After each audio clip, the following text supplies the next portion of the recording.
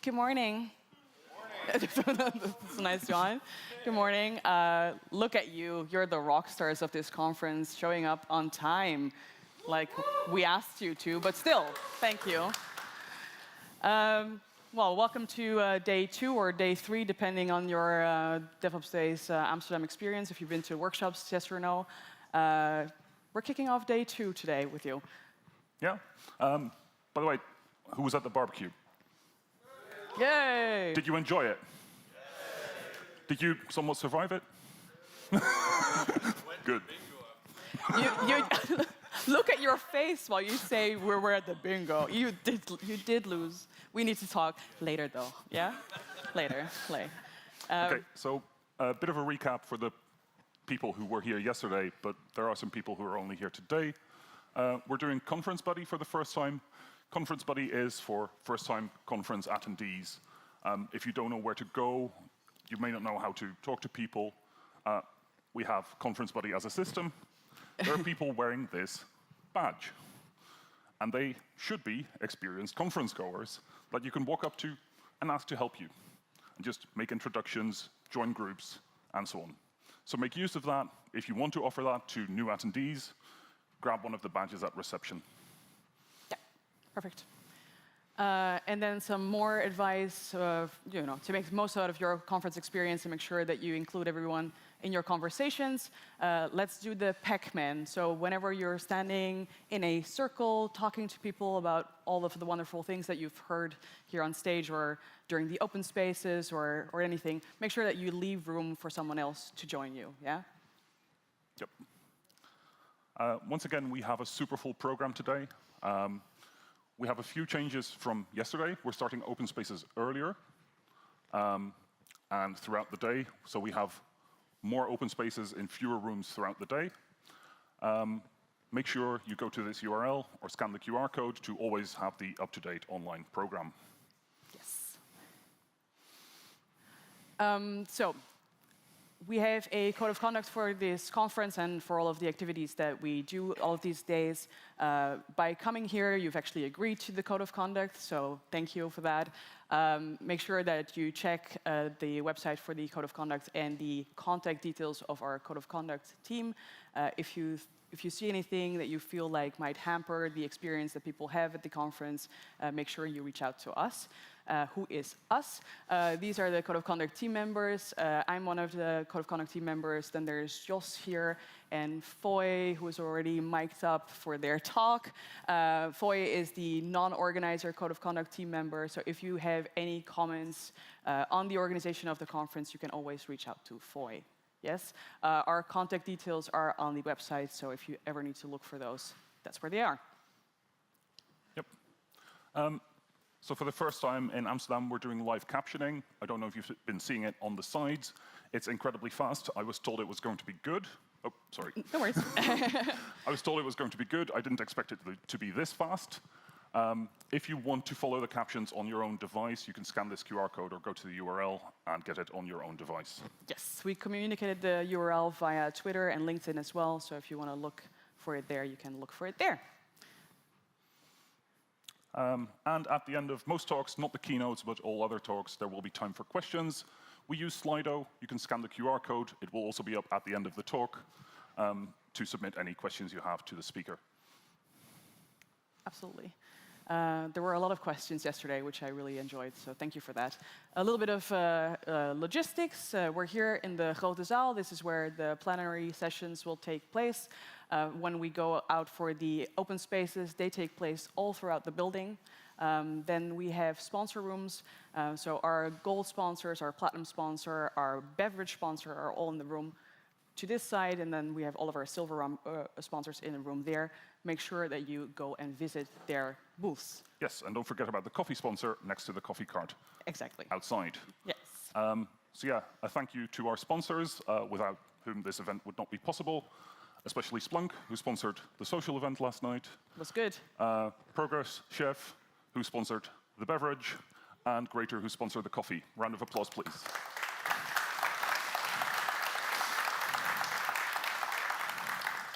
Yes. Yes, and we talked about their booths. Do make sure that you go by their booth. If you were at registration, which I hope because you entered here, so you went by registration, you got a little sponsor passport. Make sure you go by all of the booths. They have a little stamp. They will stamp your passport, and at the end of the day, today at 3 p.m., please hand in the passport because you can win these amazing prizes. We have a Elgato Stream Deck. We have noise-canceling headphones from Sony and an Atari. Sorry, I didn't know that you were going to demonstrate them. And an Atari game console.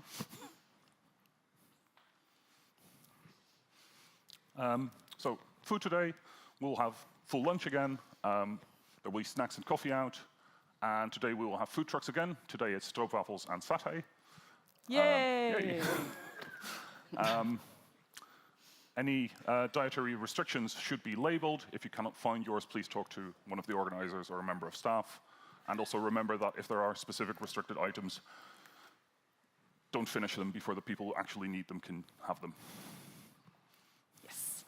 We're posting on social media, so if social media is your thing, make sure that you check our accounts on Twitter or X and LinkedIn. And you can use the hashtag Devopsdays. We use Devopsdays for all. And then Devops for LinkedIn and Twitter are both the handles. We also have a live stream going, so maybe that's something that you want to share with your friends at home or at the office, that they can also have a look at what's going on here today. Yep. And as you can see on the screens on the front left and right, we have a live drawer, Thea.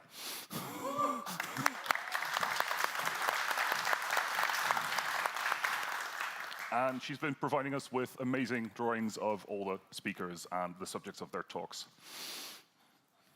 And we've got some questions about this. We'll make sure to make those available after the conference as well. Yeah, and at the end of, well, towards the end of the day, from about 3 o'clock onwards, you can grab your limited edition mug. It will not be downstairs today. It will be at reception, so just grab it there. Yeah, sounds good. Let's get this show on the road, right? And that's it. Yeah. Let's start with our first speaker. Sasha, can I invite you up on stage? Let's go set up. Sasha is the founder of Ergonautic. Oh, that's all super well. And we're talking about failing to learn versus learning to fail, and why, as organizations, we have such a hard time implementing a learning culture. How can we all become learning companies? All right, Sasha, please take it away. Thank you.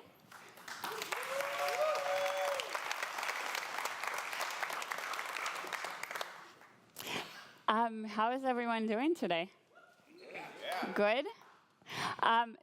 Thank you for being here. This has been an amazing conference already for me, and hopefully also for you. I'm Sasha Tchaikovsky. You probably know me as Sasha Rosenbaum. I managed to change my name to one that is much harder to spell, so that you can never spell it again or find me on the internet.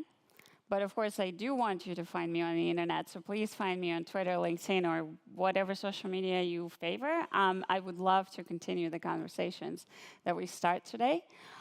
This talk is about learning, and it's both about personal learning and organizational learning.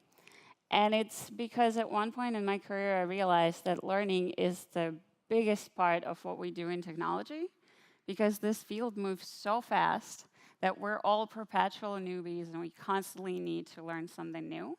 And nobody teaches us how to learn. With as much schooling as we do, nobody really explains to us how to approach this. So a lot of us struggle and kind of have a bad experience with this. So hopefully, I can give you some ideas on how to improve this.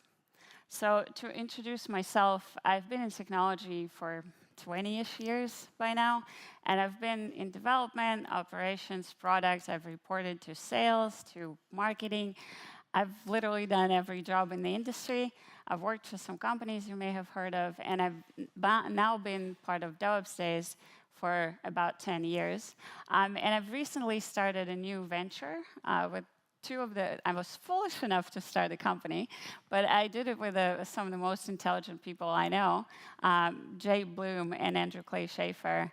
you might know one of both of them, and in particular, Andrew was a founding member of Devopsdays. So before we get started, I want to ask you a couple questions. So if I make this statement, you can learn new things, but you can't really change how intelligent you are. From 0 to 100%, how much do you agree with this statement? 0. Anybody agrees with this very, very strong? Okay. So a couple people maybe agree with this. Okay. And the second question is, do you ever in your self-talk, do you call yourself lazy? Okay. That got some, so I keep learning about learning. This talk today is very, very different from when I first started giving it, because I keep discovering new insights. And there is an insight that I discovered recently that resonated very deeply with me, and that is that all meaningful learning is really self-directed. So it comes from Carl Rogers, who is a founding member of humanistic psychology, and he says, we cannot teach another person directly, we can only facilitate learning. So for you to learn something new, you have to be motivated to learn, you have to be interested, you have to be wanting to solve a problem. And then I, as a teacher, cannot actually impart knowledge on you. I can only help you get there. So, of course, this begs the question, if I can't teach you anything, why am I trying to teach you something? So the answer to that is a fake Buddha quote, and it says, when a student is ready, the teacher will appear. And so I believe this, like, I'm hoping that a lot of you are ready for the insights that I might be able to offer, and I might be able to meet you at the part of your journey that you're on, and maybe offer some new ideas, maybe reinforce some ideas you already had. So really you arrive and like join this journey with me towards getting better at learning. And also, I can provide you with a long, long list of resources that went into making of this talk, and this is not exhaustive.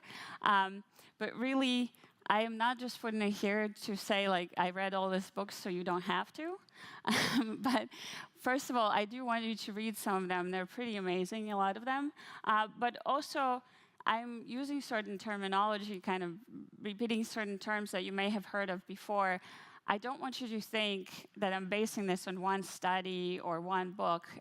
This really is a lot of studies kind of combined together, and certain insights start to emerge from multiple directions, whether or not they're calling it the same terms. So I want to tell you a personal story, and maybe some of you will relate to the personal story. But when I was a kid, I loved books. I loved learning. You could find me with a nose in a book almost any hour of the day. I read everything. I wanted to learn about anything from physics to biology to sci-fi to anything. The world was just an interesting place, and I loved learning about it. I kind of skated through high school. I, got good grades, didn't have to invest much effort in it.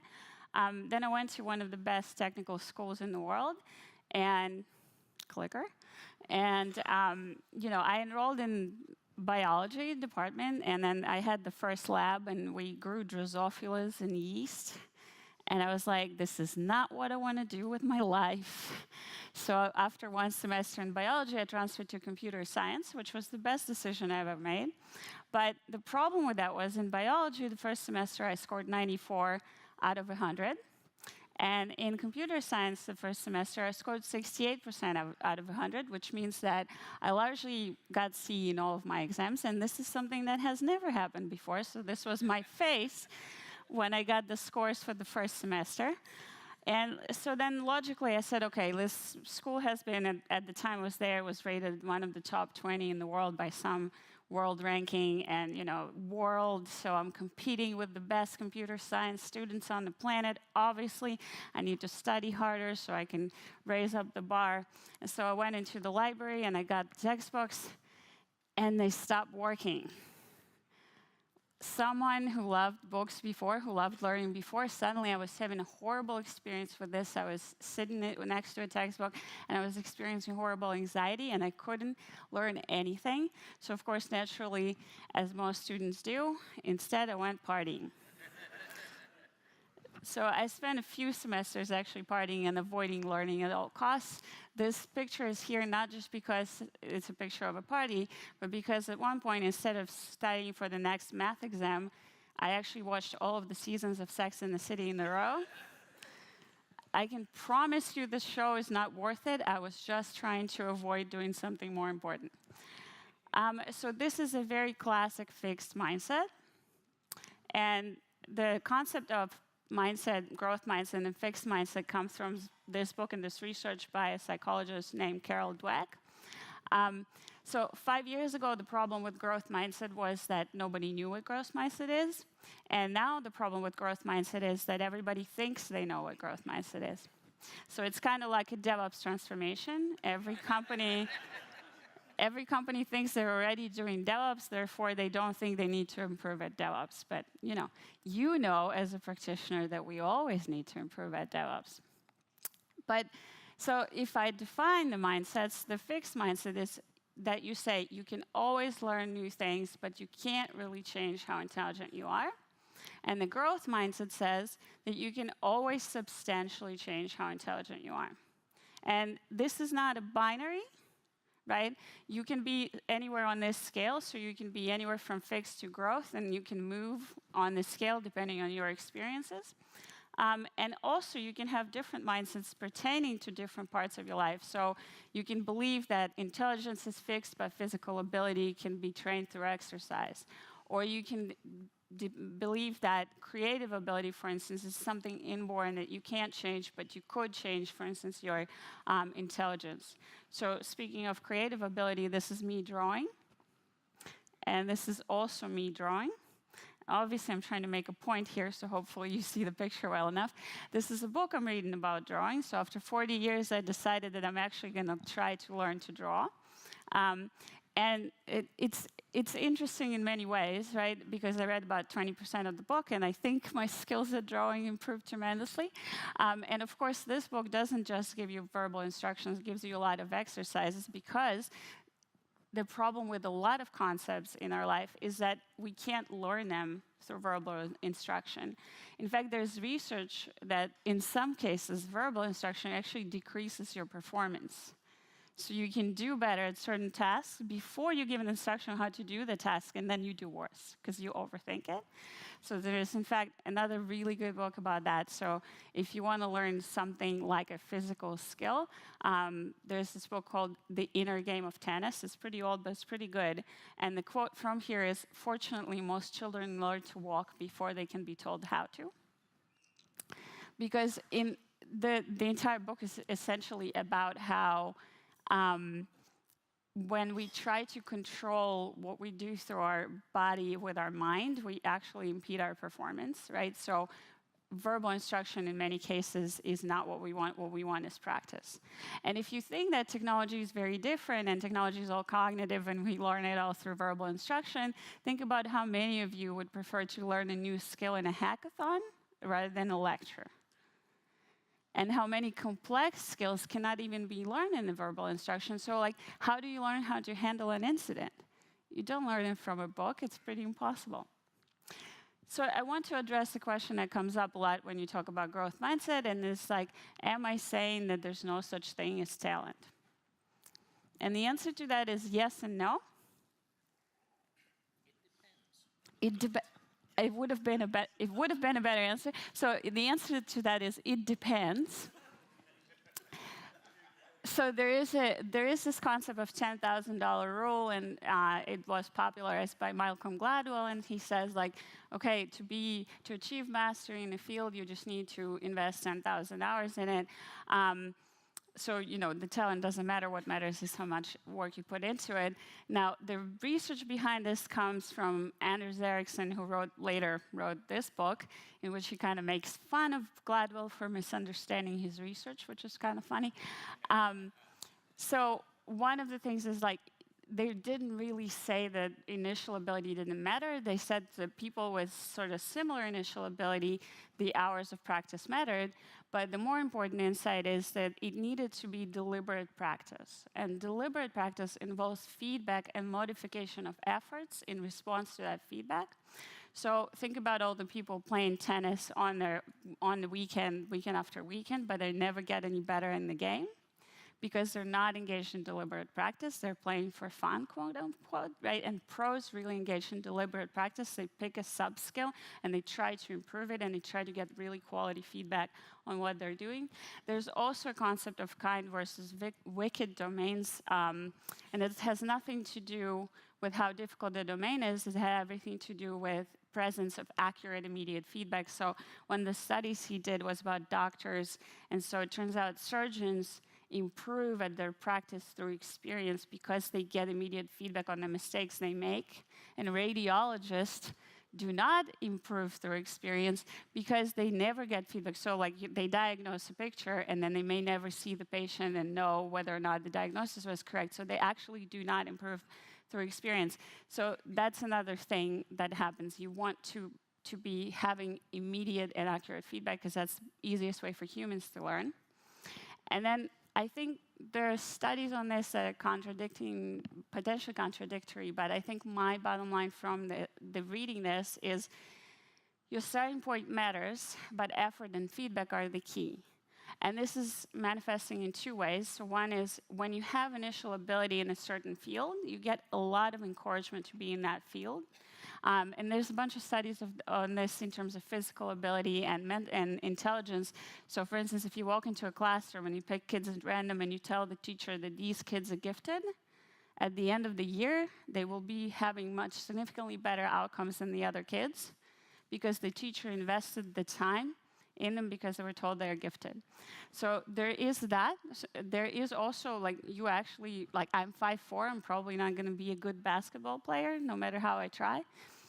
But then there's another thing, which is, even if you're really good at the field and you had talent and you had encouragement and you got really good, eventually you reach the performance levels at which things become difficult. And then what matters is your mindset, right? Because if you have a fixed mindset, you reach the difficult point and you hit the wall and you can't progress. So to come back to definitions, what largely fixed mindset is saying is you believe that your inborn abilities determine your outcomes. And growth mindset is saying that your effort and the feedback you get on that effort is what determines your outcomes.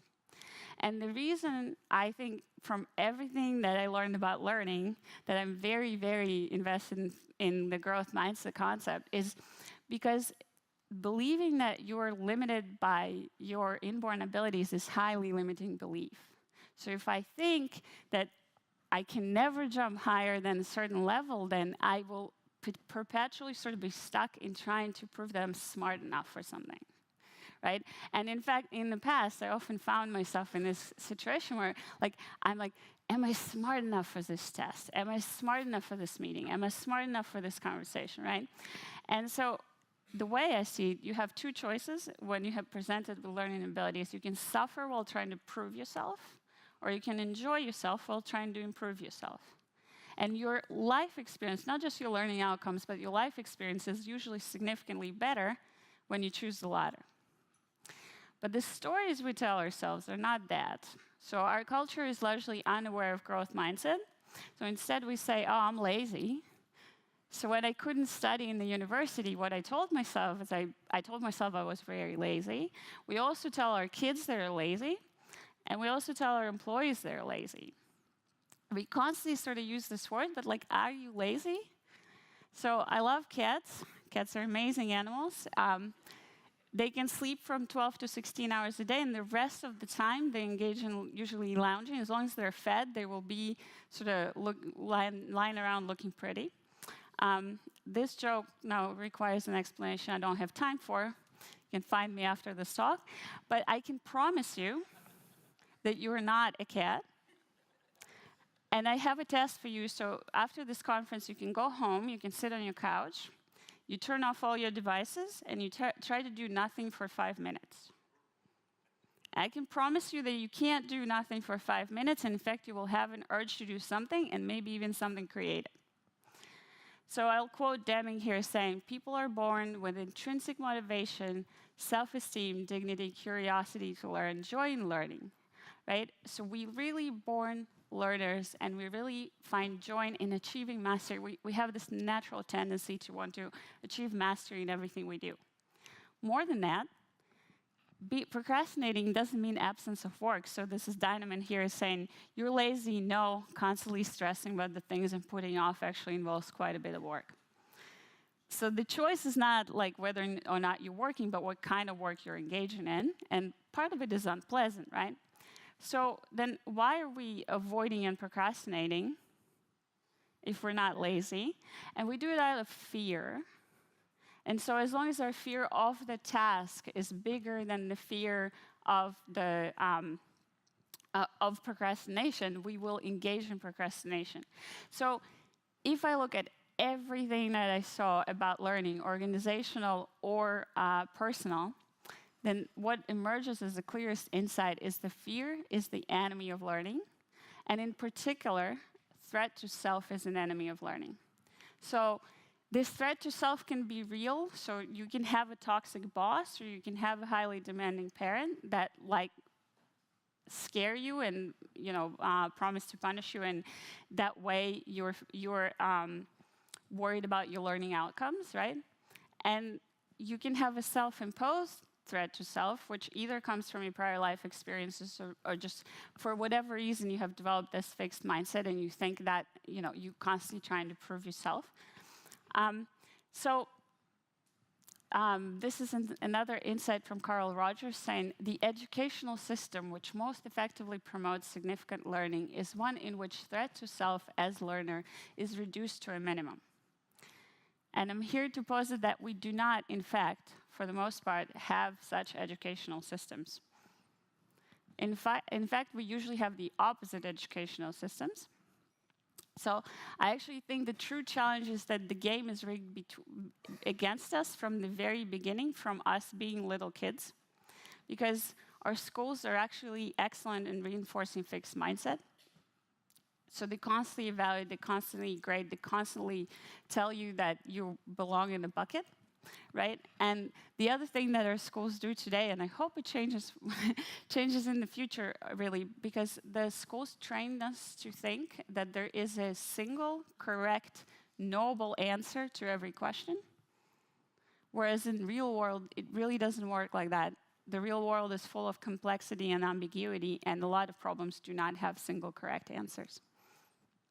So we constantly evaluate and classify students, and if you talk to teachers, actually they will tell you that it's worse today than 10 years ago, and then 20 years ago, and then 30 years ago, and actually gets worse all the time. We overemphasize the testing and evaluation in sacrifice of real learning outcomes and in sacrifice of creativity. Little known fact, the IQ test was designed by Alfred Binet to measure progress, not ability. So Alfred Binet actually believed that many students are not adequately served by schools, and he designed a test to evaluate whether or not kids are improving. But instead, we're using this test to put kids in the buckets and imply that the buckets can never be changed, right? So you're this gifted, and you're this gifted, and you're this gifted, and you're going to remain there all your life. This is a horrible message to tell little kids. The other thing that is very controversial in the world of psychology today is the concept of praise. So we used to, 20, 30 years ago, we used to believe that praise is a really good thing. We should praise people all the time, and we should praise people for who they are, right? And so in her research, Carol Dweck tested two types of praise. Praise for ability, so like how smart or talented you are, versus praise for effort. So they did this interesting study. They took little kids and they gave them puzzles that were easy to solve. And then one group of kids, they praised them for, oh, you did so well, you must be really smart. And the other group of kids, they told them, oh, you did so well, you must have done a lot of work for this. And then they gave them harder puzzles that the kids couldn't solve. So in the ability praise and the smart praise, the kids gave up really easily, did not have fun with the next puzzles, and lied about their results to say they actually solved more than they could. So in fact, the ability praise negatively impacted the very ability it was praising.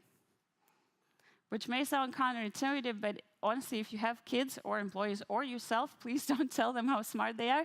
This is actually shooting them in the foot.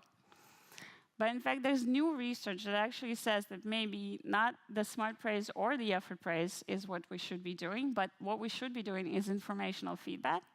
And it posits that probably the best learning outcomes actually come when we give people adequate informational feedback on their efforts, because, again, we have this internal drive to achieve mastery, and we want to learn and we want to be better. So what we really need is feedback, not praise. The other thing that happens in our culture is our hero stories erase all mention of effort. So we say, whether it's a startup founder or it's a rock star or it's a basketball player, we always tell a story of how they're genius and really gifted. We do not talk about how much effort they put into achieving success. So if you read stories about Michael Jordan and Tiger Woods, no one talks about how hard they worked. So like Tiger Woods, for instance, was trained by his father to play golf from the age of 4 or something like that. But no one talks about that. Everybody talks about how he's amazingly gifted and great. And that's because effort is the thing we're afraid of in fixed mindset. So in fixed mindset, effort is a bad thing. It, like failure, means that you're not smart or talented. If you were, you wouldn't need effort. And Dynamon clearly read some Carol Dweck works because he says, I failed, it doesn't matter as long as you tried your best. Oh, I didn't do that either. So the idea of trying and still failing and leaving yourself without excuses is the worst fear of fixed mindset. And therefore, people engage in a tactic called self-handicapping, which is sort of creating or reporting performance obstacles to provide excuses for failure that don't threaten self-worth. So if you think about, so the creating is, I create obstacles for real, so I don't study for the exam, so therefore I have an excuse for failing. The other strategy people do is they tell you they didn't study for the exam. So they may have spent 3 weeks studying, but they tell you, oh no, I didn't work on this at all. Because that gives them an excuse for failure.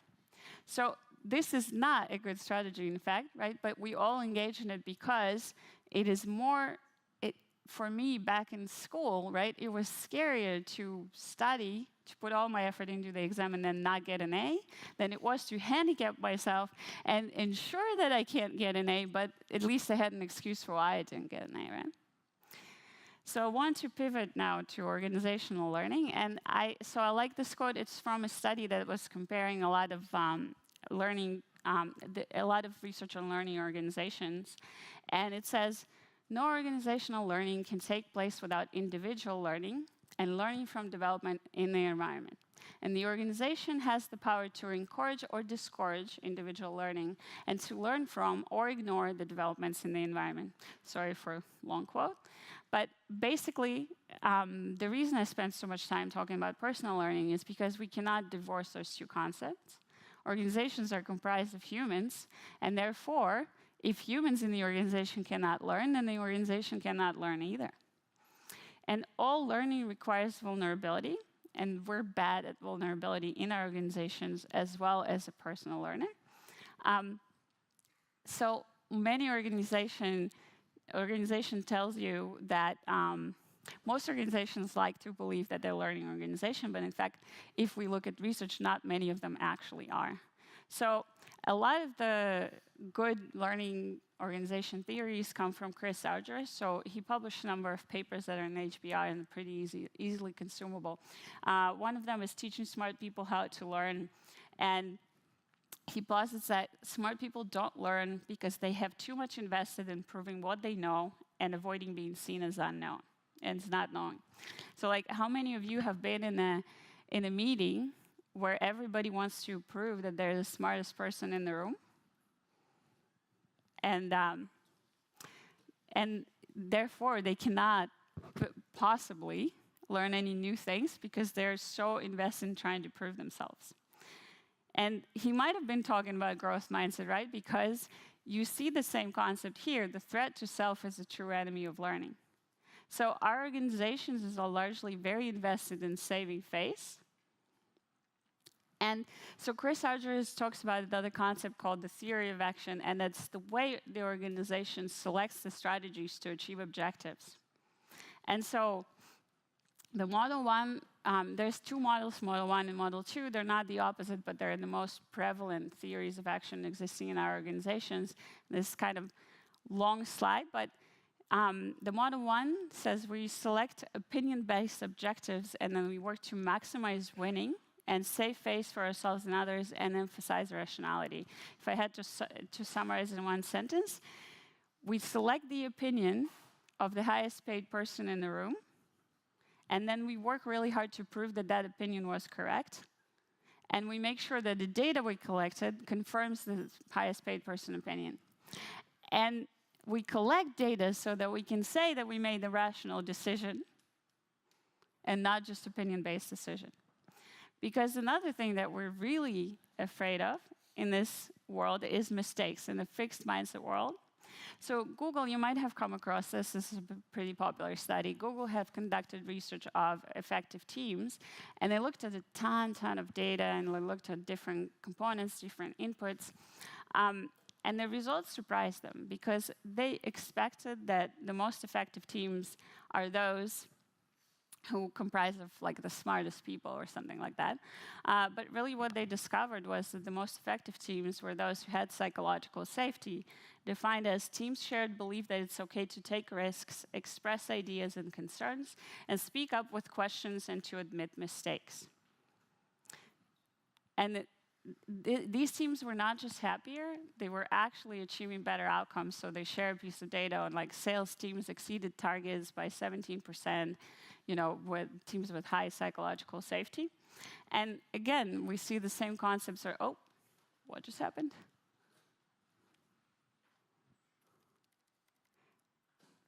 Great. We see the same concepts sort of appearing, that fear is the enemy of learning. How much time do I have? Because I have confusing inputs.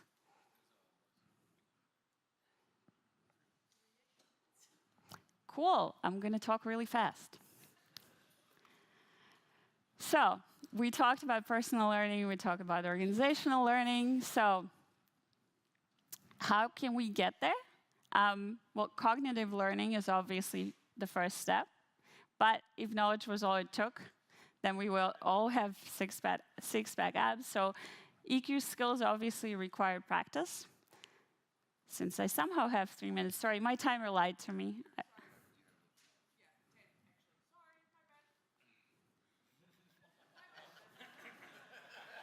This is fine. So, okay, let's learn a couple more concepts then, if I have 10 minutes. So, we have, this is again Chris Argyris for you, and he talks about the concept of single versus double loop learning. So, single loop learning means that we look at results and we say, if results mismatch, we're going to react and change our actions. Right? And most organizations in the world are good at single loop learning, because otherwise you can't make money. So if you need an analogy for a single loop learning, it's akin to a thermostat. So I set it to 72. This is Fahrenheit, obviously, otherwise you would boil. I set it to 72, and then it will make it colder if it's too hot, make it hotter if it's too cold, but it will never question the target number, right? In the double loop learning, we reflect on what we learned, and we question our assumptions, not just our actions, but also our assumptions. So in double loop learning, it's a smart thermostat that can be like, okay, 72 sounds like it's inappropriate for the current environment, so I'm actually going to change the target number and not just make it colder or hotter. So most organizations in the world are actually bad at double loop learning, because questioning assumptions requires changing things, and a lot of times requires threatening someone's ego in the organization. So what we want, if we want a learning organization, is we want to take the ego out of the equation. And so we talked about Model 1 values, and I want to talk about Model 2 values. And Model 2, actually, if I summarize it in one sentence, says we need to create a testable hypothesis and monitor the implementation of the project to prove or disprove it. So if in Model 1 we selected our course of action based on an opinion of somebody, and then we worked really hard to prove that that opinion is correct or incorrect. And here we selected testable hypothesis, and testable here is important because we need to know that whether or not we achieved a positive outcome. So we select a testable hypothesis. We no longer have to work to prove the hypothesis, right? Because our ego isn't attached to this, but instead we engage in scientific methods saying, we want to learn something.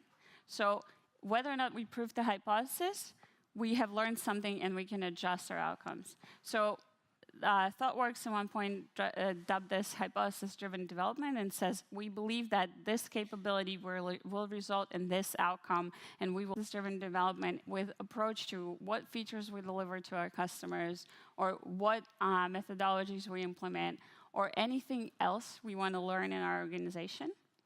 And then the other interesting pertinent concept is we talk about culture a lot at Devopsdays, and mostly we assume that to change culture, we need to change assumptions. So I need to convince you of something.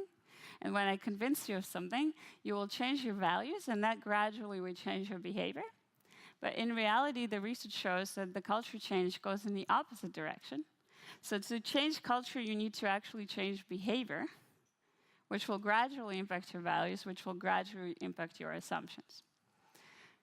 So if we want to make people behave differently, and we want to build psychological safety, and we want to express Model 2 values rather than Model 1 and do hypothesis-driven development, we need to make it easy to do so.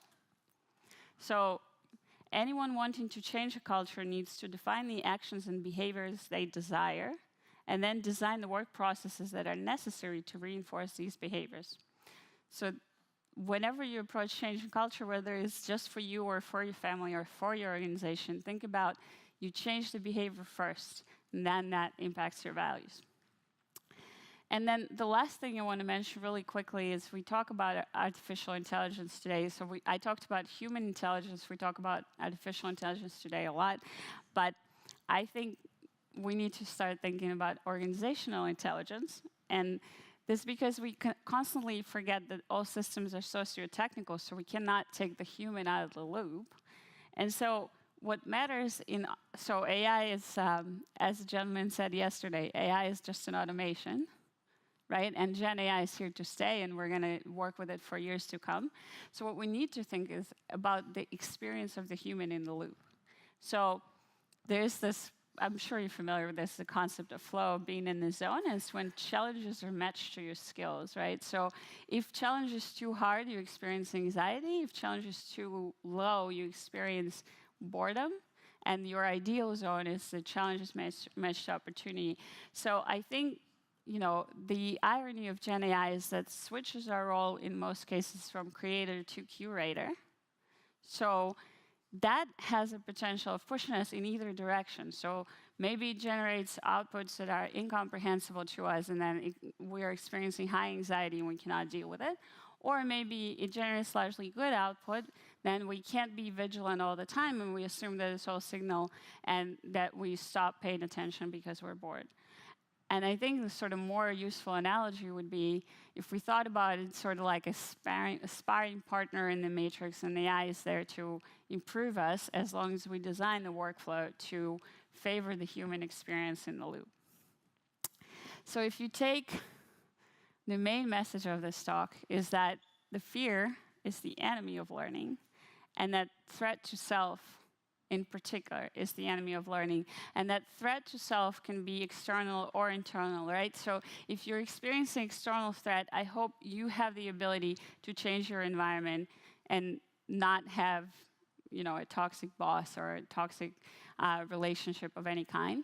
And if you're experiencing an internal threat, then I hope you have the ability to start working on developing a growth mindset. And this is not a single day affair, right? But we can get better at this. And when we get better at this, it improves not just our learning outcome, but also our overall life experience. Because the way I see it, we can either suffer while trying to prove ourselves, or we can enjoy while trying to improve ourselves. So this is for me. I'm Sasha Tchaikovsky. And you can find my slides and the resources for the talk on this QR code. And I really hope that we connect so we can continue this discussion.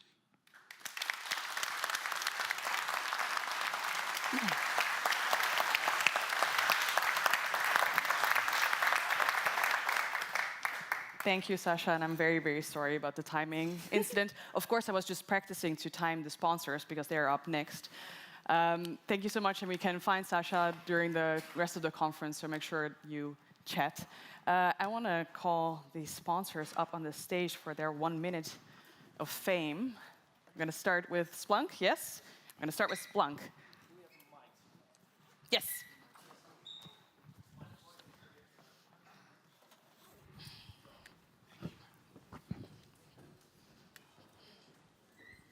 Awesome, thanks. Come up the stage. I'm also waiting for a slide. Because that's my first joke, is about the slide.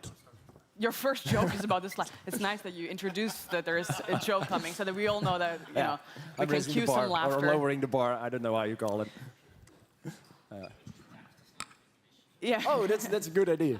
Yeah. Oh, there it is. Excellent, nice. Yeah, because my joke is that marketing made me put up this slide. Let me tell you what we actually do. With Splunk Observability, we help you to deploy with confidence on a Wednesday afternoon or also on a Thursday afternoon when you can go to a karaoke bar in the night without any anxiety, because some of you did last night. And you can do that because with Splunk Observability, you can instantly see the impact of your change. When something's off, you will be notified within seconds. And then that's pretty useful, right? It's all based on OpenTelemetry. It makes it very easy to adopt and deploy, so it's very easy to get started. And yeah, if you want to know more how that would fit within your DevOps practice, please drop by our booth. We're friendly people, right?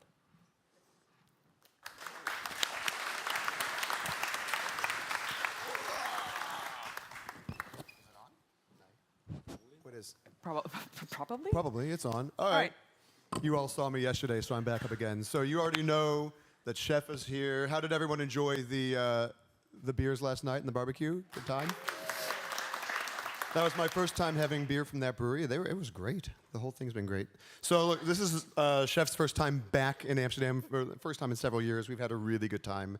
The community here is wonderful. I don't need to tell you more about Chef because we already talked about it yesterday. But look, we are still giving away these Starry Night Legos. I have the set at home. If you don't have it, it's really awesome. It'll really hang on your wall. So swing by, see us a little bit later throughout the afternoon. Tell us a bit about what you guys are up to. We'll tell you a bit more about what Chef is up to. Just be great to see you. Thanks, everyone.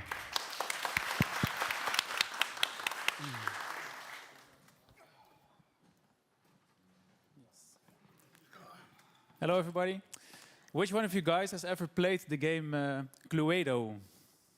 Hands up. A lot. That's probably why you all became developers, right? Because you like troubleshooting in the middle of your Saturday night. What, and more specifically, who has murdered my pots? That's what you want to figure out. So, because TechState likes winning the game of observability and troubleshooting so much, we've created a Kubernetes observability solution with a very high focus on finding the change that has caused your issue. Not only showing symptoms, but really finding the cause. So for this event, we've created some Cluedo-themed troubleshooting challenges. You can come to our booth, challenge yourself, find the cause, find the murder weapon, find the murderer, and then if you find it, you can even win our Lego set, which is up here. So we'd love to see you all, and thanks.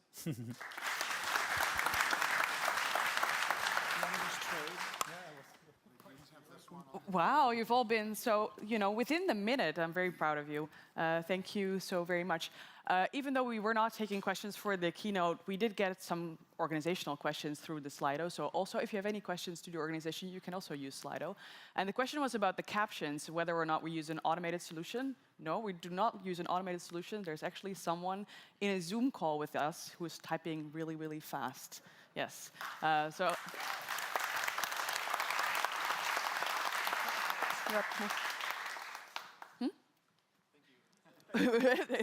Yeah. Excellent. You're up next. So for our next talk, we have Foy with a talk about Innovation Incubator, about the DevOps traineeship at their company. Hello.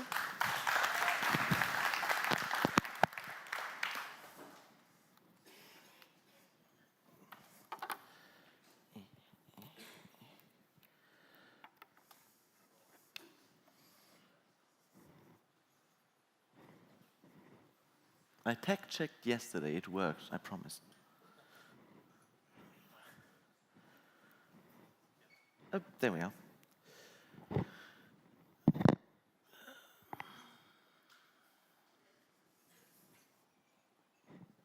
Okay.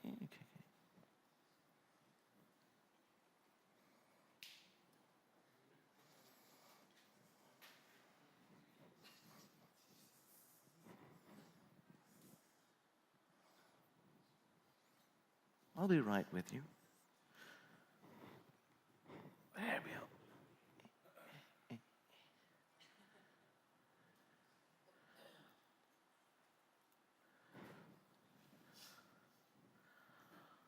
Okay.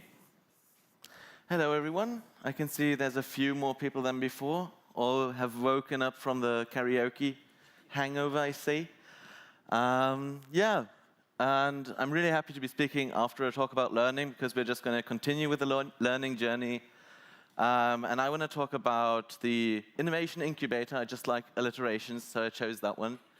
And how we take the German concept of Ausbildung and build on top of that to have a really good, incubator for our trainees to become good DevOps people.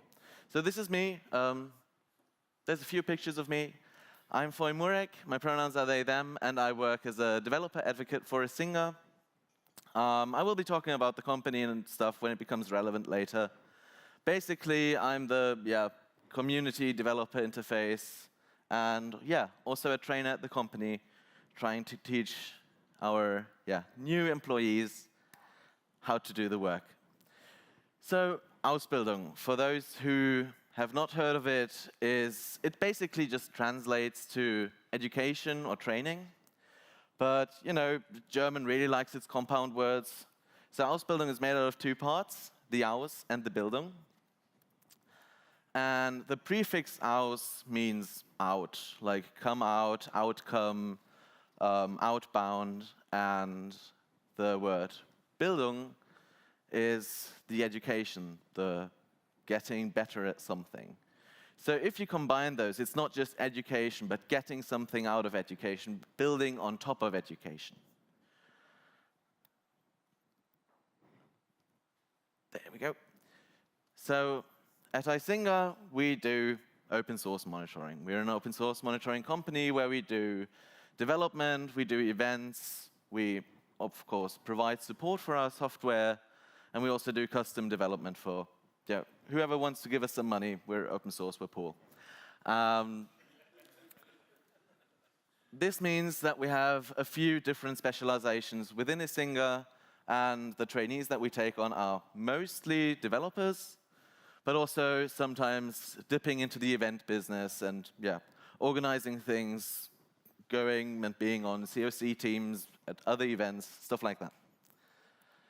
And we collaborate with Netways. The relationship between Isinga and Netways is a bit complicated to explain. Basically, we share a CEO, we share offices, but we are completely separate companies that have nothing to do with each other, right? And Netways is all about open source in general. So Isinga is part of the portfolio of Netways, but they basically take care of anything that is open source related. And it also has a broader spectrum of things that they do, which includes things like consulting, also events that are on a bigger scope. It's providing trainings about the open source software that we're supporting. We have managed hosting, we have development as well. So the spectrum is a bit broader, and Netways has more different kinds of trainees than Isinga does, and in total, we just take all of the trainees, put them in one bulk together, and have a shared Netways traineeship. Just a bit of context. So Isinga has 17 people employed currently, 3 of them are trainees, And Netways, this is excluding the Singa people. We are, separate companies. Has 72 people, and 9 of those are trainees. So the trainee to full-time employment ratio is still okay. We still have enough people to train the trainees. When I started working at Netways, we were like 40 people, and 7 out of those were trainees, so it was a bit more difficult, but we are settling. So yeah, this is our trainees from 2 years ago, I think, because apparently we're really bad at taking pictures of ourselves. So I tried to sort of label them by the official designation of their training course. So we have the developers grouped together over here. We have the more ops-related people, the consultants, and the people working in managed hosting, more in the middle, and a little sprinkle of marketing and administration in between. On average, we take 6 trainees per year, like in the whole conglomeration, across all different departments. And 1 round of Ausbildung takes between 2.5 and 3 years. So we always have roughly this number of people in training. And what's really cool about the concept is that you get paid to get trained. And the Ausbildung is organized by the Chamber of Commerce.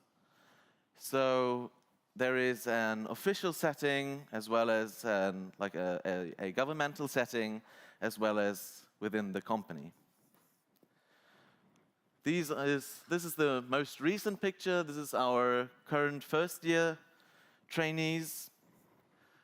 Once again, a bit of dev, a bit of ops, a bit of sales, marketing in between, and also the trainers that are overlooking them.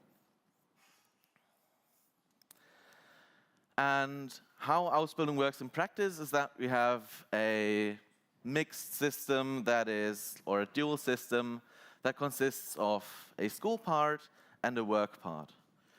So when you start with 2 weeks of being in school. The school is governmentally funded, and there are a lot of different people from different companies sharing, like being together in one class and learning together. And then after those 2 weeks are over, the students are dropped back at their employer, and the employer can basically do whatever they want with those students.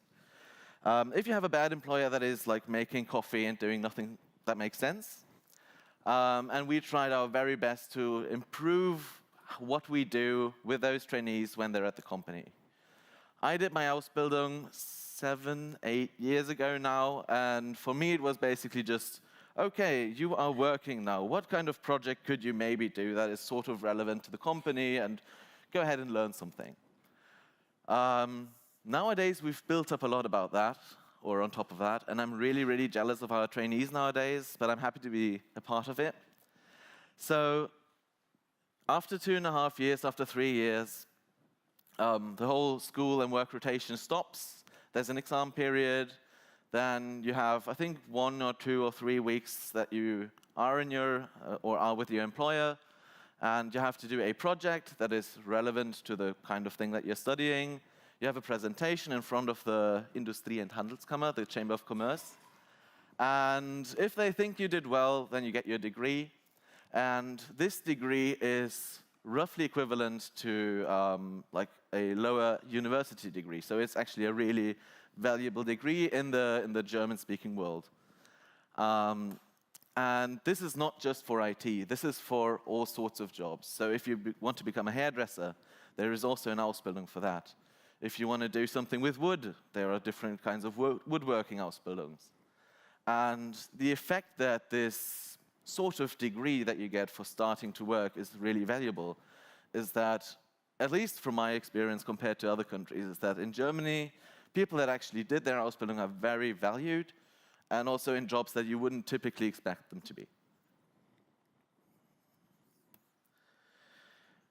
But since most of you are not in Germany, you do not have this official system, I will try to give you like equivalents or ideas on how to implement that maybe in your environment. And that is doing the system of actually actively training people for 2 weeks and then putting them into a practice setting where they have to work on a project, on something in like 6 weeks, and then get another training, get like a focused learning experience, and then put it to practice right afterwards. The mix of those two really helps combining education with practical work experience. So, back to what we are doing, and I added a really small red circle so you know where we are. This is the time scale we're looking at now. And come on. Next. Yes. I would like to drill down on that. So we have the school section, and the school section has like a mandated program. We, as an employer, can't change anything about that. But we try to match what the students learned in school to the training that we're doing afterwards. So when they come back from school, from those 2 to 3 weeks of school, we put them through a training course, usually 1 or 2 days. And then they have a project that matches that training course. And every 2 months, roundabout, there's another set of school, and this repeats for the entirety of the first year of their Ausbildung. So in the first year, it is basically just forcing them to learn as much from as many different topics as possible to give like a good broad groundwork. And those are the topics we're teaching them about. So we split it up into 4 parts for this year. So in the first quarter, they're learning about what is Linux, what is VirtualBox, what is this network thing people are talking about, and what is an IP. And also like the first bit of scripting, not really programming yet, but like how do I get things to work on my computer, right? Then in the second part, we have what's a Raspberry Pi. I can actually do things with my scripts, that's cool. Learning about DNS, because we like torturing our trainees as well. I usually take over the Git and GitLab part, so how do we actually work together as a team? How do we do projects? They learn about SQL, they learn about Vagrant, actual programming with like functions and code. Yeah, what is Windows? We put that a bit further back, but it's still good to know about it. And then they get to choose a free project, so they get to choose what kind of topic they want to work together on, or separately if they choose to do so. We have Docker, we have PowerShell, we have Isinga. Well, Isinga is very specific to us, because that's what we do. And then they get to choose another free project, and that is how they spent their first year. You might want to, steal some of those ideas. You might want to think of something that fits your company better. But in general, just a groundwork of broad things to learn, both from a dev and an ops standpoint, and even our marketing people get pushed through that because they're technical marketing. Technically, they are just learning how to do like the social media posts, the graphics, and all of that. But we have noticed that it is really, really, really valuable to have them know about the tech as well, and at least have a basic understanding. And that's what the first year is for. In the second year, the people or the trainees get pushed to their departments where they will stay. They will still get taken out for some trainings and some projects, but they are starting to get into the day-to-day workflow of the department and what they're going to do in the end. And the third year is basically full-time, being in the department, occasionally being pulled out to be a co-trainer. So we take those people from the third year, take them with us to the first year, and present them here. Show us what you learned. Forcing them on stage, forcing them to talk to others. I hope they don't mind it too much. So, like I said, I do the GitLab trainings, and I just want to give you an overview of how one of those project settings, what it looks like. So the training itself is 2 days. It's the same training course that we offer on our website that you could book to get trained on like how Git works, how GitLab works, and just getting a feel for the technology. Then on the first day, after they get the formal training, they have to find a project. One such project would be, we want to make a cookbook that we can use in the offices. So it's an internal project, but it's something they choose, and they're super motivated to do because it's their choice. So we spend an entire day deciding on a project. and then we split up in different teams, or more like we decide on what kind of teams we need to do the project we want to do. So there is a little design team, there is a platform team, there is a development team. So we think of different teams. And the people decide which team do I want to be in, and I, as the trainer, am going to be the project lead for the first day. Because then we do the work for a day, and then we switch teams. The people that were doing development are now in the platform team. The people that were doing platform are now in the design team. The design team switches over to the development team. And this switch is the chance for them to share what they've learned, teach each other about the stuff that they did in their team, and I will roll the dice, and one of them will become the project lead. One of them will have to deal with distributing the different things that need to be done, checking the issues, and yeah, then we do the work, we switch the teams again, we teach each other again, and that goes on for the rest of the 2-week period. It's usually the morning of the last day, which I am not too happy about, that we start on the presentation for the team lead. So the people get to learn a lot, and then in the end, they have to present everything that they've learned to the head trainer or the person that organizes everything. This is a really, really nice method to learn something new, because you get to switch into different roles, you learn your lessons, but you do it in a safe space. This is just an internal project. It doesn't matter too much if you make mistakes, if it doesn't work out. And the most important part of this, I would say, is the presentation. Like, getting the lessons out of it.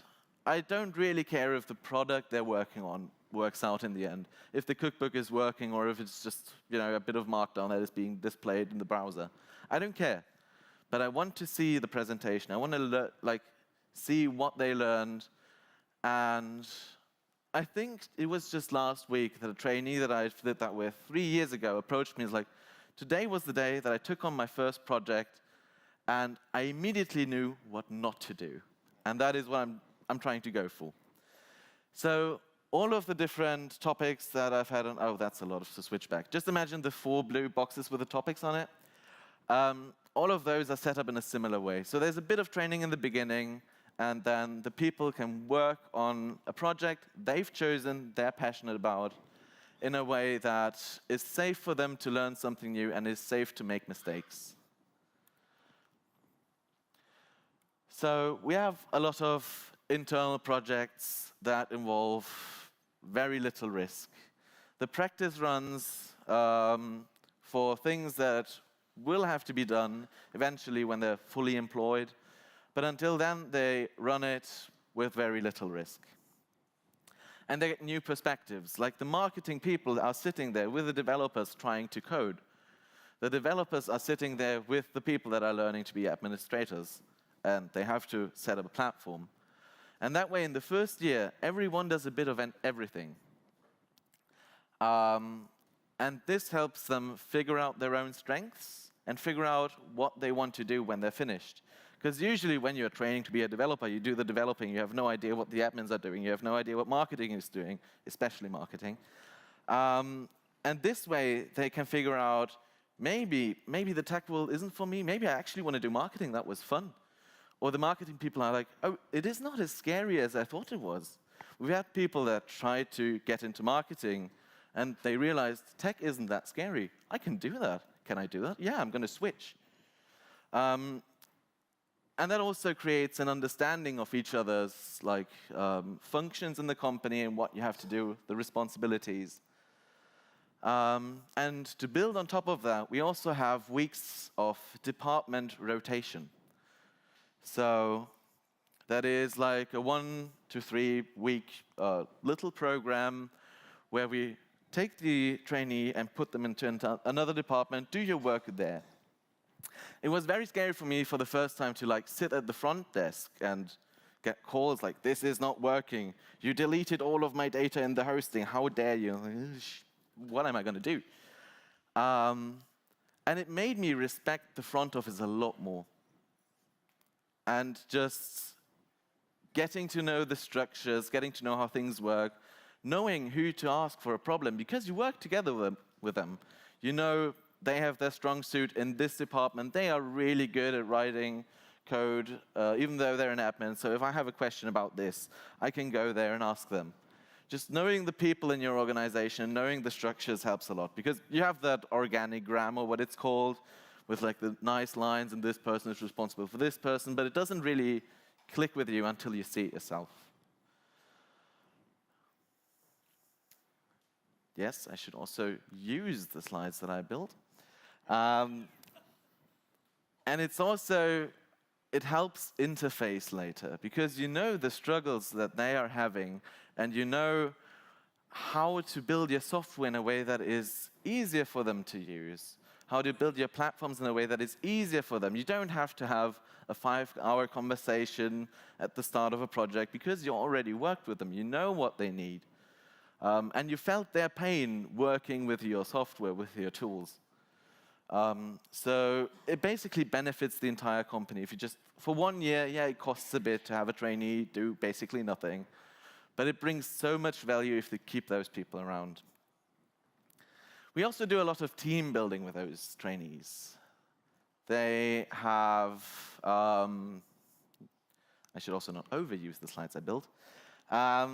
They have an entire weekend of activity together. I think it's just in the first year, where all of the trainees from the first year, I think it's like 3 months after they started, they just get some sort of team building exercise, team building weekend together. I have a picture of it later. There are self-organized dinners on like company money. So if the trainees manage to pick a date and time, have their lunch or dinner together, and then bring the receipt afterwards, they get paid for that. I think it's a once every quarter a year for that. But just being able to organize yourself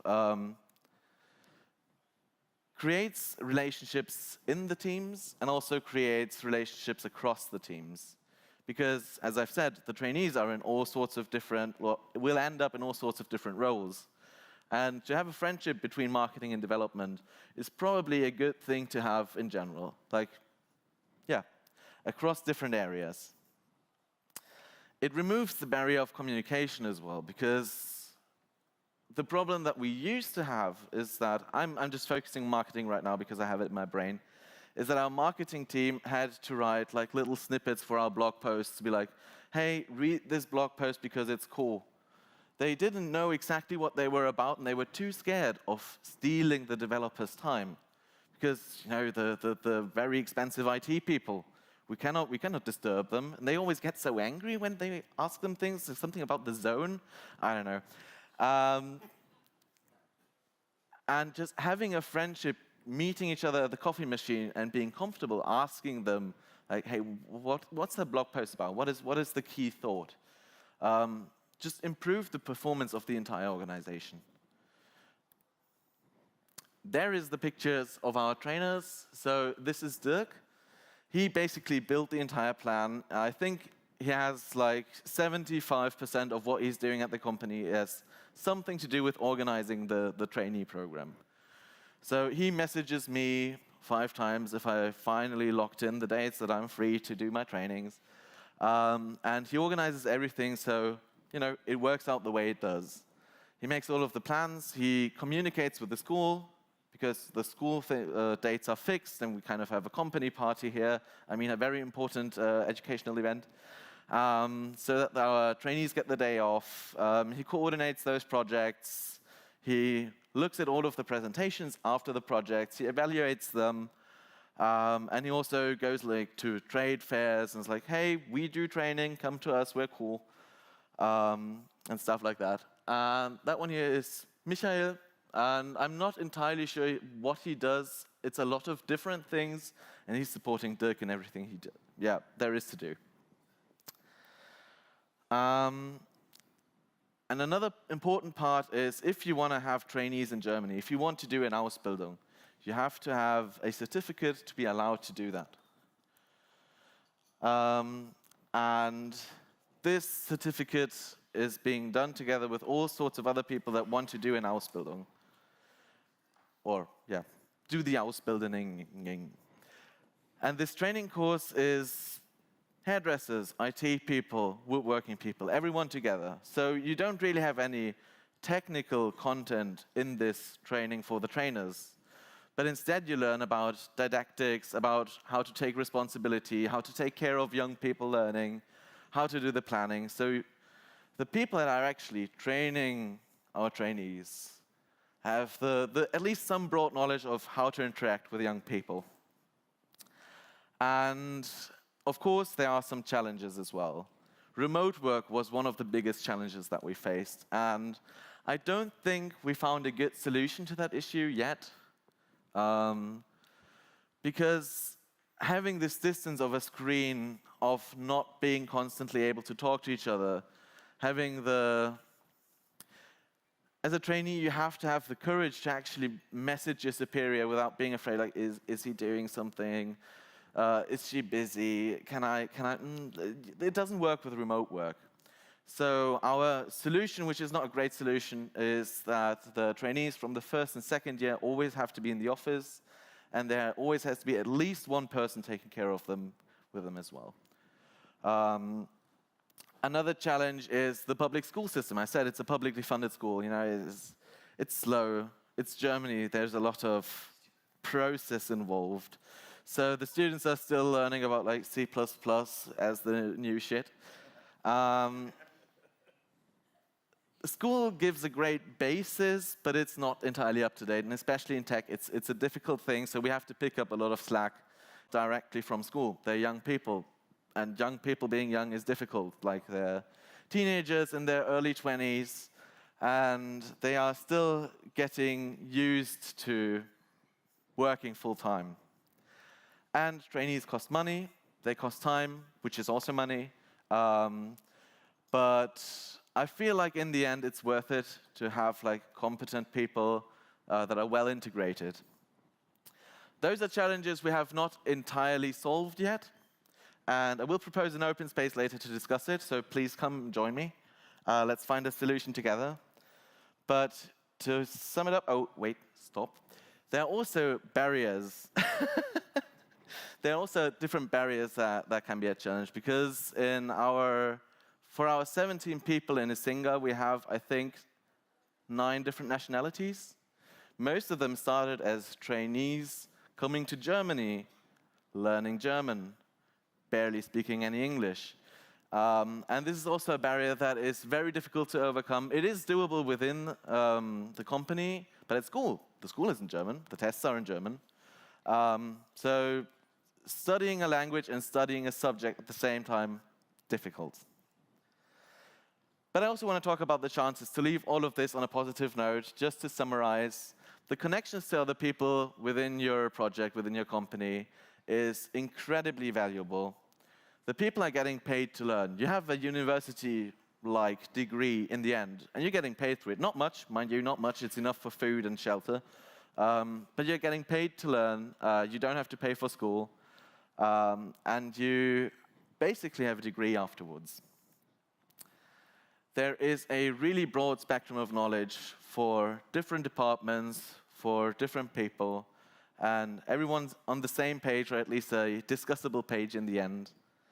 And yeah, it makes it easy to find the right place in the world, because you see so many different things, you see so many different jobs being performed and how it works, that for us, within our organization, it's no problem to switch your specialization. I trained to be a developer, and now I'm barely doing any developing for the last 3 years. I'm just out here giving trainings, talking to people, doing the community advocacy thing. And it was zero issue at all for me to switch from there to there. And like I said, we had a marketing person switch to be a technical person. And I feel like this is giving so much value to the people, giving them happiness, and therefore productivity.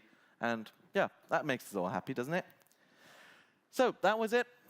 I would like to ask you to get training everyone, treat your employees with respect, and give them time to grow. Thank you very much.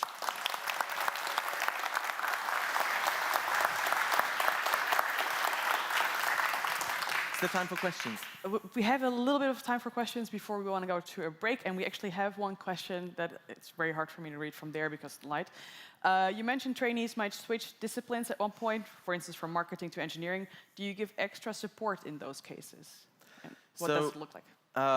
Within the scope of an Ausbildung, you always have to start from year one. So you basically go to school again from year one for this entire time. But within the company, we already have this interdisciplinary schooling, basically. So what we do with the trainees, if they switch after the first year, they've seen it all already. So they are lumped within the second years in the training program, even though they have to start school all over. And for the third year, I think for the marketing to tech switch, we also paid them a full-time employee payment, even though they were still in school. So does that answer the question? I hope so. I hope so. Otherwise, someone will scream. And actually, the next one is maybe a little bit of a follow-up. What happens after graduation? Do you keep them, or do they go away? Well, formulated question. Yeah. I think our company is 60 to 70% people that did their training there. That's cool. So we keep most of them. For some of them, it's not the perfect fit, and they ask to be let go, or we negotiate that they will not stay with us. But that is the minority. The vast majority of people stay with us. It is an issue with a lot of other bigger companies because you get state funding, you get bonus payments from the state if you do Ausbildung. So some of them will just, we'll take them in. They are going to make us coffee. We're going to barely pay them. And then we're going to shoot them out in the world. So that is an issue that exists. But we seem to do pretty fine. We're also stealing a lot of trainees from other companies in school. Okay.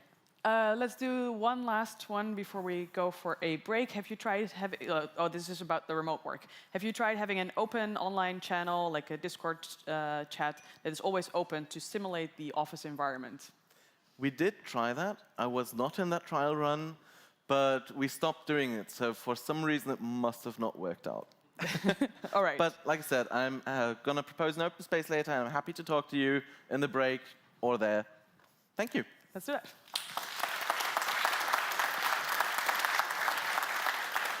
All right, we're going to break for 15 minutes, so be back here at 10:45.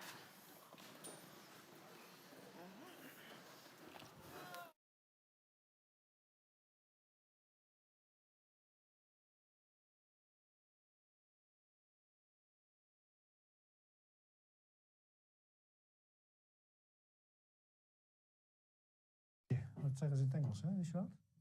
Als ze heel lang in Nederland hebben gestudeerd, dan zeggen ze.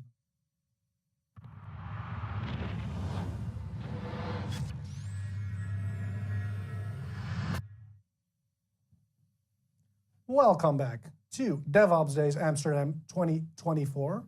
We're here on the live stream again. I am happy to have two new guests to interview, and I'm joined by two fabulous gentlemen, Hugo, Henk. I got a weird question, but what does soul have to do with DevOps? Hugo? Henk, come on. Yeah, so DevOps, I think it is DevOps.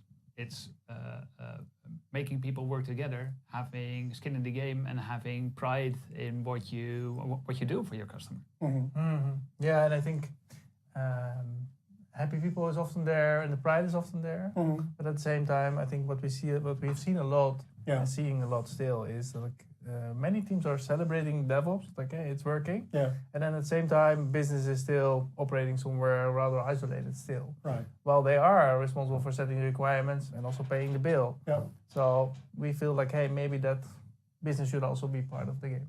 Right. So soul meaning business, is that what you're saying? No, not entirely, but it's an essential part of the same picture. I mean, right. You have to do it all together. Yeah. And it's not only it's not only ops, it's also the business, because in the end, well, practically they pay the bills, so that's fantastic. Right. But they also have the ideas. We're not doing IT just for the sake of doing IT, though I love nerding out. But we're not doing it IT for IT. We're doing IT to further goals, to reach a milestone, to add something of value to world, environment, who knows what. Yeah. And I think that's a part of the soul. So if you have this whole group together, dev, ops, and biz, and okay, let's not forget our security people, but that's not the story. But if you have them all together, that's the entire soul of the system. That's how you build up a company. That's how you add something of value to the world. Yeah. So isn't business always an integral part of this? Like this is not me being cynical, but this is so I have a bunch of friends who also say, yeah, the people from the business, and then I go, aren't you the business? Aren't you doing IT because you're working for a company? The business doesn't exist, buddy. What's your view on that? Does the business as a standalone thing even exist? Oh, two minds about it. So I'm with you in the sense that it shouldn't exist. It should be, we should all be business, and business should be all of us. Yeah. But if you realistically look at how the current companies are organized, you will see this difference. You will see that there's an IT department that hires developers, that hires operations people, and there's a business development that does all kinds of funny stuff. Yeah. And I think that's where our story is about actually how do you make that work, and especially if the business decides or IT decides they need outside help. Yeah, definitely. So it's difficult enough if you have trying to arrange it within your own company, and then it's getting even more difficult if you need outside help. Yeah, yeah, and I think we're with you in that, right? So like the great business IT gap or alignment. That's a theme since the 80s. It is. It's still there, unfortunately, because it should be together. Yeah, yeah, and like you say, Hugo, it becomes worse when you're not all playing in the same team directly, i.e. if you need help from the outside, if you hire a company, like the company I used to work at was an outsourcing company, your company is an outsourcing company. That makes it even more difficult, right? Because suddenly it's not about happy people that have just one goal. It's about happy people kind of in two groups, and I'm oversimplifying, but also with somewhat not aligned goals. How does that work, Henk? I think you're right. And also what is further complicating the matter is that those groups are also part of different organizations, right? So the gap between those is automatically there, basically. Yeah. So how do you break it down? How do you? What we do, or try to do at least, is basically bring the whole system in the room, sit together, look each other in the eye, and try to define goals together that represent the same, forgot the English word, belangen. So it's the same interest, basically. And that's what we try to do, in essence. Yeah, to bring the story back to your point of saying that the business is still separate. If you bring in external parties, you suddenly have two businesses. Yeah, exactly. And that's what's making it complex for me. So we have the customer that we work for that is its own business and has goals and has expectations. But also, as a company, we have our own business which has goals and expectations. So we need to align those to make sure that the people doing the actual work, which is the business actually, but that's not the point. So the DevOps people, they actually get to do something that benefits both their company and the company that I work for. There should be no conflict of interest, and too often we see that there's a conflict of interest. Yeah, there is, and also it's hard to align those things in a lot of cases. It's not as easy as saying, okay, the outsourcing company is no longer part of this thing. It always is a part. Like, in the same way that I make a joke about there is no business, there is a business. There is that gap. We need to deal with it. And we also need to deal with the reality of that extra company, that outsourcing company. It's added in the mix, and then you have all of the vendors that you use for your tooling or SaaS or whatever. Yeah. Like this picture becomes complicated very, very, very quickly. Yeah. And if you then see that some of the bigger companies in the Netherlands have 60 to 80% external people working in their IT departments, you can see that this is an amazingly complex subject to talk about. Yeah, exactly. Yeah, and I think another element, apart from bringing people together in one room, is also, I think, an important aspect is the commercial model that we try to apply, right? So you have a time materials model where you're not that model is not really incentivizing results to actually deliver. And that's something that we try to change, right? Yeah. So have models in place where we actually have skin in the game. So those interests are also aligned more. Yeah, and again, that makes sense because this is a complex world you're not going to solve it with simple solutions. Like, unfortunately, my knee-jerk reaction is always to go back to the simplest thing you can think of, but it almost never works. So that's the hard part. All right, so let's talk about something more fun, maybe. DevOps, what's next? Where do we go from here? Acknowledging that there's a gap between business and IT, acknowledging that the world is complex. Like, what should we do differently based on your experience? Difficult question. I mean, DevOps already is a huge step forward, of course. What should we do next? Well, yeah, behave like people, work together. That's the simple answer. But I think that for me, the next biggest thing is acknowledging the fact that that's a complex scenario that's way bigger than just DevOps. Let's consider ourselves at a point where we fixed the DevOps divide. And I think we're, in a lot of companies, we're nearly there, or we're there already. Now we have this DevOps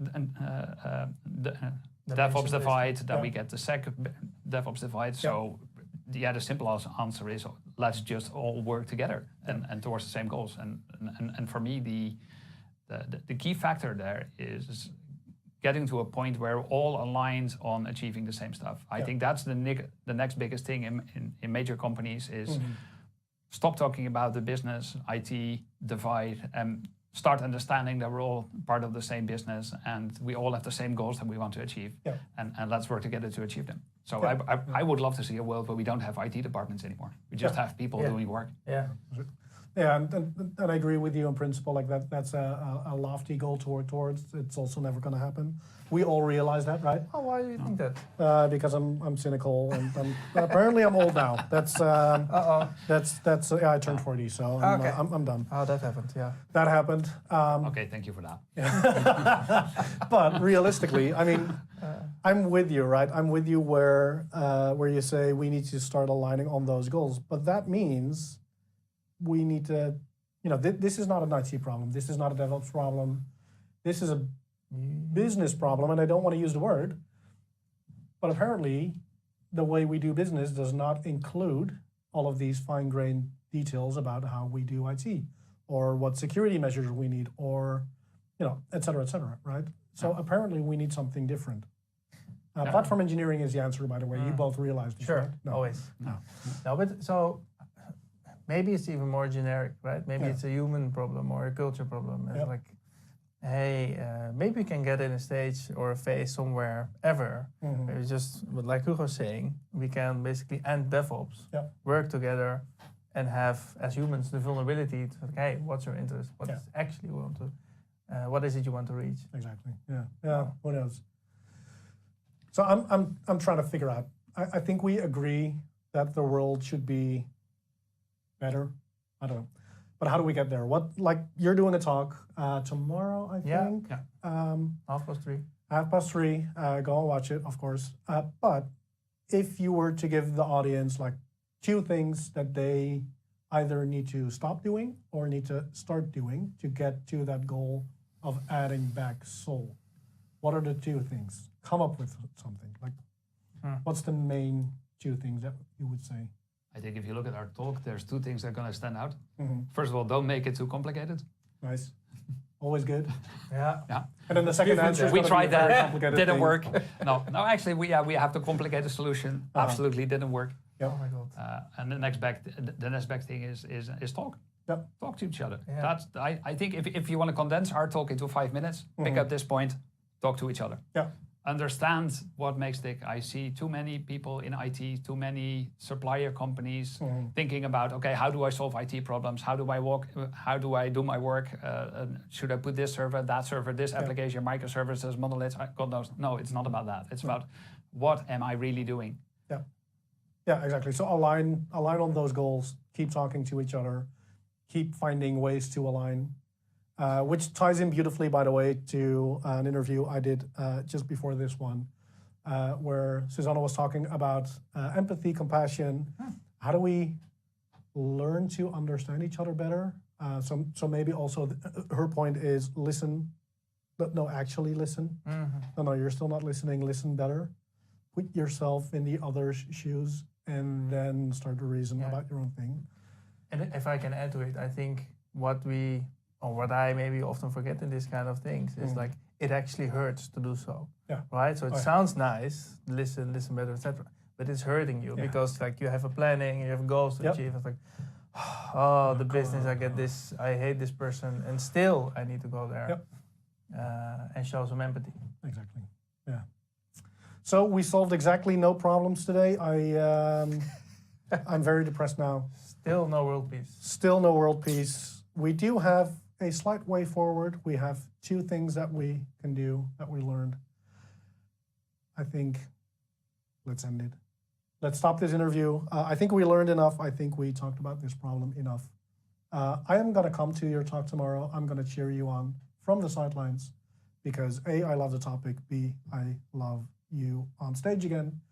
So thank you so much for being here today with me and enjoy the conference. Awesome. Thanks a lot. Thank you very much for having us. And for the rest of the audience, we're still not done. You're still not getting rid of me anytime soon. But for now, let's take a break.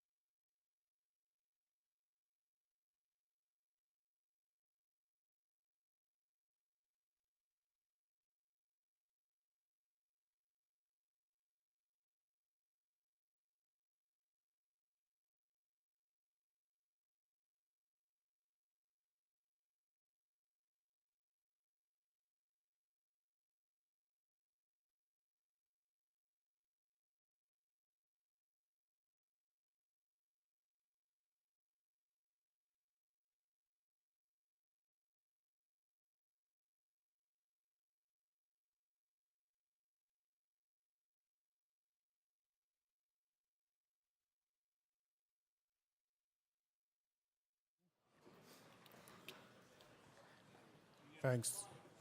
All right, folks, I know we're running a little late. There's 2 reasons. A, stroopwafels are awesome, and there's a queue outside. So I'm waiting for the folks to come in with a stroopwafel. Also, we've done this bit before yesterday, so I expect us to go through it a little quicker than we did yesterday. But it is yet again time to do the open spaces. No response? Come on, give me a little. All right, so let's reiterate the rules and the one law. Maybe I'll turn it over to some of you to see how much you remember from yesterday. Or I can do it. I can do it. It's a test. Yeah. It's a test. So whoever comes is, of course, the right people. If you're not there, you're missing out, obviously. But whoever is there is the right people. I've heard an example yesterday. Outside, we had an open space consisting of 2 people. Someone did learn what was it again? Authentication was?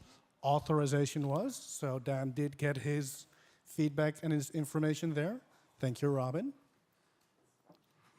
And so that also means whatever happens is realistically the only thing that could have happened. And that's the beauty of open spaces. It's not up to us, it's up to you to make it happen. And of course, whenever it starts, it's the right time. We do have a schedule. We also have falling post-its. The schedule, as you've noticed, is flexible and open to interpretation. It's and guidelines. It's all fine. It's open spaces. But also, when it's over, it's over. Doesn't mean you have to stop the conversation. You can go somewhere else to have, still have the conversation. But you do have to give up the room for the next group because there is a schedule. And then who remembers the law of mobility?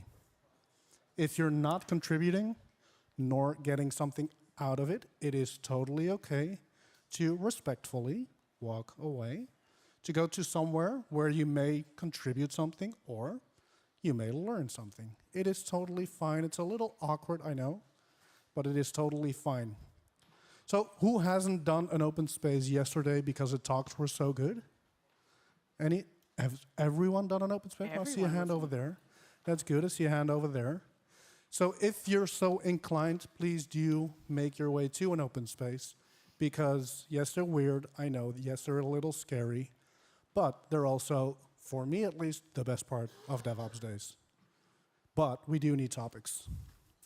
And so if you're going to talk about stuff, please do so with the 2 ears, 1 mouth rule. That roughly equates to listen twice as much as you speak. You're laughing, Jeremy. I know this is hard. This is hard. I know. It's tough for an American. Okay. You said it. Your words, not ours. We thought it. Naturally, the code of conduct does also apply to those conversations you'll be having in the open space. If there is any concern, do please make your way to one of 3 code of conduct people in the committee. And then the friend-DA applies to all of us. We're a group of friends hanging out for a couple days. Anything discussed here, please do not abuse it. Please do not repeat it publicly. Be respectful to your fellow attendees. With that, let's go back into the proposals. So as we did yesterday, we will have post-its in the front, left and right. I have a handheld microphone. Floor also has a handheld. And we'll queue up. We'll do the small 10-second pitch, and then we'll put it on the board. However, the schedule is going to be a little different. So if I recall, yesterday we had 3 rounds, 5 locations. Today we have 5 rounds, 3 locations. For people that are good with numbers, I think that equates to roughly the same amount. I am not sure. Or exactly the same, yeah. However, we'll see what happens. This is open spaces. Who knows what happens? It's not up to me. It is up to all of you. So with that out of the way, who wants to go first? Oh, I see some people come prepared. Very good, very good. This is great. Preparation in an open space. This is awkward. Who wants to go first? Or we can queue up on both sides. Right. Let's go. Alternatives to VMware. All right. Hey. All right, want to Wait, discuss. Is that a question or a statement? Both. Okay. It depends. It's a cry for help. Depends. This It one depends, doesn't really. stick anymore. Okay, we'll fix that. Let Okay. me fix that. Want to discuss the Netherlands and France match, and where we're going to watch it this evening. Go L'Orange. So. And again, is it the question who wins, or is it a prediction? It's a discussion. Is it a mud fight? Yeah. Good. All right, so we've been having a good conference, but we can always do better. So I want to discuss Devopsdays Retro. What can we improve? If you have questions about why we do certain stuff, you can come there too. Excellent. Oh, yeah, okay. From the Folks That Picked It group, we heard yesterday that they created kind of a genius bar for their platform users, and I want to discuss other ways of feedback cycles in platform engineering. Very good. I'll put it on the board. And for the people looking at the QR code, I realize it's the Thursday one. Even though I'm tired after organizing, I do know this is Friday, not Thursday. So don't scan it yet. Oh, yeah. I'll fix it. Thank you. I am suggesting a slot to do some improv theater. Oh. I was going to do it today for What the a lightning talk, but it's surprise. not happening. So, yes. Sorry, what? I said, what a surprise. I like it.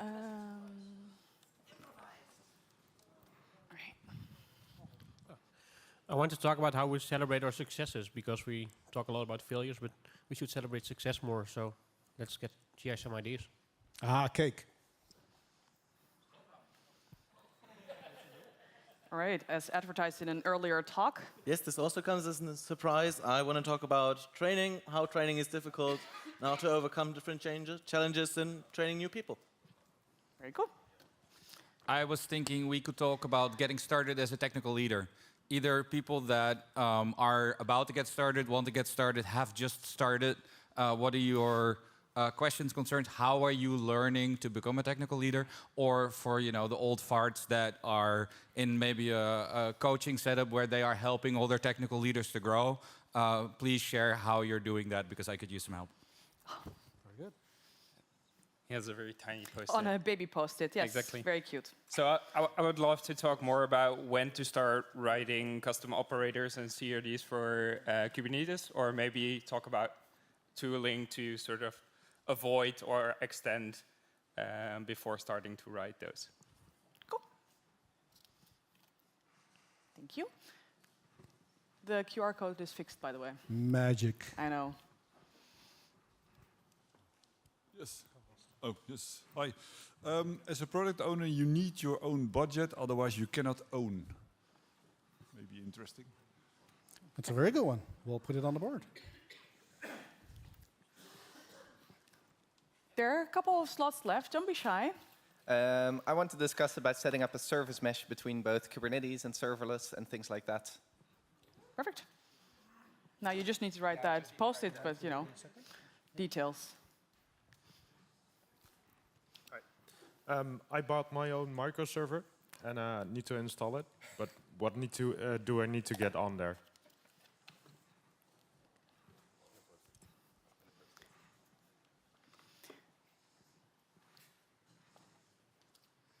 Be quick. How many do we have? 2, 4, 5? Well, we have one in the making. Well, in that case, I would love to talk about chickens with you. Actual chickens. Do you keep chickens? Do you want to keep chickens? AMA.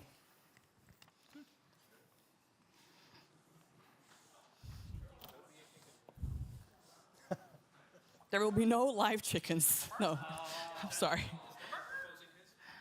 Can I propose we combine it with the improv and do noises? Let's ask. All right, we have one left, I think, right? Nope, because... 2 left. No. Oh, yes. Sorry, you're right. No takers? No takers. All right. Well, we'll see you back for the next talk, and we'll get this up. we'll get this up as soon as possible so that you can make your schedule. Yeah? Thank you so much for participating.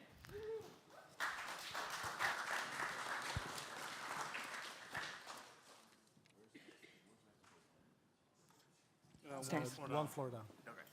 Sorry. Dus dit is nog niet final, dus we gaan nog even shuffelen. Maar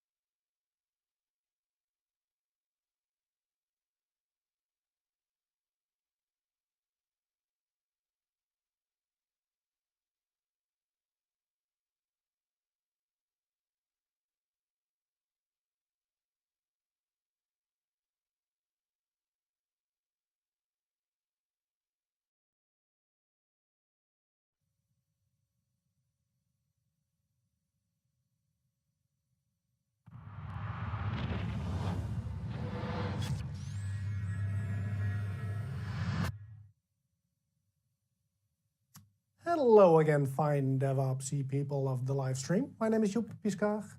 You are watching DevOps Days Amsterdam 2024. Hopefully you're on the live stream. Maybe you're also, sitting outside in the sun. That's also fine. With me today, I have Gerald. And Gerald, hello. You worry me a bit. Legacy code. Yes. At a DevOps Days. Absolutely. Tell me more. Well, it all started suitably non-inspiring with a project that was about taking some services that lived on-premise, so, shocking you even more, for the UK's premier tax collection agency, HMRC, that wanted to go into the cloud. So a typical lift and shift operation. And you think, how is that something that you ever want to do? Yeah, no, that sounds horrible, doesn't Yeah, it? And still, I actually spent 6 years of my life on this project because no, it didn't take us 6 years to migrate a few services from on-prem to the cloud. But what we learned with these services is actually, in order to do the migration sensibly, we had to sort of apply Agile and DevOps principle in order to not shoot ourselves, basically. I've heard about this. Agile mainframes. Right? Yes, They do yes. it. They do. I once heard a really cool talk by some IBM fella that sort of applied testing pipelines to COBOL code. So it does exist. But this one wasn't as bad because we were talking about 15-year-old Java code, the kind where people decide to write their own framework and wrap everything with their own thing because, the existing frameworks are not invented. But it was actually worse because it was the frameworks wrapped in other frameworks in order to create some XML-based definition that can customize everything. The kind of thing that you really, really don't want to look at. But where I want to sort of pick that up is that we were sat in like a coffee shop, which was doubling as our office, with the traditional cliched agile post-it notes on a glass wall type of thing. Right. And we were sort of slowly taking the services and lifting them and shifting them, bugs and all, into from one into the cloud. And we were doing it, again, not as a project-driven, milestone-based project. We were sort of, right, there's the service, let's see what we need to change, put it in, and we had a system in front of it that allowed us to sort of dial a knob between old and new, so we could sort of move service. And the whole thing, and that was the really interesting thing, is even though the code was, it wasn't horrible, but you wouldn't write it like this these days. Sure. It was still really interesting because we were applying the lessons from Agile and DevOps to, build out the pipelines, add tests where we could, take little things and sort of improve them, and that actually taught me a lot of things because in order to get there, we had to almost like perform archaeology on the code because it was something like 7 million lines of code. So you couldn't just, and the team was 10 engineers, a few BAs added to the mix. And we were basically taking all that and then running it. So it turned from a sort of waterfall-y type thing into a agile, you build it, you run it principled thing where we were working really quite quickly. The best anecdote that I could have was there was a bug somewhere. I was in a meeting with the business and they said, oh, we have this problem and how can we fix this? And then it was lunch and at the end of it, I was like, yeah, fixed. Because we had set up all the pipelines, because we had the limited amount of tests that we did have, we sort of, as we went, we sort of started improving.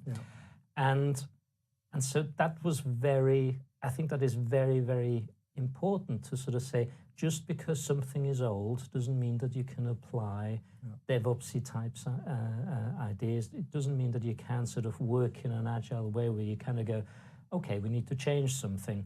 Okay, let's do that. But instead of saying, we now need the design document and the sign off here and the next thing. We can actually do it in such a way that it doesn't cost $10,000 to change a bit of text on a thing. Which also was something really actually quite satisfying that we were able to do.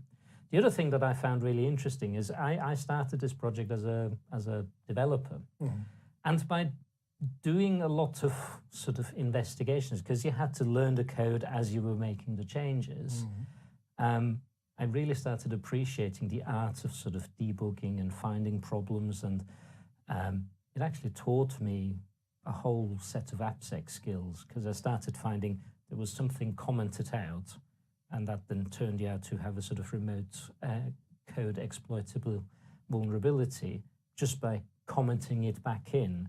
And then I started digging, and it really taught me to sort of look at, well, what can I do with the things to sort of do, and I ended up running the application security program for that unnamed UK-based tax collection agency's digital platform, which was a lot of fun.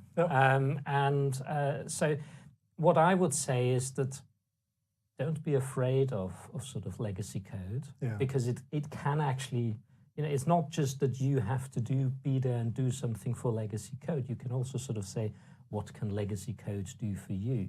Because it teaches you a lot of skills. That's interesting, and I like the kind of non-dogmatic approach to it. You learn something from it. You also were in a position to move that code base into something a little more modern. Absolutely. So you taught the code something too. Yep. You improved it. You improved the system around it. My lesson that I learned from this interview, talking to you, is nothing is ever black and white. Nothing is ever a 1 or a 0. There's a lot of grayscale somewhere in between. Yes. Don't approach things in a dogmatic way.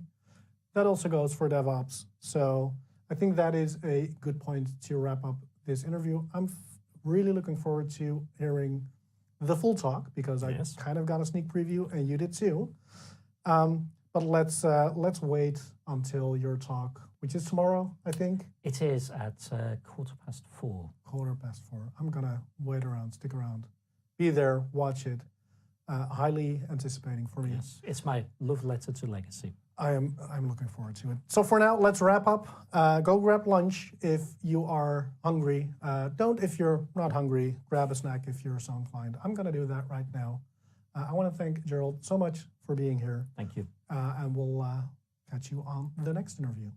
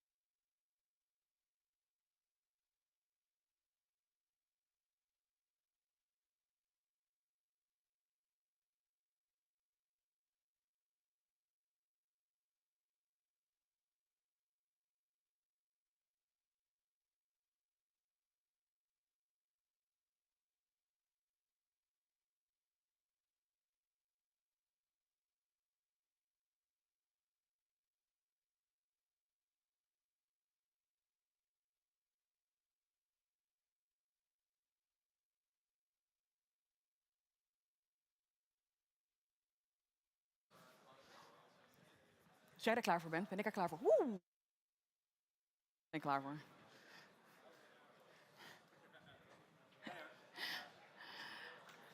All right. While you're all still walking in, there's a lot of space here in the front. Come join us in the front. It's nice here. Actually, the AC is here, so if you want to, stay refreshed, this is the place to be. Lucas joining us on the stage is a AWS serverless hero and a principal engineer at PostNL, right? And will tell us about the past 6 years building over 70 serverless applications, sort of like the challenges and the trade-offs. He's here to share those with us. Please make sure that you ask all of your questions to Luke using Slido, and I will relay them to him at the end of your talk. Whenever you're ready, let's get started. Thank you.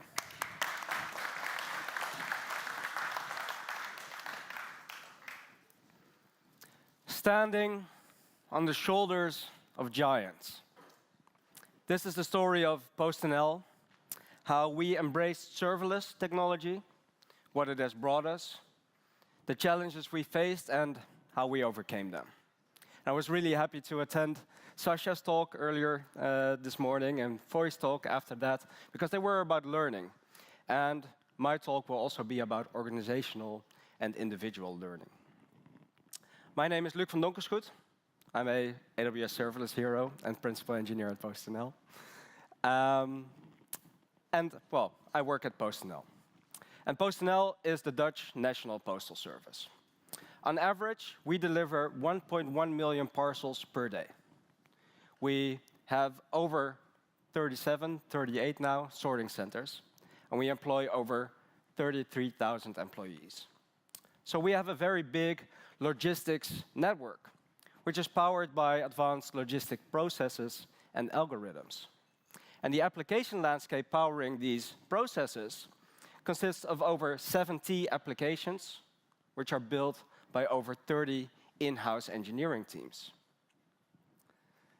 PostNL is also a very old company. We've been around under various names since 1799. So this year we're celebrating 225 years of history. Now you don't get to the ripe age of 225 without adapting to constant change. So over the centuries, we have changed from horses to cars, from physical post offices to the internet, and from letters to parcels. Now, in more recent history, software has really become an inextricable part of PostNL's operations. But the way we approach software has significantly changed since 2012. Because before 2012, we mostly used vendor-built and commercial off-the-shelf solutions, which were hosted in our own private data centers. In 2012, we decided that data centers should not have our core focus, and we migrated everything to AWS, making us one of the first public cloud-only enterprises in Europe. In 2018, we decided that to remain competitive, we had to build our own logistics software. So really to become a technology company. We explored our options and we found that cloud-native services and serverless on AWS were the best fit for our business. And we optimized our engineering departments to optimize the use of those platforms. So why choose serverless as the foundation of our new engineering strategy? Well, there are a few reasons. And the first is elastic pricing, or pay-per-use. And pay-per-use is really important for a company like PostNL, because in an average week, the average workload on any of our applications might look like this. So as you can see, we hardly have any volume or any traffic during nights and in the weekends. But on Tuesdays, and especially around noon, we experience very high loads, because this is both when all of our delivery drivers are out, but also when our customers and consumers are using our apps and websites. But by embracing serverless, we hardly have to think about this increased load, because the cost, sorry, mixing up two topics here, mixing up the next topic.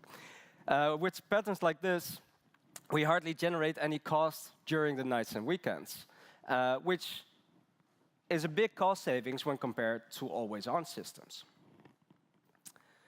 The next reason to choose serverless is effortless scaling. And of course, scaling is important with patterns like this, with weekly patterns like this, but this is not the only seasonality that we see at PostNL. So here we see another usage pattern, this time covering about 6 months. You can still see the same weekly pattern because every one of these bumps is a single week, but you can also see another pattern which is increasing low towards the end of the year.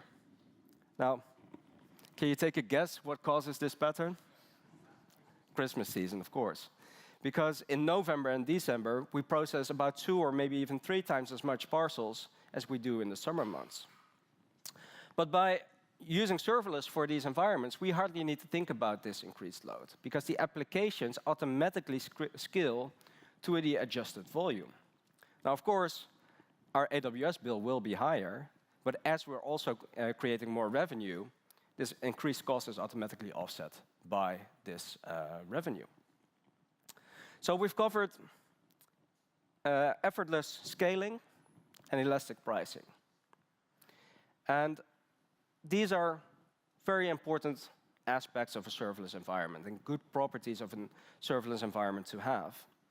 But to me, these aren't even the two most important reasons to choose serverless. So let me ask you another question. Can you tell me what the 2 most expensive components of software engineering are? People, that's one. And the other one is outages. So let's dive a bit into these topics. The most common cause of outages are infrastructure problems. So among other things, I'm talking about hard drives filling up, physical hardware failing, network congestion, or maybe misconfigured network. There are so many moving parts to infrastructure that building and maintaining infrastructure for large production workloads is an extremely valuable specialism. And as an enterprise, you must do it right, because outages are super expensive too. So, for example, if our logistics system is down, our sorting centers can't work, our delivery drivers can't drive out, and maybe our customers might demand compensation. And that also means that if you make your application builders responsible for their own core infrastructure, it will take them significant time and effort. And this is time and effort that they're not spending on creating customer value. Now, you could invest in separate platform teams or operations teams, but these are super expensive too. And remember, we moved away from data centers because we didn't want to focus on these kinds of topics. So instead, PostNL chose to mandate the use of serverless technology. And this allows us to delegate the most difficult infrastructure problems to AWS. For example, we don't think about physical CPUs or their compatibilities or their instruction set or their capabilities. We just use Lambda or Fargate or step functions, and Amazon automatically manages the physical capacity. Likewise, we're using a physical network, of course, between our applications and the services and the microservices. But we don't think about this network. We don't think about the bandwidth or the throughput or the volume or the speed of this network. Amazon just manages anything we can throw at it. And then there's high availability. And this is, of course, an extremely important, but also a very complex topic. It involves high availability zones, failovers, failure detection, immutable resources, and many more complex topics. But with serverless, we get all of this out of the box. We just write an object to S3 or a message to SQS, and Amazon takes care of the rest. And finally, another great benefit of using managed services is the security responsibility carried by Amazon. For example, when the Log4j vulnerability was found, Amazon patched their applications, their infrastructure, their virtual machines, their runtimes. They even patched the Lambda service to protect customer application code from abuse. And likewise, with the Heartbleed vulnerability, which was a vulnerability on the physical CPUs, they patched their infrastructure without any customer impact. And I think this diagram is such a great way to tell that story. All the way on the left, you have on-premises, and now as an enterprise, you're responsible for the entire stack. You maintain the data centers, you maintain the power supplies, the networks, the internet connections, the applications, the virtual machines, the entire thing. While all the way on the right, you have serverless. And now Amazon is responsible for almost the entire stack. They manage the data centers, they manage the physical security, they manage the redundancy and high availability. And if you use truly serverless applications, they manage the entire application for you. Like S3 or SQS or DynamoDB, you just get an API, you use the API, and they take care of everything under the hood. So what are the results? After 5 years of serverless, we've significantly reduced the number of outages and incidents at PostNL. We've created dozens of teams, which have released thousands of features over the years. We've also brought down overhead, both in a financial as well as in a productivity sense. And because we moved our teams in-house, they are now much better aligned with strategic and organizational goals. So we embraced cloud-native services, and we never looked back. It's all roses and unicorns in serverless land, right? Or is it? Of course not. Because nothing good comes without a cost. So let's talk about trade-offs. As any good software architect will tell you, and of course this remark is kind of dead, but everything is a trade-off. And embracing serverless is no different. So let's take a look at 4 commonly heard arguments used against serverless, downsides, if you will, and discuss their trade-offs in turn. First, serverless locks you in. And this is probably the most commonly heard argument against serverless. And honestly, I'm not even going to argue. It's true. If you embrace serverless, leaving AWS is going to hurt. But what is the alternative? You can try to avoid AWS services as much as possible, or you can invest in other platforms like Kubernetes. But have you seen the complexity required to run high-volume production enterprise workloads on Kubernetes? If you go that route, you take on the responsibility of building and maintaining and updating that entire platform yourself, which is exactly what we're trying not to do. With serverless, you're locked in, but at least you get to delegate the entire maintenance of the platform to AWS itself. The second argument is that serverless is expensive. People say that running production enterprise workloads on it will break the bank. And in this case, I might agree on the price per request, the price per event, the price per gigabyte stored. But again, this is a trade-off, because for this price, you get all the benefits we discussed before: security, scalability, reliability. And remember, when using a highly available and scalable platform, a mature platform like serverless, you're also reducing the number of incidents. And these are expensive, as we just discussed. So if you take all of these components into your total cost of ownership analysis, then you might find that the price per request or the price per event might be well worth it. The third argument is that serverless is complex. To run any application, you need at least 4 services. You need to know how they fill, how they scale, how they interact, what their limits are. But I would argue that this complexity is actually a good thing. Because if you run the same application in any other platform, private cloud or on EC2, or in your Kubernetes environment, you will likely have exactly the same components. They're just hidden somewhere in your internal architecture, maybe even in your application, which means that, again, you're responsible for building and maintaining it. Serverless brings complexity to the surface, where it can be discussed and replaced and documented and debated and analyzed, all while Amazon remains responsible for its operations. And then the last argument, serverless is too opinionated. And again, I'm not going to argue that serverless is opinionated. It is, and very highly so. But most of the time, this is with good reason. The limits and restrictions imposed by the service might protect an internal architecture, or it might force you to use the application the way it was intended, or it might protect customer data in a multi-tenant system. The way we see it is it's better to work within the limits of an opinionated system than try to work against them. So let's explore this topic of opinionated systems a little deeper. It is no secret that Amazon builds services for scale, right? For example, Amazon S3 processes 100 million requests per second on average. Lambda peaked at 126 million requests per second during Prime Day 2023. And Lambda processes 10 trillion invocations per month.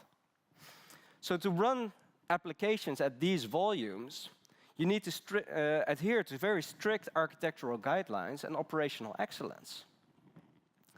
So AWS has decades of experience designing, building, and maintaining the largest services in the world.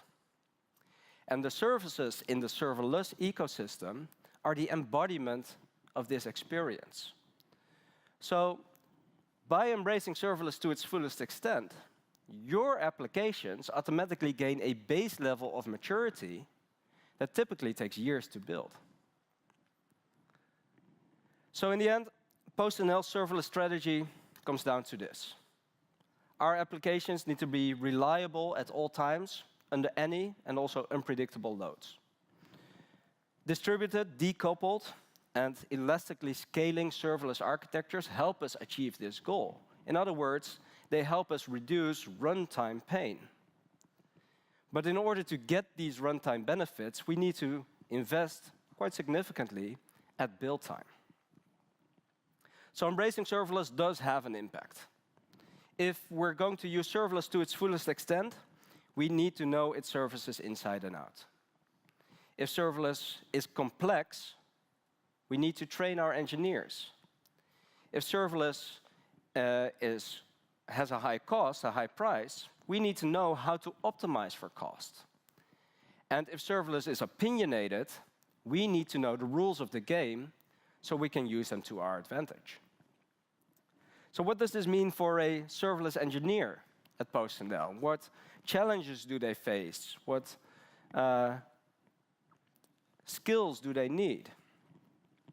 Of course, they need to be very familiar with the serverless ecosystem. They need to know which services are available to them, what their limits are, their use cases, their failure modes, and maybe how multiple services like SQS and SNS, EventBridge, Kinesis compare to each other and when to use which.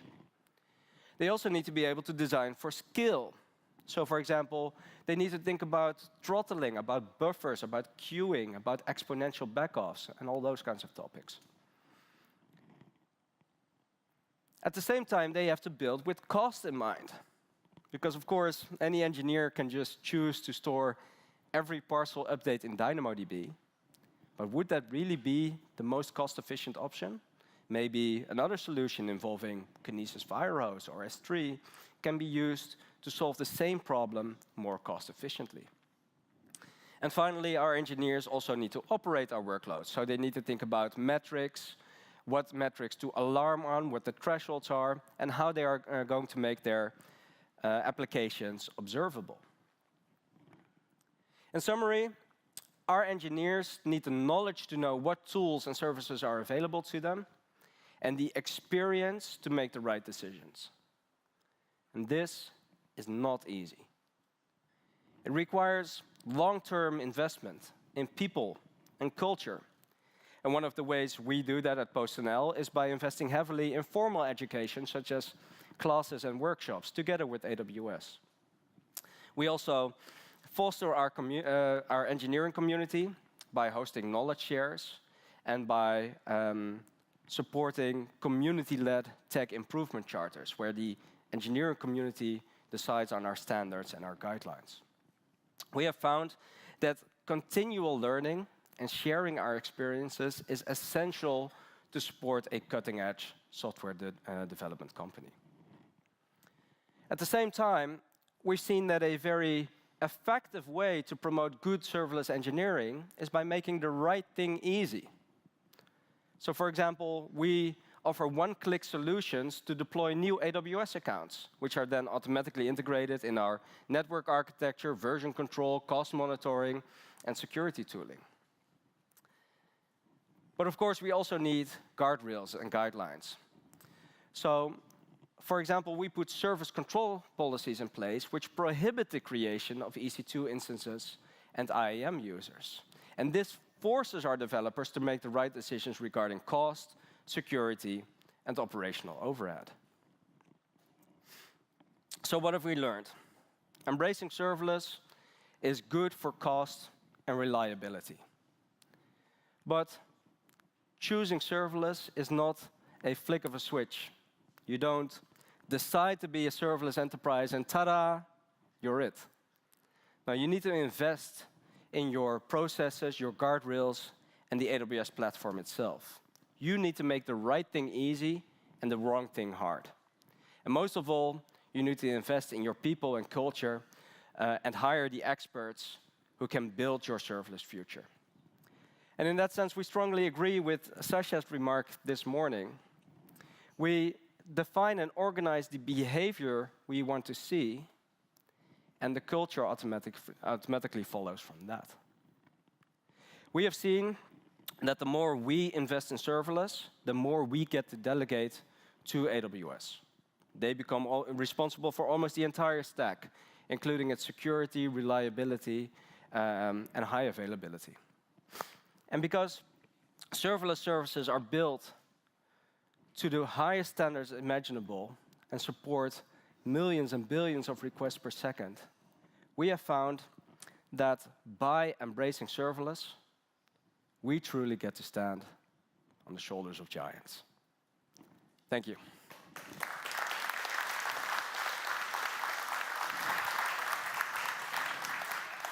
Thank you so much. We have quite a few questions that came in. Some are of the same theme, and I like this one the best. It's formulated the best. It's the next step that Amazon will deliver your packages for you.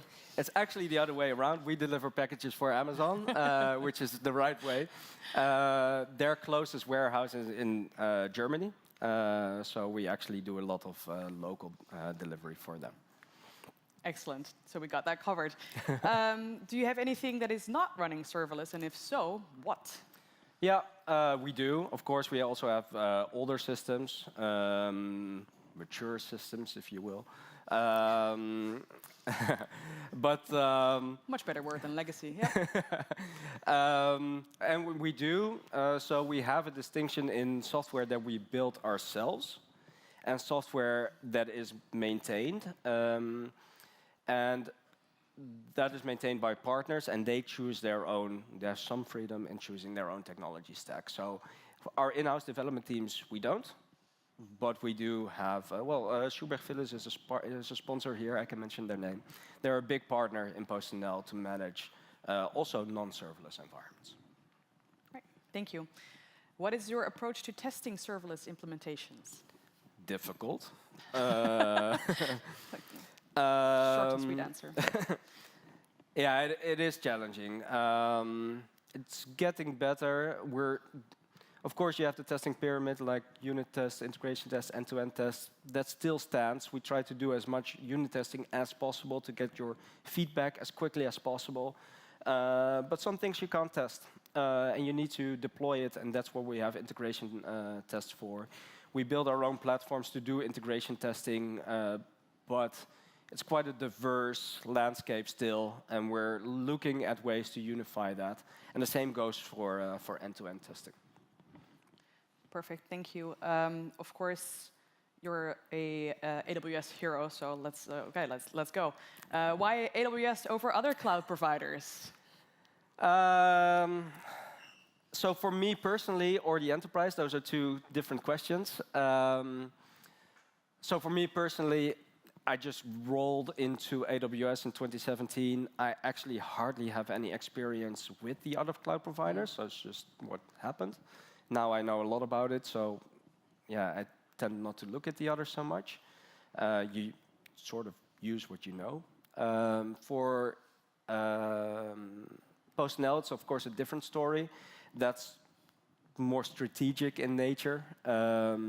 They started their cloud adoption in 2012, and back then AWS was kind of the only option. Now we're also, well, we have this very long partnership with them, and it's working really well. So we don't have a reason to look at other options. But of course, it's an enterprise, it's an organization that needs to make money. If in the future one of the other platforms becomes a better option, I'm sure they will consider it. Thank you. This crowd really cares about alternatives. So on the topic of lock-in, yes, we were just continuing through. Are you preparing to move to an EU-based cloud in case you're forced by regulation, for instance?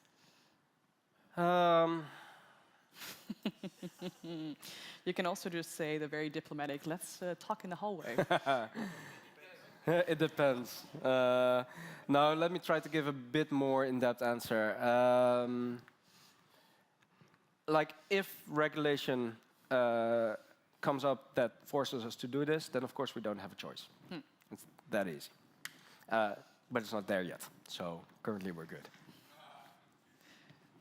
All right.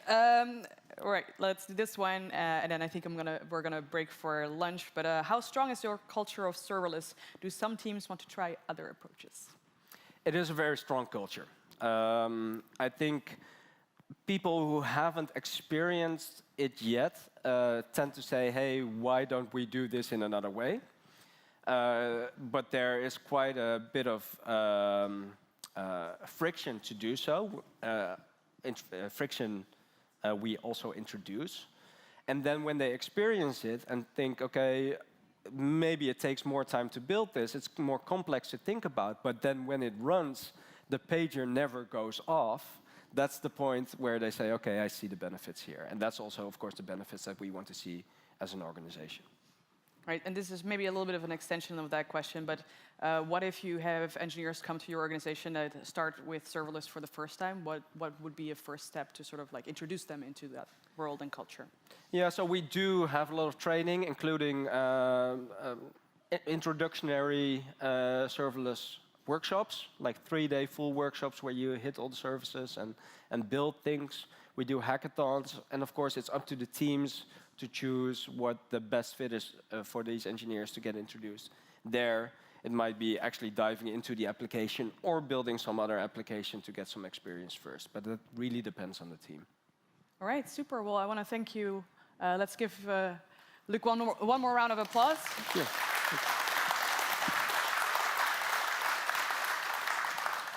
Now, I'm sure people can find you during any of the breaks still at the conference, and let's break for lunch. All right. See you soon. Thanks.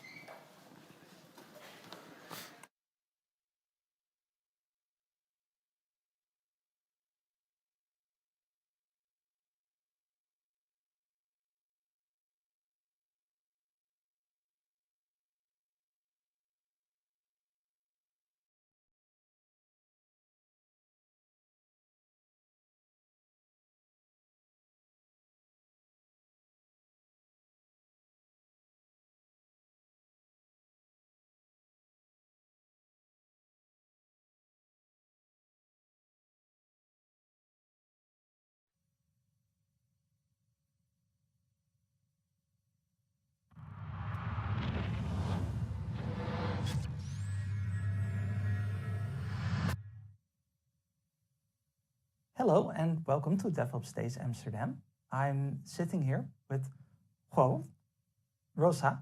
Did I mess it up? Or yes, you did, but it's okay. I really practiced, yeah. But yeah, I'm terribly sorry. No problem. So hey, thank you for being here. You were here today giving a workshop. Can you tell a bit what it was about?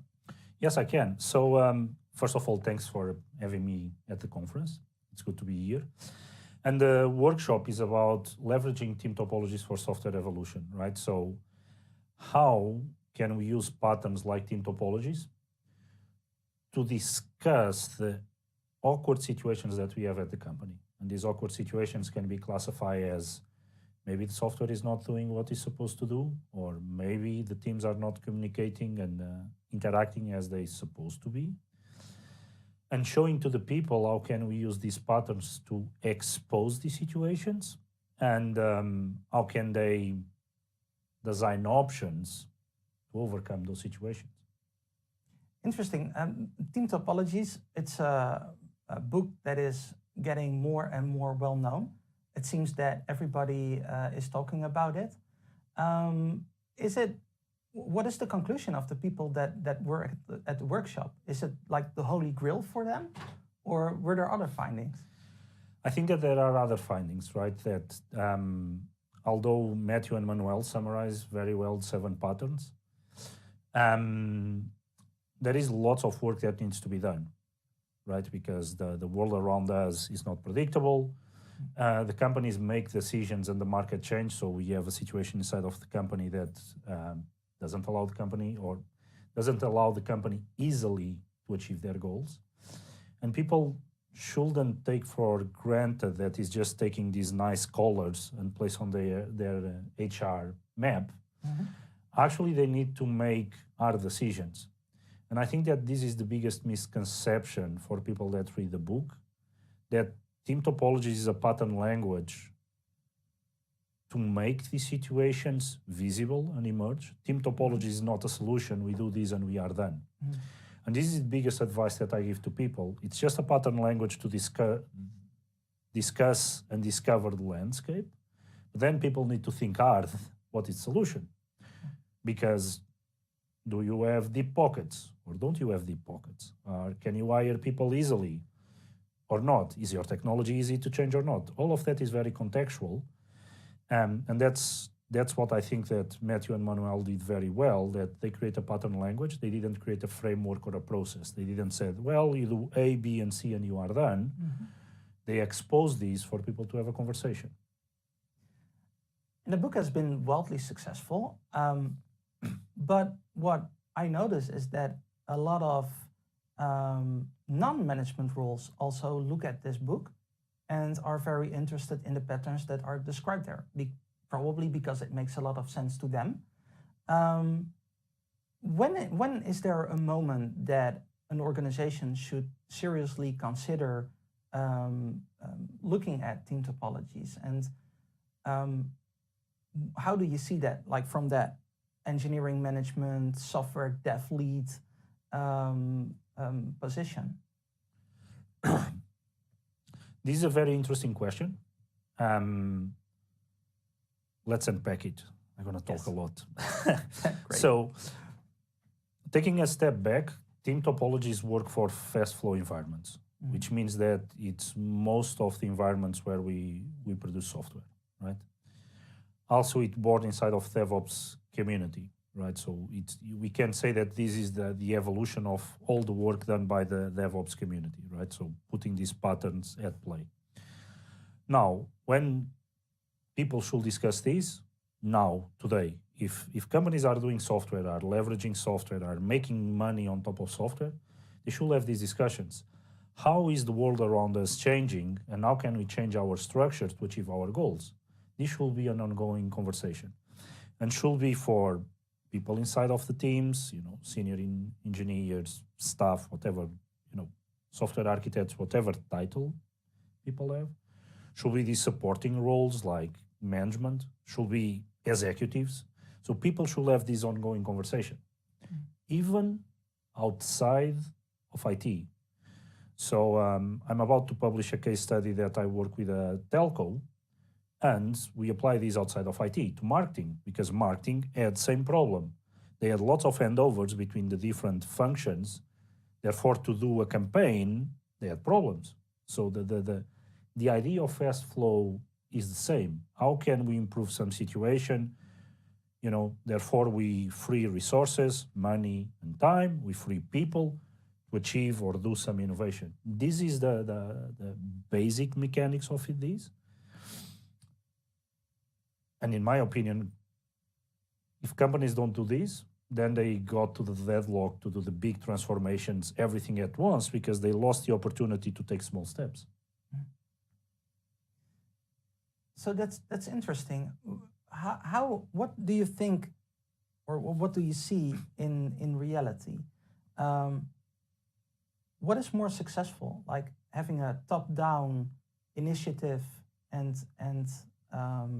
starting top-down to transform into like Team Topologies organization, or bottom-up? Both, because here is the trick.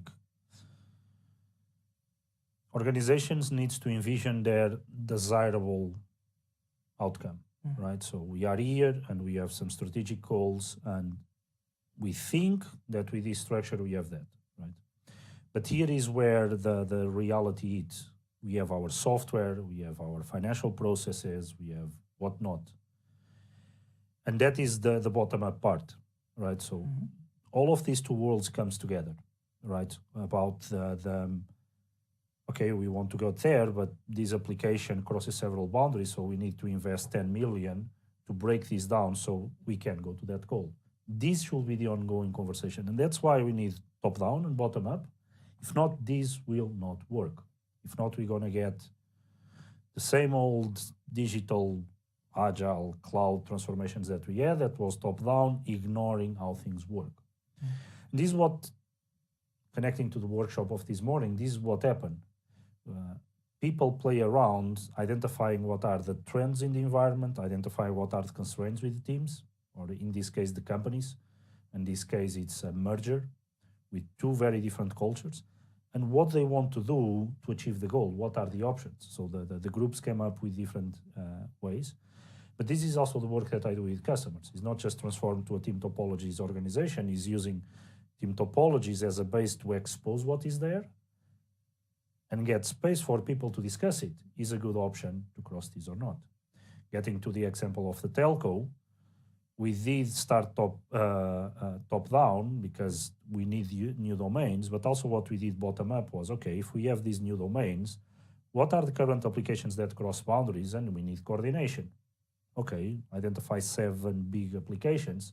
Okay, dear CFO, do we have money to start untangle these, or are we paying the price of coordination, which is a management decision? Is this optimal? No, but at least becomes explicit, right? And this is the type of things that go. I think that people shouldn't, I'm going to use harsh words, play themselves. Oh, we just put these shapes and it's done. No, if you want to do these, your financial processes and how you fund teams needs to change. Maybe even the processes, how you do software needs to change. The responsibilities of teams needs to change. Software itself needs to change, and be prepared for a multi-year journey. If you look at when this is quite clear, right? And I like the harsh words because it makes it real. And the book, of course, is not, because it's what you say. It's a framework that you can use. If you look at the reality, how do you measure when you need it, and how do you measure when you achieved success? Yeah, it's a great question. After the harsh words, I'm going to do shameless self-promotion. Great. I wrote a chapter of a book called Software Architecture Metrics for O'Reilly a couple of years ago, but it's exactly what I wrote there. So I actually hijacked software architecture. We need to know what are the metrics or the goals of the company.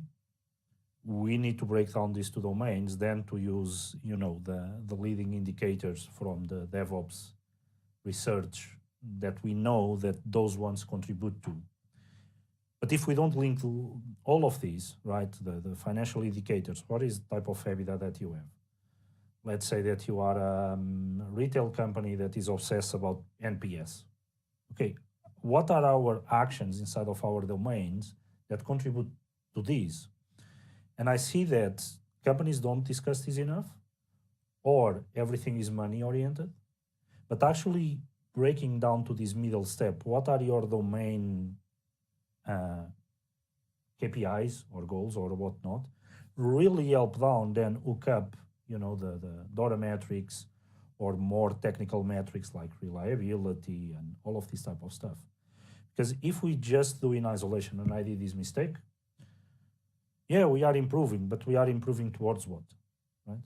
And one of the examples that I talk there, or that I give, is that domain metrics keep changing every year or things like that because we achieve goals, right? But our lead time, deployment rate, it's more or less stable inside of that domain or with those applications. And this is what needs to be done, in my opinion.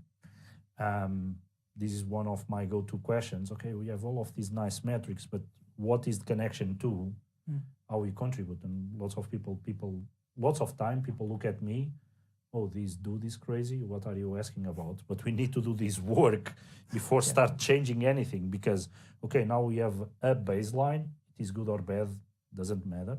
There is a baseline. If we start changing, is the baseline going somewhere? There's this recent trend that we call platform engineering. Somehow, this book, Team Topologies, is usually mentioned in one breath with platform engineering, and it gets people excited because it even has the platform team in it. But what you're saying is that if you are enthusiastic about it and you see this option, that you really should consider first measuring what is the problem. Exactly. Because if we don't know what is the problem, this is like that cartoon from the Finnish cartoonist Verpi, outputs versus outcomes. And an output is just a person throwing lots of arrows towards nowhere. Well, but they got 100 arrows per 5 minutes. Outcome is, well, I actually hit my target, or I'm closing to hit my target. And this is the difference. If companies continue to focus on output, the famous McKinsey metrics for developers, this is what we're going to get. People just running on a hamster wheel on the same place. If we talk about outcomes, what is the outcome that we get? Even if it is even more revenue or expand our customer base, goes to new countries, those are valid outcomes, right? We live in a capitalistic market, right? So those are valid ones, but at least, okay, if we want to go with our product to Belgium and Luxembourg, we need to start somewhere. How do we capture 10% of the customers? It's a valid outcome and question. Start drilling down from that. Good. Is there more things that you would advise people watching to first solve before even thinking about team topologies? Yes, so I can give some advice on that. So one of them we already touched, measuring the baseline. Yes. But second one is to map your current landscape. Don't be shy. I know that the book don't have those patterns. We are about to publish them. We have more patterns to describe the current scenario, like where are the handovers, where are the, coupling time, these type of things that will help to do that. And the third one is really being open. Like, don't do this top down.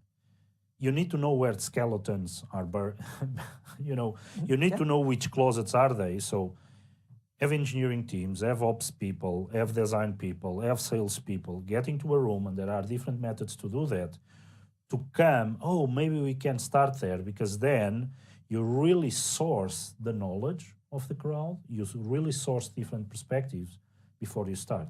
If not, going to be a party of group A or party of group B, and that will not even start, right?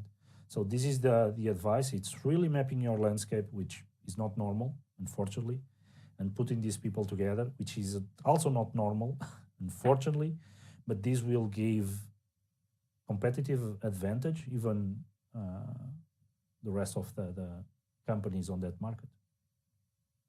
Thank you so much for sharing that. To close off, what would you advise people that are like, hey, this sounds kind of interesting? What would you advise them to do? Well, assumption here, advice to do to start. Yes. All right. And not send them to hit the wall, but like with your insights, of course. Yes. You know, join with this respect with these communities. Figure out communities out there where people discuss this, so to learn more and also the pitfalls. And don't be afraid of making mistakes, right? The power with team topologies is that we can do different designs and explore different options with actually not changing anything. So those 2 or 3 hours doing maps and adding architectural maps and how our funding model works, it's well spent time because it's a learning feedback that people have. So you can start there. And you're going to do mistakes, and that is okay. There is no perfect organization. You can look to every CEO, let's be honest, most of the time they also don't know what they are doing. They are experimenting. So let's not be afraid of experiment and making mistakes. And this is all the point of design. These design principles that we have in software, UX, can also be applied. Try different options. What are the trade-offs before touching anything? Thank you so much. Plug your book. And yeah, thanks very much. Yeah. So, and I'm together with a friend of mine, Trond, we are writing around this. So not only how to pick these pattern languages like team topologies or domain-driven design or Worley maps, but also using the learnings from social sciences, how to do these transformations and these changes in the companies. Because I do believe that we have a lot to learn from social scientists. We don't need to reinvent the wheel and create the next framework, but actually look how we humans behave. Awesome. Thank you so much for spending this time with us. We'll hope that every company will become at some point a fast flow organization, but do it in the right way. Yes. Hopefully. Let's hope so. Let's hope so. And get that. Thanks very much. Thank you. And thank you for watching. Stay tuned. There's more interviews coming. And bye. Awkward wave. Want to do the awkward wave? Yeah?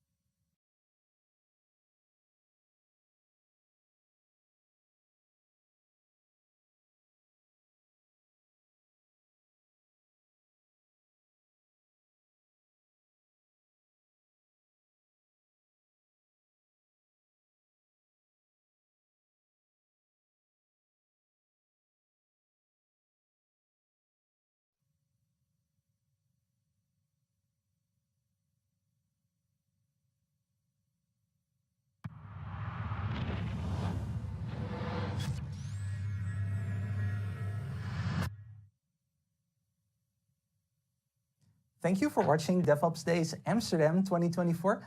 I'm here with Nathan Harvey, who today gave a workshop about Dora. Yes, about Dora, of course. Yeah, yes. It's like cool. And you're, by the way, I just want to point out the obvious.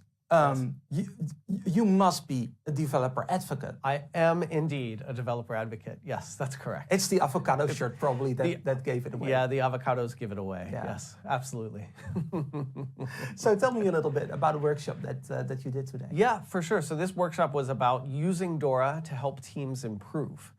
We started the workshop with a little bit of a history lesson. Did you know that Dora has been around for over a decade now? It was actually one of my questions. Oh, like, all right. Dora has been around for over a decade. Yes, so yes, indeed. Yeah. So it actually started back in 2011, so well more than a decade by now. And so we started off with just a little bit of a history lesson and talking about Dora over the years and what we've learned.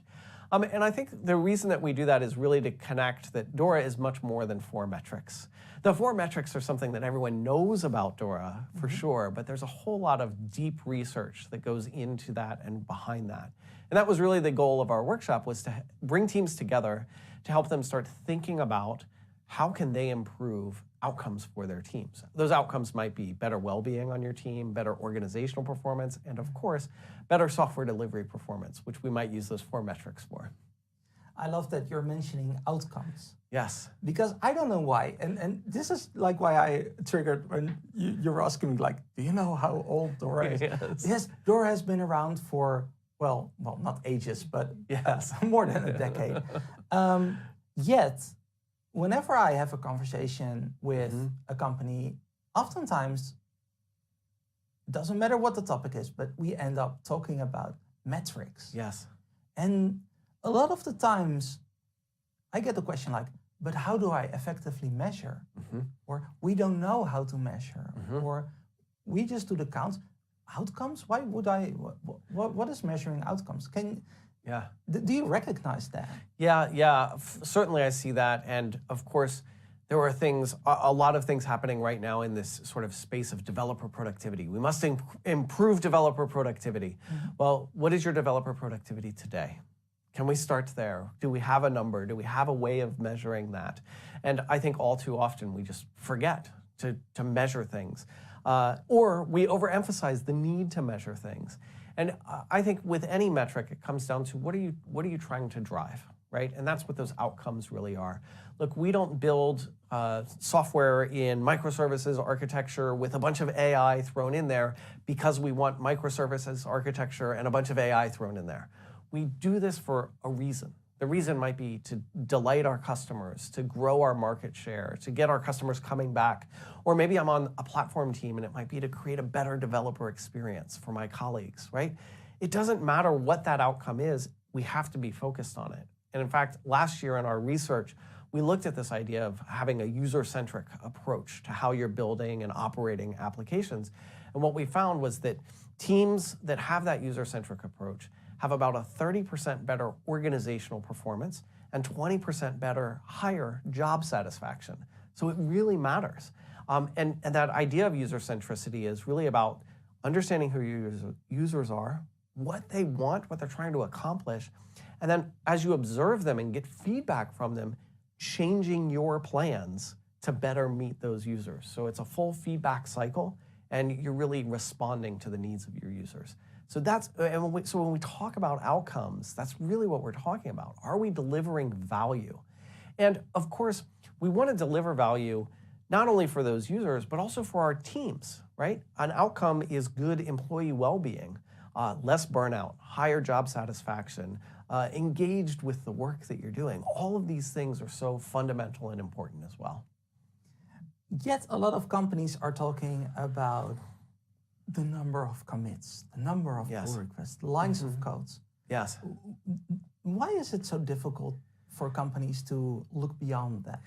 Yeah, I get that. And some of those things are very easy to measure. How many lines of code do we have in this repository? How many commits have been made over the past week? How many pull requests have been done over the last quarter? These things are relatively easy to measure. And so it's kind of like, you know, when we're monitoring systems, let's make sure we look after that CPU utilization. That doesn't really tell us anything. It doesn't tell us how the application is performing. But, you know, when you look at those DORA metrics, those software delivery performance metrics, I like to say that they're leading indicators for those organizational outcomes and team well-being. But they're also lagging indicators for how your organization and how your team is developing and delivering software. And so maybe there are some metrics over here in the leading side that can help us understand how do we improve that performance. And in fact, that's what our workshop was all about. Understanding where you are from a metrics perspective, but then looking at which capabilities are driving those metrics. And it is good to have metrics around the capabilities. Let's say, for example, continuous integration is something that's holding you back or something that's slowing you down. You just don't have good continuous integration practices. How do you know?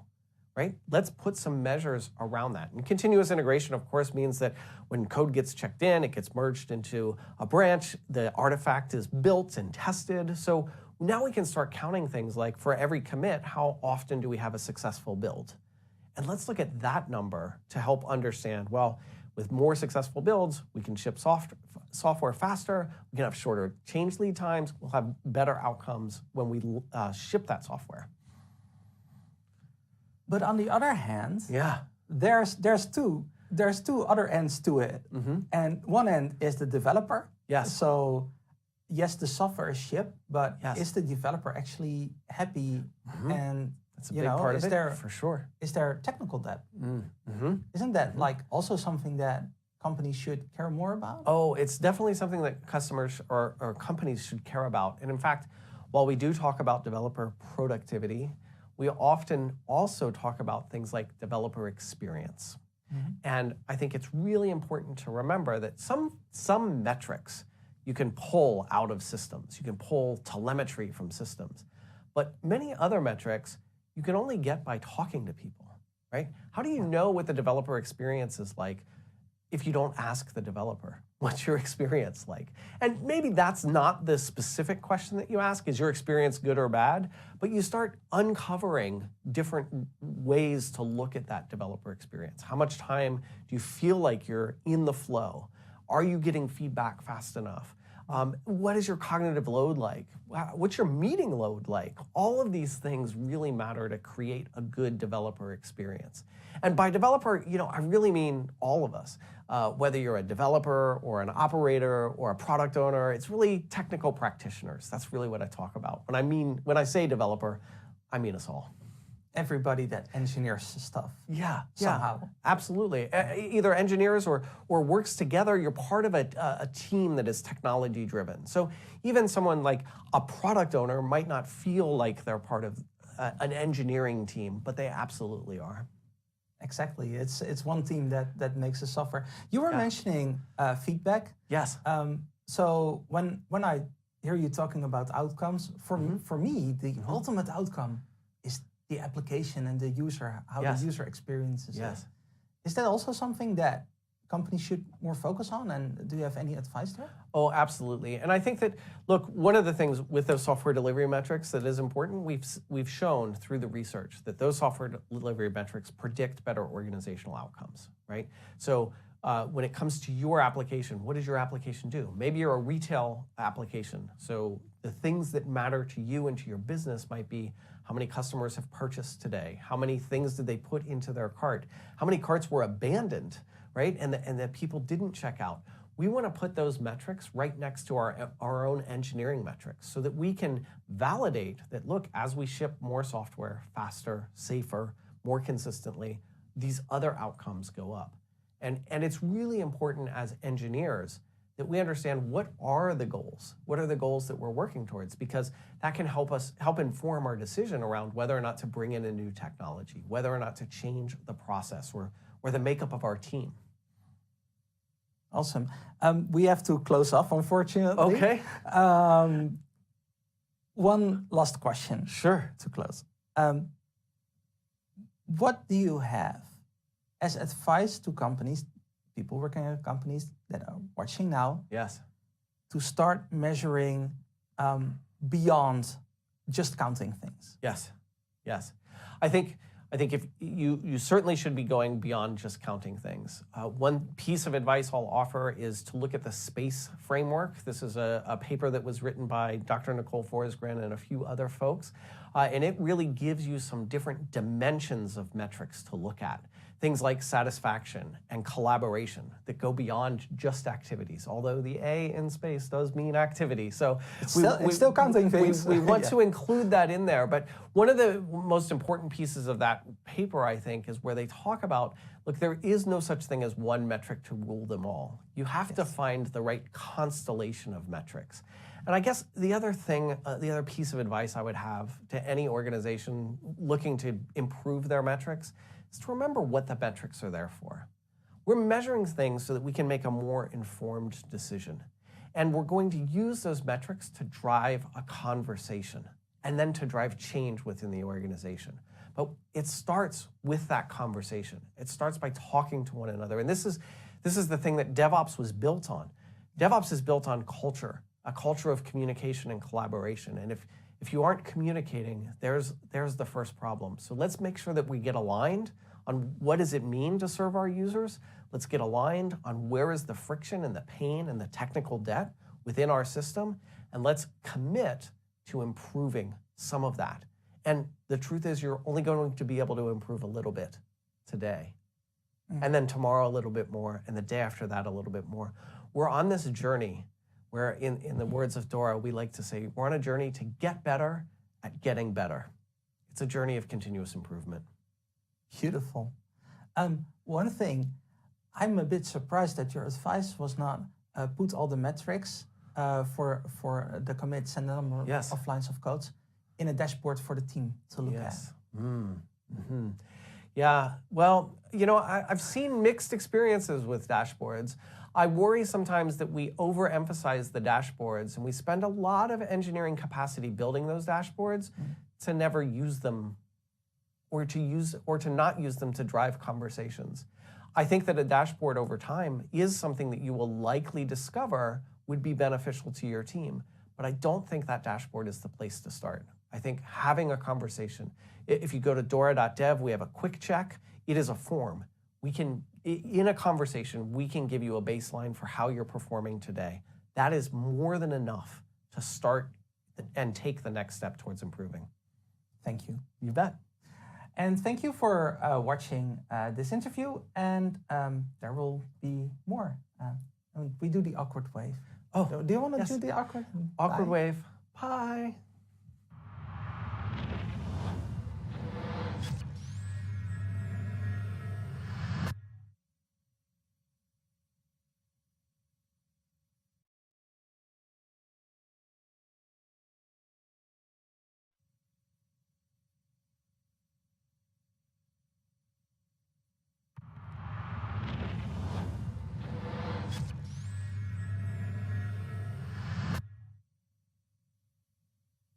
Hey, thank you for watching Devopsdays Amsterdam 2024.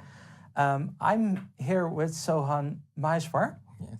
I pronounced You it pronounced correctly. it really well, yes. Okay, great. Then that's solved. Yeah. Thank you for joining for this conversation. So you are delivering a workshop. Yes. What's it about? Can you tell me? Yeah, the workshop is primarily focused on building an app using WebAssembly, and we're focusing on building a serverless WebAssembly app. So that's what the workshop is about. WebAssembly, that is not something that you run serverless, right? Yeah, well, okay, interesting question, because WebAssembly, as the name suggests, was developed for the web browser. Essentially, a bunch of companies were like, hey, how do we run Rust code or Python code in a browser? So they came up with this bytecode format called WebAssembly, which was designed to be like lightweight and performant and security sandboxed and portable. And you could write code in any language and convert it to that bytecode format. And it was good, it worked. All our browsers that we use today support WebAssembly. But sometime in the late 2010s, people were like, hold on, all of these features that you sort of designed WebAssembly for might actually make sense on the side of a server as well. So then something called WASI, or like a systems interface to access files and networks, was built. And now you can run WebAssembly on a server side. So that is actually quite brilliant, right? It is. You have this secured, sandboxed environment, and you are running it in serverless. Yes. And it's also designed to be very performant, very lightweight. It has a reduced instruction set. So it is fast. It can run across architectures, OSs, reduces your build artifacts. And you can write code in pretty much any language and convert it to WebAssembly, which can run anywhere. You know, so ideally, it is, in a way, it is a better way to run serverless. So yeah, that's what the workshop is about. Great. And when you, so you run this workshop, the people that were in the workshop, they, how easy was it for them to, did they already, by the way, have experience with WebAssembly? Well, most people don't actually, or they've heard about it. They've heard about it in the context of the web, but they've actually not tried it on the server side. Right? So we use this open source tool called Spin to easily sort of build WebAssembly apps on the server side. And I think it gets people's minds interested in the possibility of doing this, you know, because it's very new. We're still very much in the stage of it evolving as a technology. So I think that is one of the objectives of the workshop as well, to just say, hey, this is a possibility. This is going to maybe be the next wave of cloud compute. So yeah, watch out for it. Yeah, exactly, because why I was asking is that this probably opens up using WebAssembly for people that haven't looked at it for the past years. Yes. That totally missed it. Yeah, for sure. And I think it opens up a bunch of different possibilities when it comes to serverless as well. Right now, when you say serverless computing, most people associate it with the hyperscaler, right? Like AWS and Azure and Google Cloud, where, of course, you can use, say, Azure functions, but all your serverless is then into Azure functions, right? But because WebAssembly as a tech is so portable, it can run across different architectures, you actually get very distributed computing that could run on-prem, it can run on the edge, it can run on your own infrastructure, it can run on like a hyperscaler, and you truly get, like distributed microservices computing. Hold on. That sounds too good to be true. Yeah. So you're saying that like one of the advantages is that it's like super portable. Yes. So essentially how WebAssembly was designed was you get a WebAssembly module, which is basically bytecode format. And this can run in any runtime that supports WebAssembly. And there are a couple of industry standard runtimes which can run across all architectures. And the thinking is very similar to that of a JVM from back in the day, a Java virtual machine, right? With just the difference being you could write code in any language, and it's not proprietary and it's not owned by a company, so it is like industry standard. So yeah, you can literally run it in your own data center on-prem, you can run it on the edge, and you could run it in your own cloud infrastructure as well. Okay, so it supports multiple languages. It's super portable. Portable, yes. What are other reasons to, if people are watching right now and are like, oh, that sounds kind of interesting, can you give more reasons when you would choose sure. go in WebAssembly? For sure. I'd say I'd give two more reasons. The first one is it was designed ground up to be very performant. So it is very small in size. Right now, serverless computing with some of the hyperscalers have this thing called a cold start problem, right? So essentially you have a function or some code running in the cloud, it gets an event, and then it has to start up, execute, and send a response back. But that is dormant right now in the cloud. Of course, you can keep that warm by sending pings to it, etc. But that isn't really serverless, and you're bearing the cost of that. WebAssembly actually, because it is so performant and lightweight, does not have that cold start problem inherently. So that's reason number one. Reason number two is it is designed to be security sandboxed. So for a WebAssembly module to access an API, to access a file, or vice versa, you have to explicitly grant it access. Typically, we have been used to the other way around, where you deny access and explicitly deny access, right? So here it is where everything's denied by default and you have to grant access. So you get security sandboxes for each of your WebAssembly modules. So two reasons more. If that doesn't interest people to at least look into it, which of course brings me to the natural next question. This is new, this is upcoming. Yes. How mature? So yes, I've been in specifically the WebAssembly space for a little over a year. So in this year, I've seen people move from like light production workloads to sort of enterprises actually looking at it. Right, like at KubeCon earlier this year in Paris, we had Zeiss, which is a large company, talk about how they use WebAssembly in enterprise. And now we're starting to see that sort of shift. It took a few pieces of the puzzle to fall into place in terms of the ecosystem and language support, etc. But now we're starting to see enterprises start adopting it. It is still in a state of evolution, so if you're thinking about adopting it, I'd say evaluate what you need, what you don't need, try out like proof of concepts. But I think it is time to at least be aware of it and keep it on your radar and start working on it. So now's the time to start learning how it works and test it if it suits your purpose. Yes, basically. yes, absolutely. Especially if you're into like serverless or if you have large spiky workloads or if you're on the edge on IoT, I think it's definitely something you need to keep on your radar right now. Okay, so I'm interested. You won me. Okay. I'm gonna play around with it. But where do I start? Well, I mean, this is a very biased opinion, of course, but the open source I'm asking you for your biased opinion. Okay, excellent. So yeah. hit it. Yeah, well, I'm part of a company called Fermion, and we maintain this fully open source project called Spin, which we think is a great way to build WebAssembly apps on the server side. So that is the developer experience around server-side WebAssembly. I know you're interested in DevX, so that would be a great place to start. Okay, yeah. Great.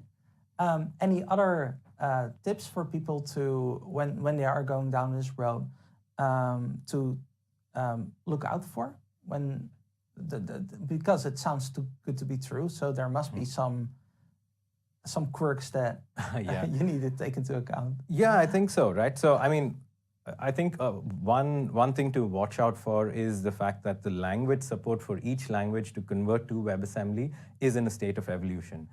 Very often we have companies who are like, oh man, this sounds amazing, I am sold, I want to do this, but I have about 500 internal libraries written in Python, can I run this? And in those cases, the answer is probably no, because Python and JavaScript are interpreted languages, which means you have to convert a lot of that code to WebAssembly, and if it hasn't been done already, there is no support for it, right? So there are some of these things which need like a bit of language support or the ecosystem to evolve a little bit more for you to get that full, oh, I'm moving all my workloads to WebAssembly. But in many cases, such as in the case of, say, Rust or Go, for instance, the ecosystem has evolved a lot more, and it's evolved with the WebAssembly ecosystem. So in those cases, you know, I think it's much easier to get started and like really push all of your workloads onto it. Good. Thank you. Well, maybe plug the website of the open source project. Yeah, of course. It's called Spin, github.com/fermion/spin. Fully open source. Feel free to contribute and jump into our Discord as well. Awesome. Yeah. Thank you so much for joining. Yeah. Good luck with the workshop. Yes, for you there, thank you for watching. Stay tuned. There's more interviews. And we do the awkward wave. Okay. Yeah, you know how it works. Yeah, there you go. Wow. All right. So great. Thank you. Yeah, thank you.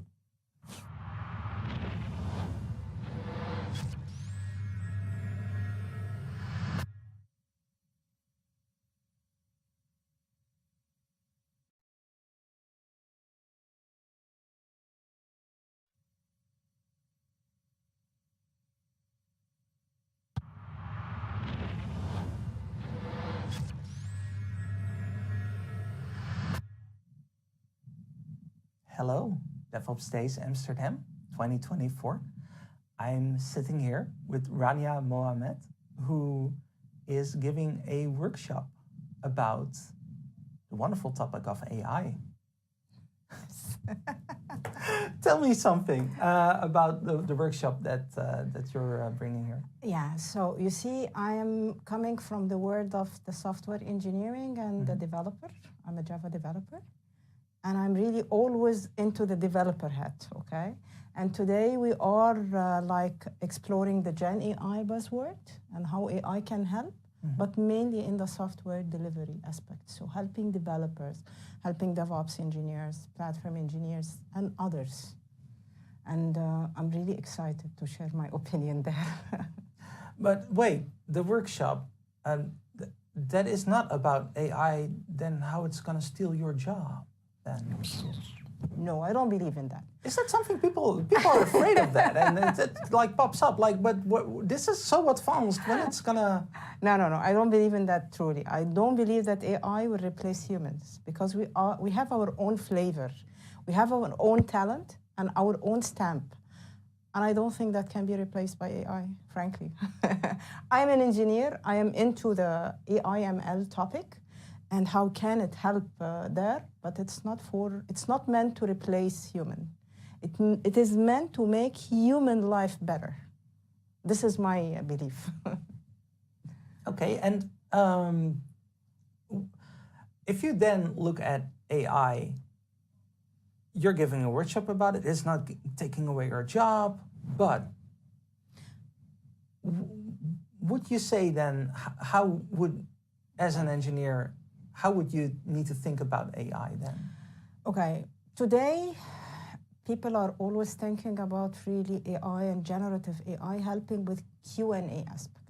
So I have a question, a problem, please help me solve it. Or a question, please get me an answer, okay? And it is answering me based on others' experience. I mean, even if we are talking about generating code, it is using the existing data from the existing developers and all developers to really give me the answer for my problem, okay? I think AI can help in that, which can help developers produce better code, more innovative ideas, build on top of things rather than reinventing wheels.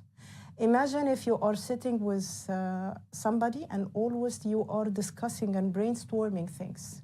That's definitely better because 4 eyes are better than 2 eyes. And this is how I see AI can help in the software delivery lifecycle, even in the future. So it's more like a pair programmer then? A pair programming, guardrails everywhere, agents everywhere, even starting from the planning games, starting from the brainstorming about what is the product that we want to really build, starting from the design and the architecture, from the test cases, from the QA, from the end-to-end. Imagine if we are able to always validate whatever we are building is always mapping to the original use cases or user stories or requirements or needs even. That can be definitely fascinating. Some people might be watching this now and they're already skeptical when they click like, oh, AI, because they might say, I tried AI and it was wrong. Okay, if you ask me as well, today LLM and generative AIs, it is not yet mature, okay? It needs to adapt and it needs to really get mature, and this is with our help, okay? So I think, yes, today it may not always give you the proper answer, okay? And that's why you are still there. It's not really replacing your brain or your experience, okay? We are not telling you, like, for example, when microservices was introduced after monolithic, or even one programming language versus another, we weren't telling people to really throw their experience. This is not the thing. I mean, you still have your brain. It can inspire you. It can give you the idea, no, don't go that route, go that route. Invest in those 2 routes. So use it like that rather than criticizing AI. I think this is how I see it. In the end, it's like an agent facilitating and helping all the engineers in the whole life cycle rather than replacing one versus another. Or this is my opinion.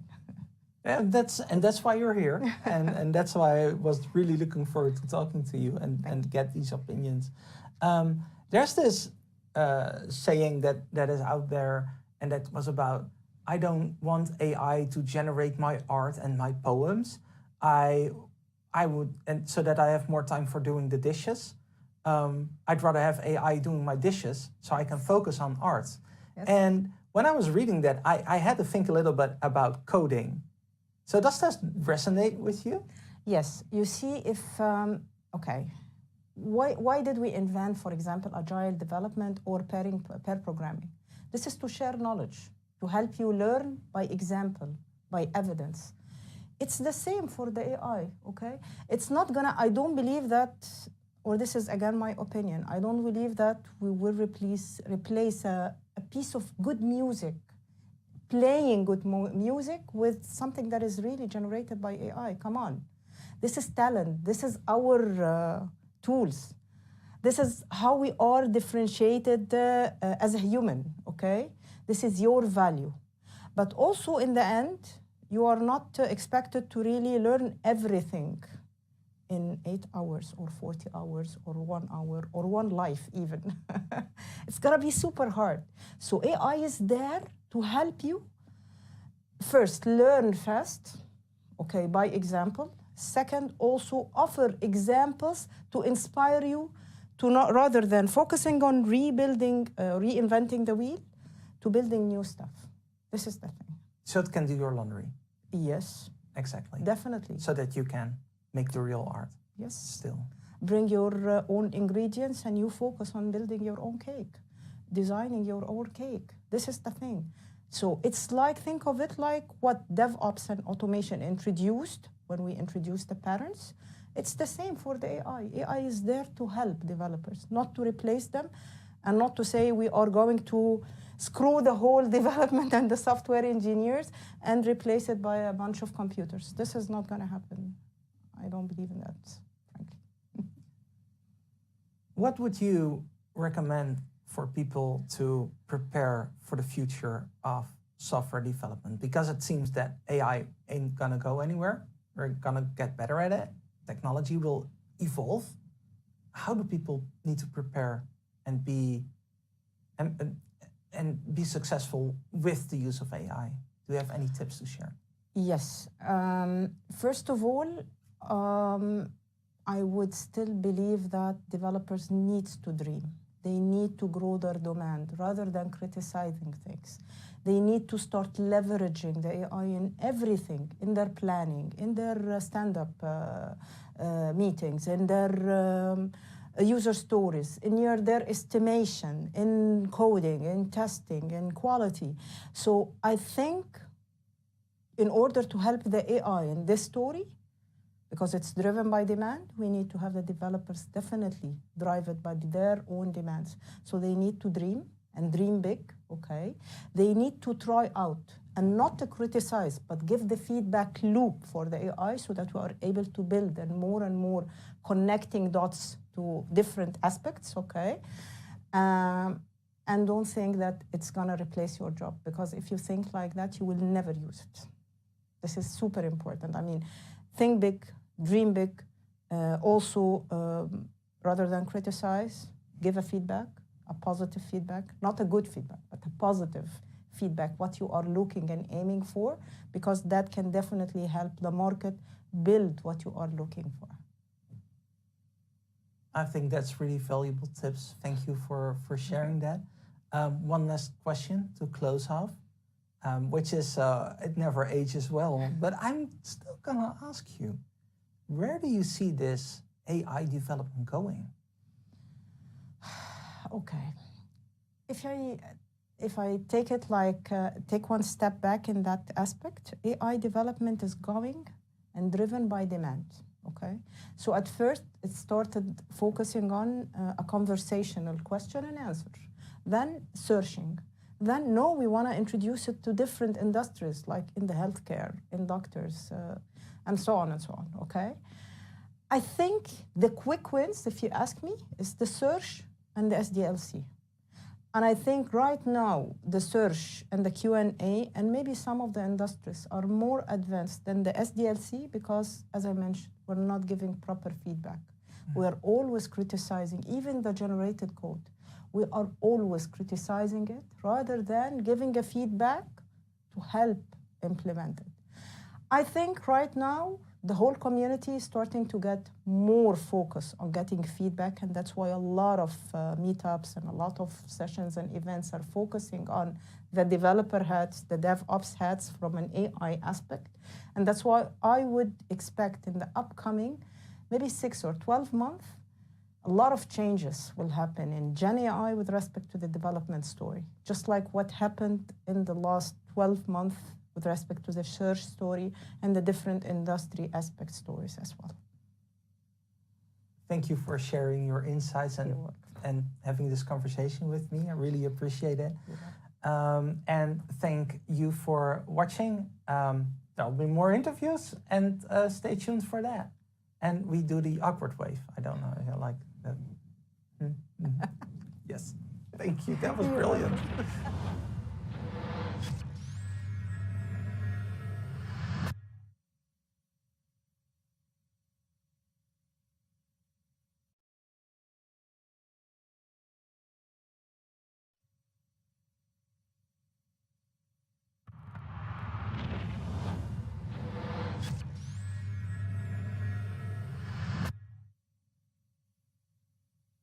Hey there, people, folks, at Devopsdays Amsterdam 2024.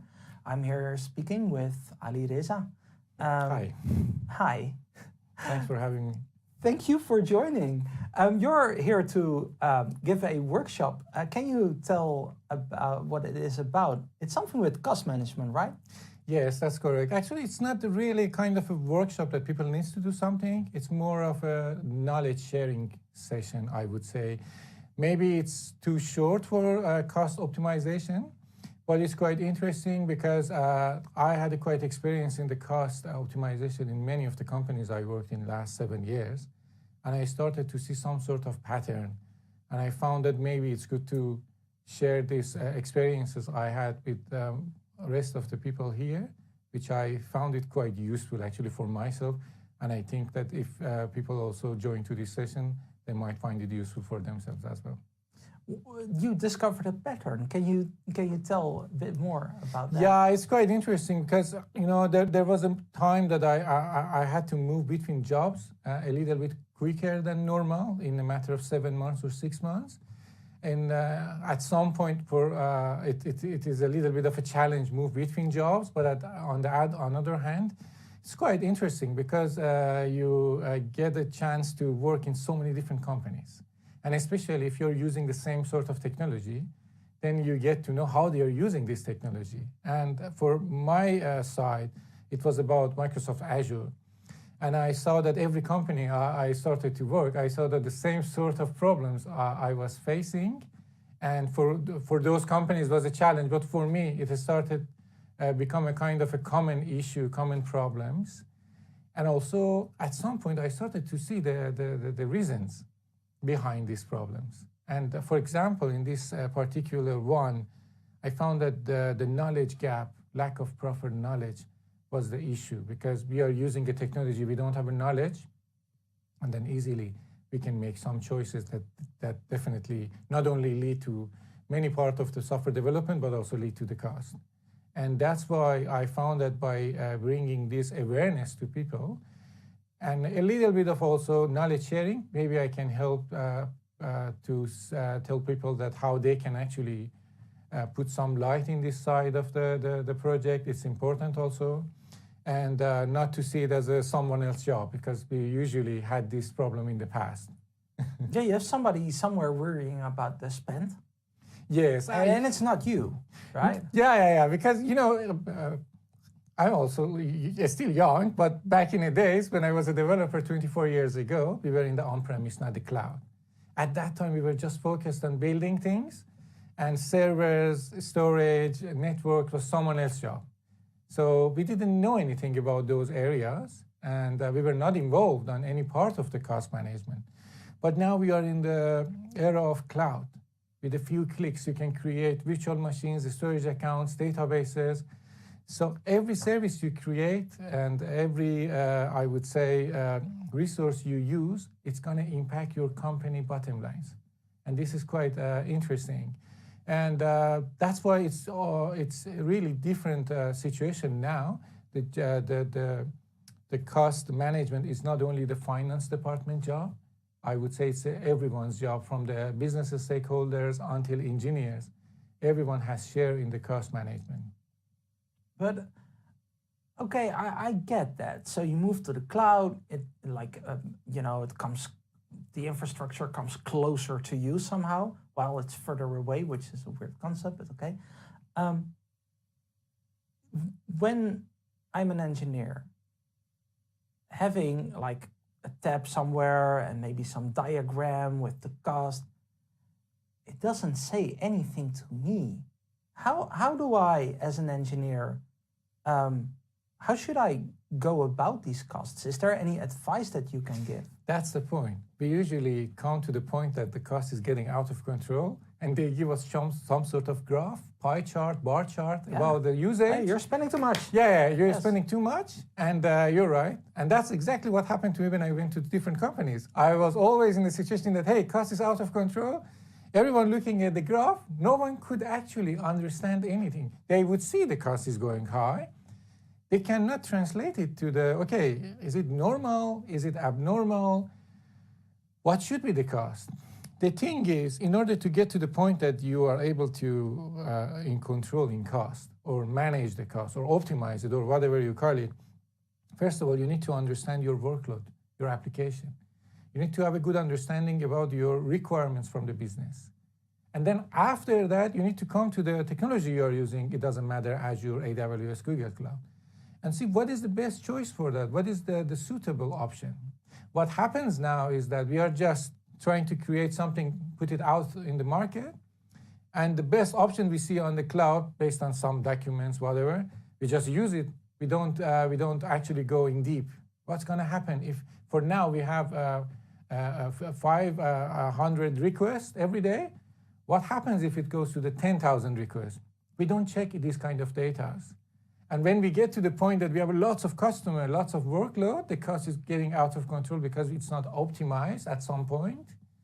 Maybe we have done something different.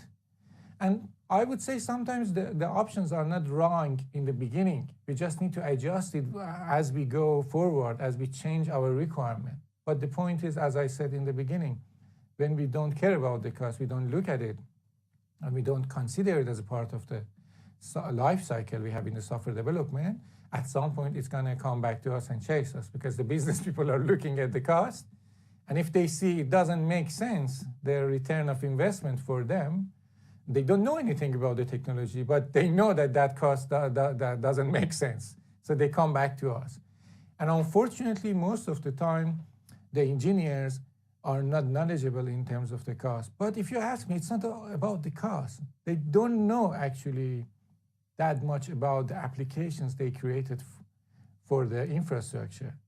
So basically, they just focused on creating the features. Mm-hmm. They didn't think about the infrastructure in which application is going to run.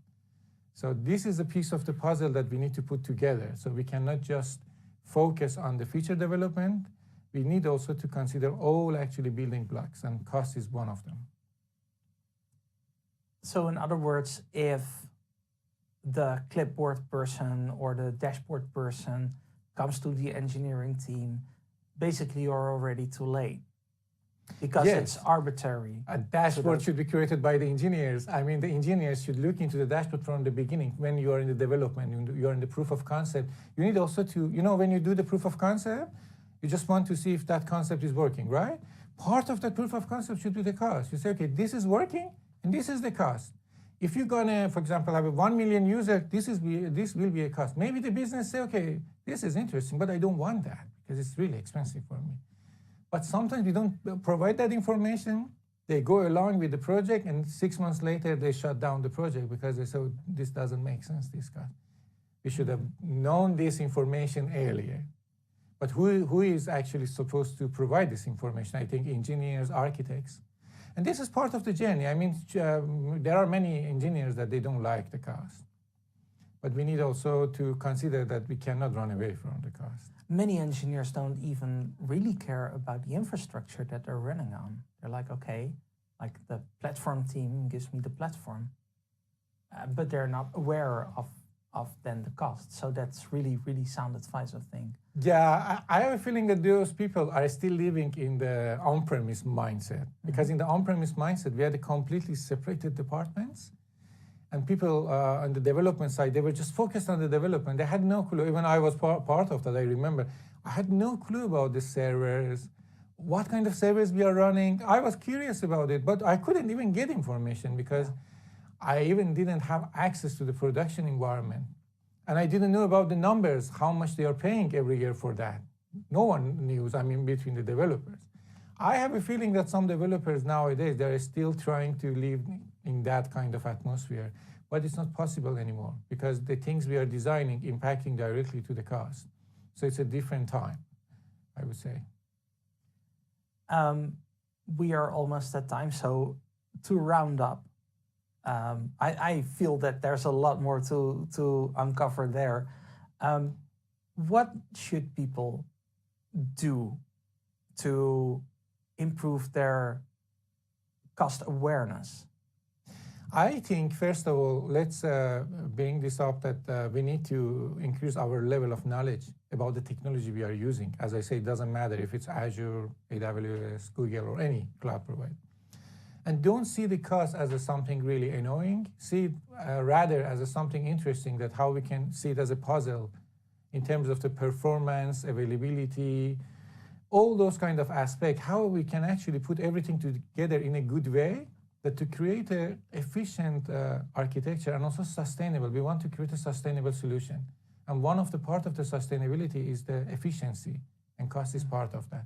So we need to increase our knowledge, I think, and try to get deeper into what we are using. Instead of using a lot of different technology, it's better to focus on some area, be good at it, and then you start seeing the light and see how you can actually use that technology in a good way. And then you can start sharing it with your colleagues and other people.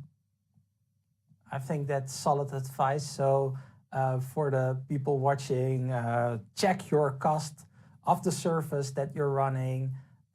When you do a change, check the cost. Just make it a part of those other checkboxes that you have. Observability, scalability, cost. Exactly. Like that. Exactly. It sounds simple. And I think that it would be very interesting to see what happens when you certainly open up that application that you're managing and you're not quite aware, and then looking into the cost.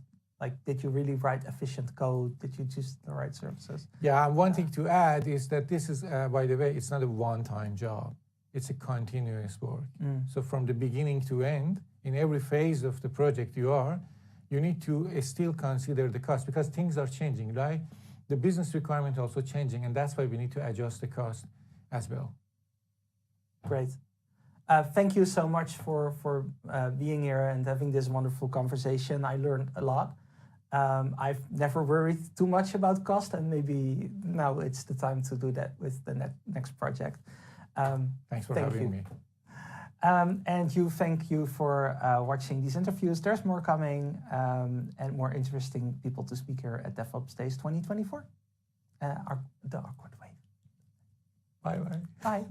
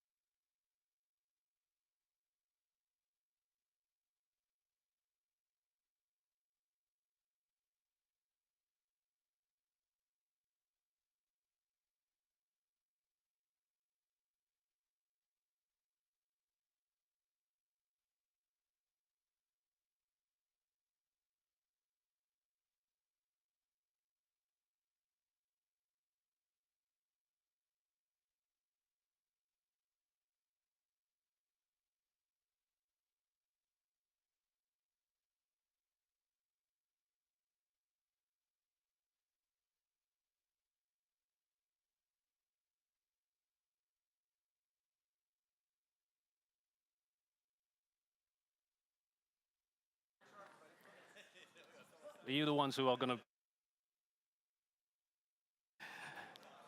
Okay, thank you all. How was lunch? You can tell, you can be honest. You can be honest. We're all friends here, similar to the open spaces. It's a friendly EA. Plus, it helps us improve. Again, after lunch, we have a slight change of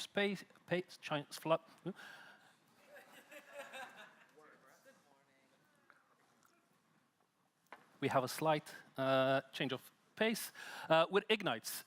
For the people who were not here yesterday, Ignites are a special, I think it's just open spaces that do it auto-rotating. I don't know if there's other conferences that do specifically auto-rotating. But they're also called lightning talks, so they're short, usually 5-minute talks, and there's a set of rules as well.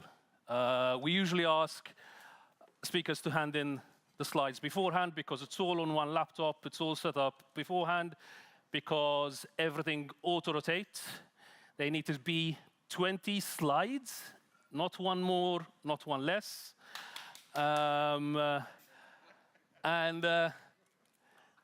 Each slide will auto-rotate for 15 seconds. It's there for 15 seconds, and then it changes on its own. You do not have control over it. It is quite a interesting setup. Very brave people to do this. I have done it, and it went completely wrong. But you learn from it, so please give them a big round of applause when they come up on stage and finish, but not too long because they only have 15 seconds per slide. So I'll ask Nathan to come up as he'll be doing the first one. All right. Thank you. As soon as I go, it might flicker a little bit, but then you've got 15 seconds before you start. Before I start.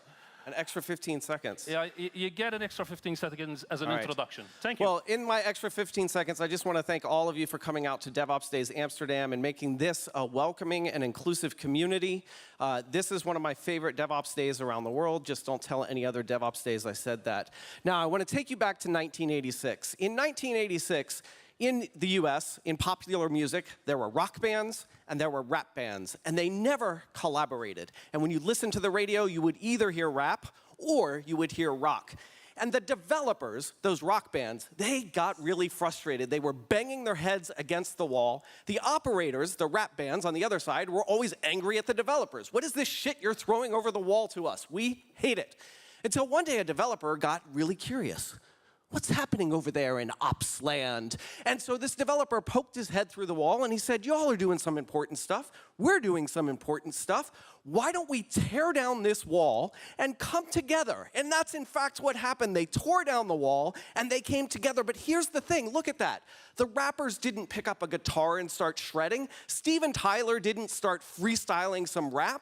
They came together with their own specialties to please the audience, to keep the audience happy. This is the birth of DevOps. And I know Patrick Dubois was here earlier, and apologies to Patrick Dubois, but he is not the person who created DevOps.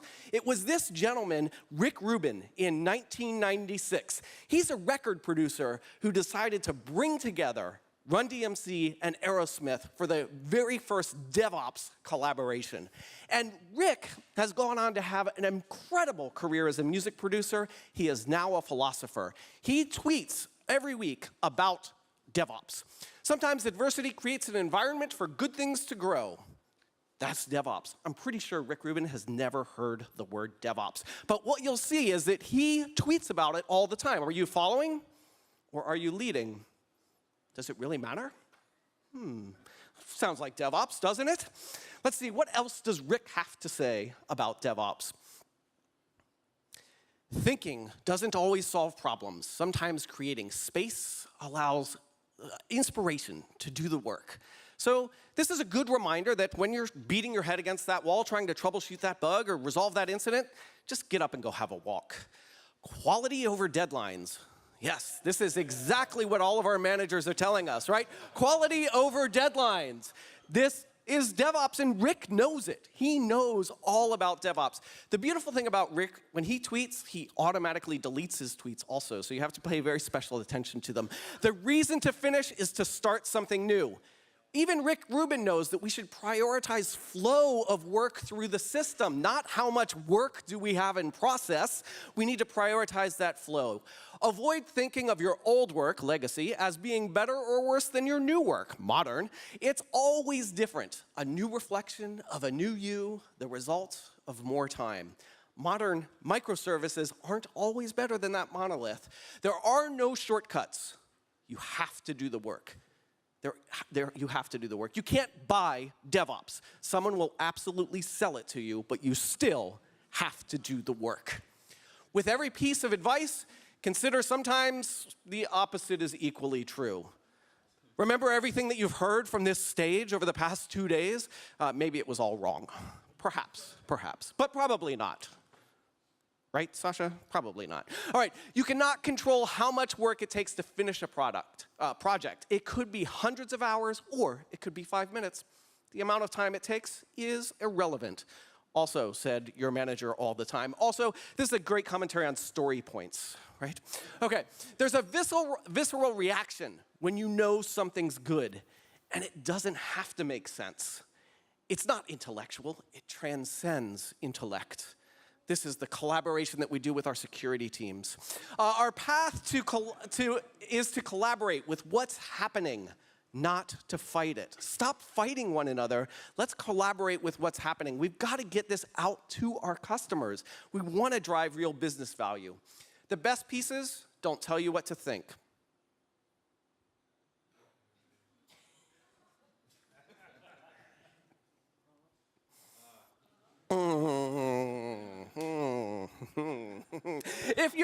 This is great advice for the open spaces. If you're listening or speaking, either way, you are participating in the conversation. So as you go to open spaces later today, keep this in mind. And I encourage you to be more like Rick Rubin. He wrote this great book, The Creative Act, A Way of Being. And it's a book all about DevOps, and he's never heard that word, I'm pretty sure. Thank you very much.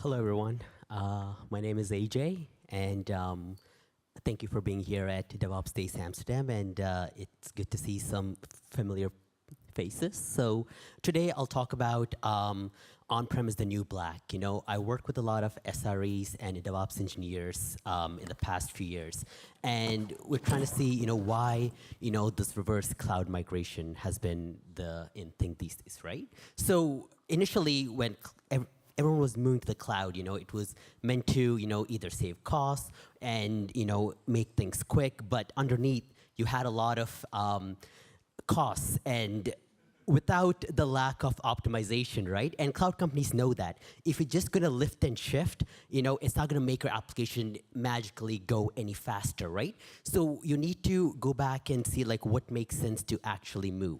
So if you have a small app, let's say, and you try to initially test that. So you don't need a lot of like hardware resources. You can set that up in a cloud. But as your resources increase, right, linearly, your costs go exponentially. And you end up in a situation where you have a lot of resources over provision, but you're not actually using it. So it's a lot of waste, right?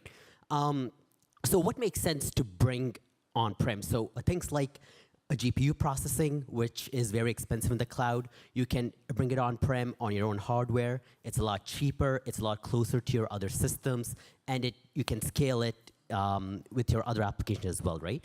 Especially if you run it in high-performance loads like Kubernetes, and make sure that no matter where you have this deployed, it's homogeneous, either it's hybrid cloud or multi-cloud. You want to use the same process across. And some of the challenges involved is lack of hardware knowledge and just the initial hardware costs. And also, when you have these different environments, on-prem, hardware, cloud, and so on, harmoniously working across this is a challenge as well, right? So I would like to think cloud as an operating model and not a location. What I mean is, no matter if you're in multi-cloud, hybrid, or Kubernetes, bare metal, make sure your processes are homogeneous across all these environments. And some of the things you want to think about is your artifacts. Are you building them on your own? Are you putting them in your own registry? And are you thinking about CI/CD? And where is your infrastructure code going? Is it version controlled in Git? And so if I were to put this in a diagram, right? So I'll have a build pipeline, and then I'll have a deployment pipeline. So in the build pipeline, I will build my own artifacts, push it, test it. And in the deployment artifact, I'll use something like CDK to actually deploy it in my various environments. So the images I have could be either baked images, where I have the application API already in them, or it's just a generic one where when it's launched, I'll install the application. So initially, when I built the first layer of the artifact, I would just pull this from upstream, and I would build it and push it to my own registry. And then if I want to build my API artifact, I would build that from my internal registry and so on. So some of the tools you need to think about is how you're going to build your image, and how are you going to test it, and where you're going to store your artifacts and your CI/CD tools. And also make sure that you don't have any snowflakes. So your infrastructure, make sure you have backups and redundancies. One piece of infrastructure should not take your entire site down, right? And think of having different networks. I don't put everything in the public network. I put it in maybe like an ops network and a public network and an air-gapped network, where you have these different policies where your applications can be installed. So in the ops network, you would have something like your CI/CD tools, your deployment tools, and in the public network, you'll have your API web, and you never want to expose your databases, secrets, storage, and so on. So the three main things you would want to think about is, you know, the on-prem hardware knowledge, and you want to think about how you're going to do the cloud operating model, and then what tools you're going to use across these hybrid environments. So am I saying, okay, close everything and go back to on-prem? No, like think about where it makes sense to actually go on-prem and cloud, and maybe in the process you will save some money, right? And this is what I do every day, and I would love to talk more about this, so you can reach me out on LinkedIn. Thank you.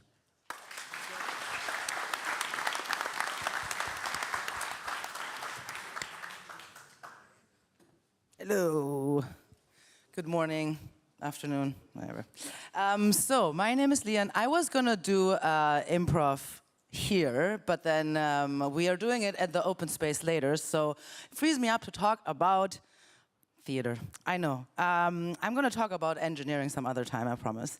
But the thing is that I kind of went on a little adventure, just like experiencing a bit of other things beside tech. I've been in the tech industry for about 15 plus years. Started as an engineer, DevOps, web, whatever. Became a consultant for a while, and then a DevRel. And I quit my job last year to do some theater. So today I want to talk to you about developer happiness. Anyone remember where this is from? Where is it from? Windows 95 launch, yes. So what is a happy developer? Like, what makes a developer happy? What is happiness? How do we measure happiness? This quote is by a British statistician named George Box, and he says, all models are wrong, but some are useful.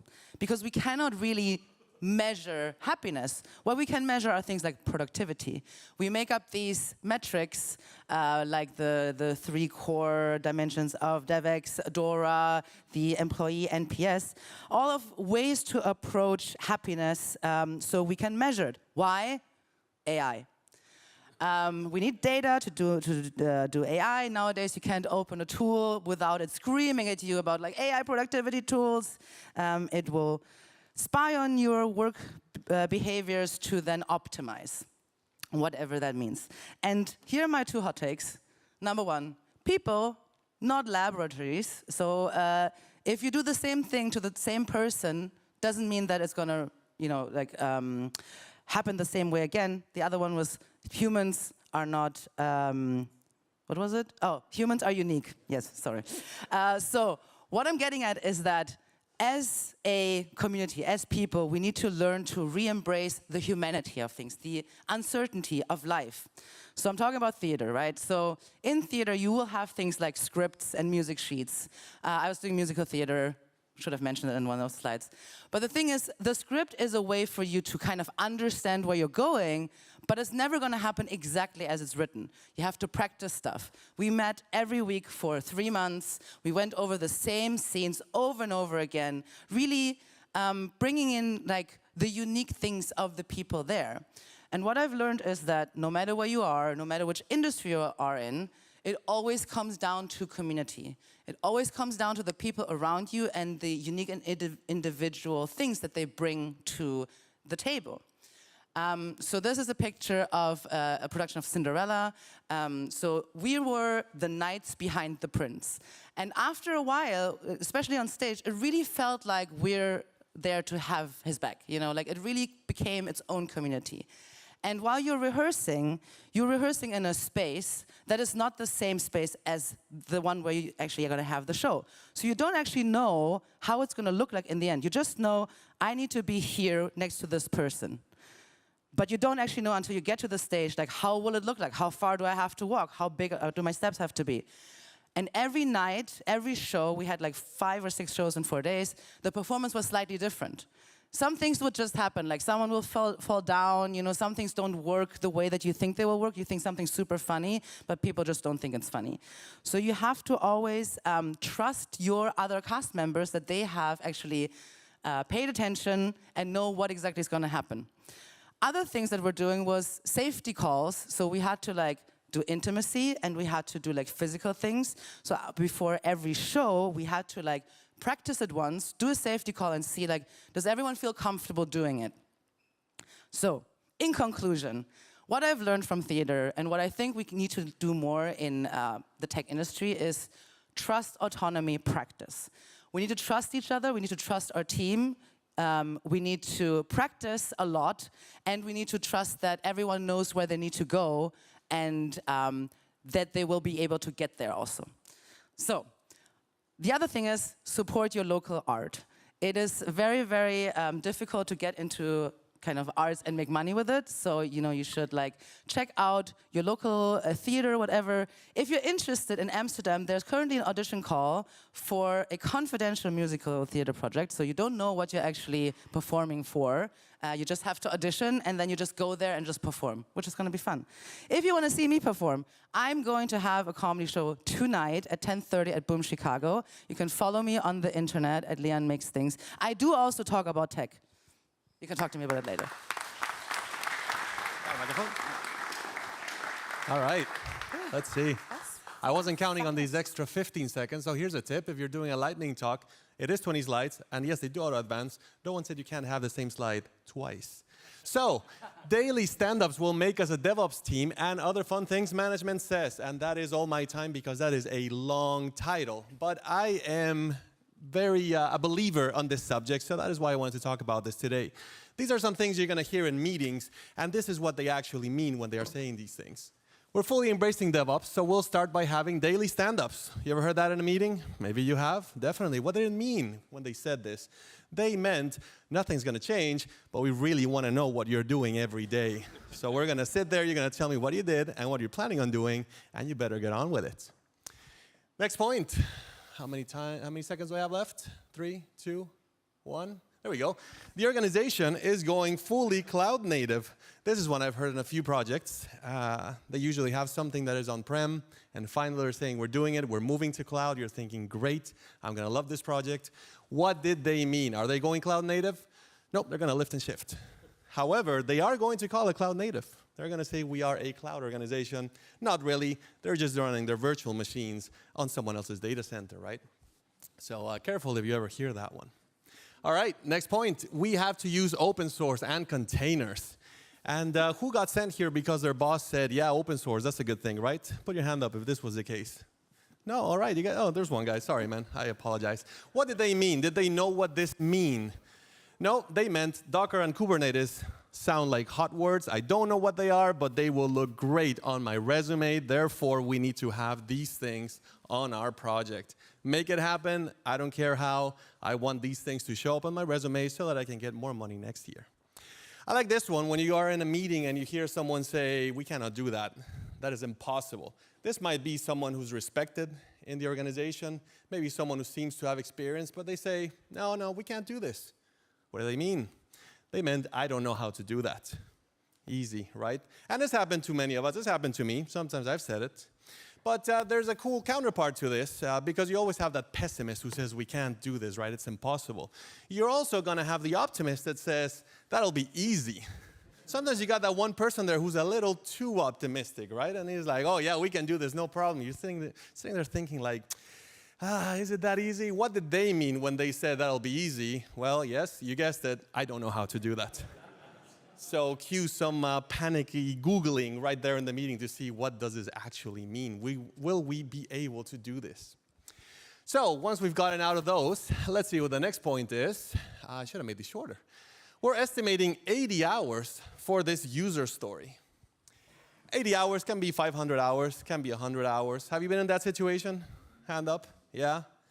So you probably already know what this means. Yeah, it doesn't mean 80 hours. It means no one has any idea how long this is going to take. But you know what? That is a problem for 2 weeks from now, Eugene. It's not Eugene today's problem. 2 weeks from now, shit. Sorry, I'm not allowed to say shit. Damn it. Yeah.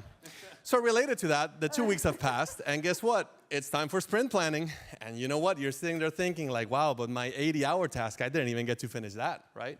But now we're doing the sprint planning. What does that mean?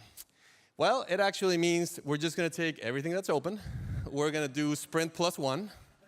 And, hope that no one looks at that burnt down chart, because it's not so much burning down.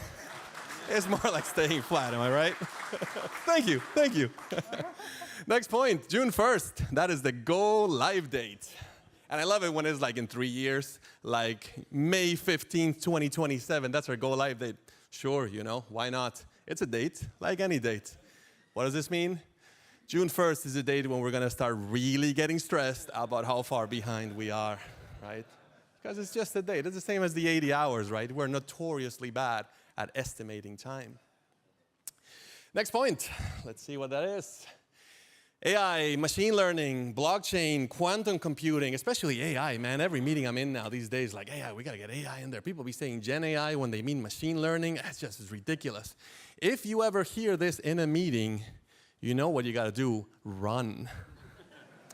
So my name is Eugene. I like to talk about stupid stuff like this. I almost said shit again. Damn it, now I said it. Thank you. Sorry to the subtitles guy. I want to see how he corrects all my crass talk. I have some stickers on me that say, old man yells at cloud. I thought they were funny when I made them. Look for me. I can give you one for free. That's me. Thank you very much. I stole a lot of these ideas from this fella called Forrest Braziel. So if you've seen this before, don't come yell at me. But if you want to yell at me, you can do that on Twitter. Thank you, guys.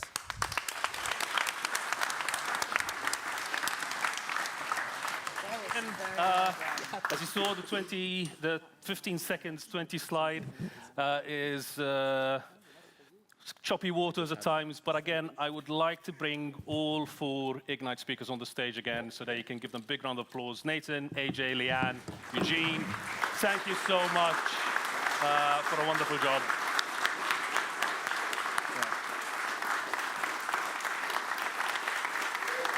And scene. Cool, thanks. Okay, so we have 5 minutes until the next talk. Front row people, stay here because I've seen the speaker come with a big box of water. So see you in 5 minutes. Thank you very much. Oh, well done. Thank you, thank you. Oh.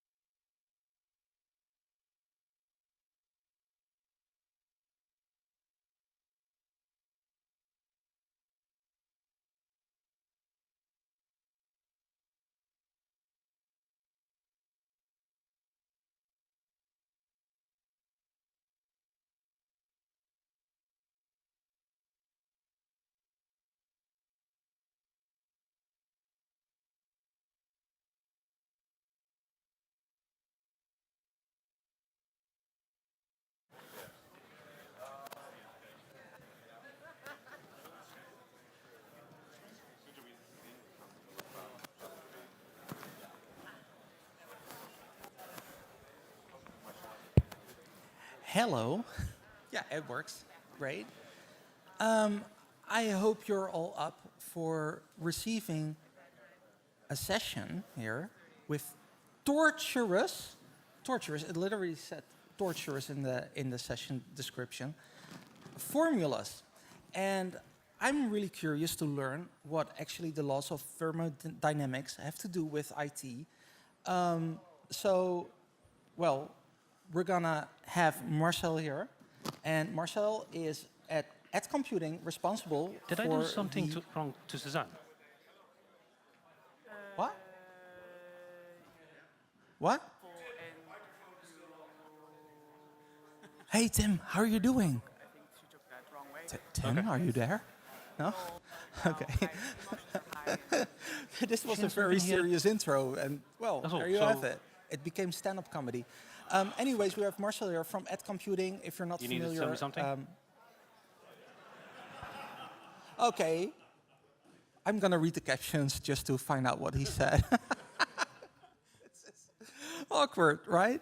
I hope that he will shut up during your talk, though. We'll see. Maybe he will comment I will on, just start like, and, your formula is wrong. Yeah. Anyways, Might be. I was trying to tell that Marcel is responsible for the training. At Computing is a company that has been around for ages around Quite a long open time. source. Yep. Yeah, I think it's one of the maybe first companies. Yeah, I think Probably in the doing Netherlands. it here Yep. locally, yeah. Yep. Exactly. Anyways, let's not dwell too long. You're all curious about the torturous formulas. I hope that it will not be too bad and that I will have a proper sleep this night and not have nightmares like I have from the formulas I learned in school. Anyways, give it up for Marcel. Thank you. So thank you all for being here. I think you'll all be fine, so don't panic beforehand. So like Susan mentioned, I'm Marcel Kornegor. I'm a director at AT Computing, where I torture my team with word jokes. And besides that, I'm also a part-time nerd. So during night, I fiddle around with open source technology to get things working. But that's not what I'm going to talk about today. Why am I here? During my daily work, I talk a lot to companies and customers that have struggles with learning. So they have a lack of knowledge, or they want to investigate how they can make people go from the old legacy world towards a cloud-native world. And that got me a lot of insights and lots of observations about what's going on. So today, I want to share some of these observations with you and share my thoughts on them a bit. So, what I found is that in general, and this is not bound to the Netherlands where I'm from, but more a general over Europe or maybe global, that companies struggle with technical debt. So they have this old system that should have been updated, or that should have been patched and migrated already, but it's not happening. And it can be that the system itself is not outdated, so it's not true legacy, but they struggle with new features versus technical debt. And I've heard it around the conference here as well, that it's a big issue. Oh. Also, separately, they struggle with legacy systems, where they say, well, most of our money is still made by systems that are really old, and we cannot leave them because then we have no money to pay for new systems. So it's a bit of like stuck between a rock and a hard place. And that's quite interesting. Like, why have all the companies the same struggle in this area as well? So another observation is that if there is a merger or an acquisition and the company is in the same branch, it's very likely to have applications be merged into one and to have some efficiency gain. But companies struggle with that as well, because every company thinks it's really special and really different. So applications tend to pile up instead of getting rationalized. And that's also like a general observation of a lot of companies that struggle with it. And that has as a consequence that a lot of companies struggle to innovate. So they say, well, we want to pick up speed, we want to have our best people do innovative things, but they really struggle to get it done. And that's not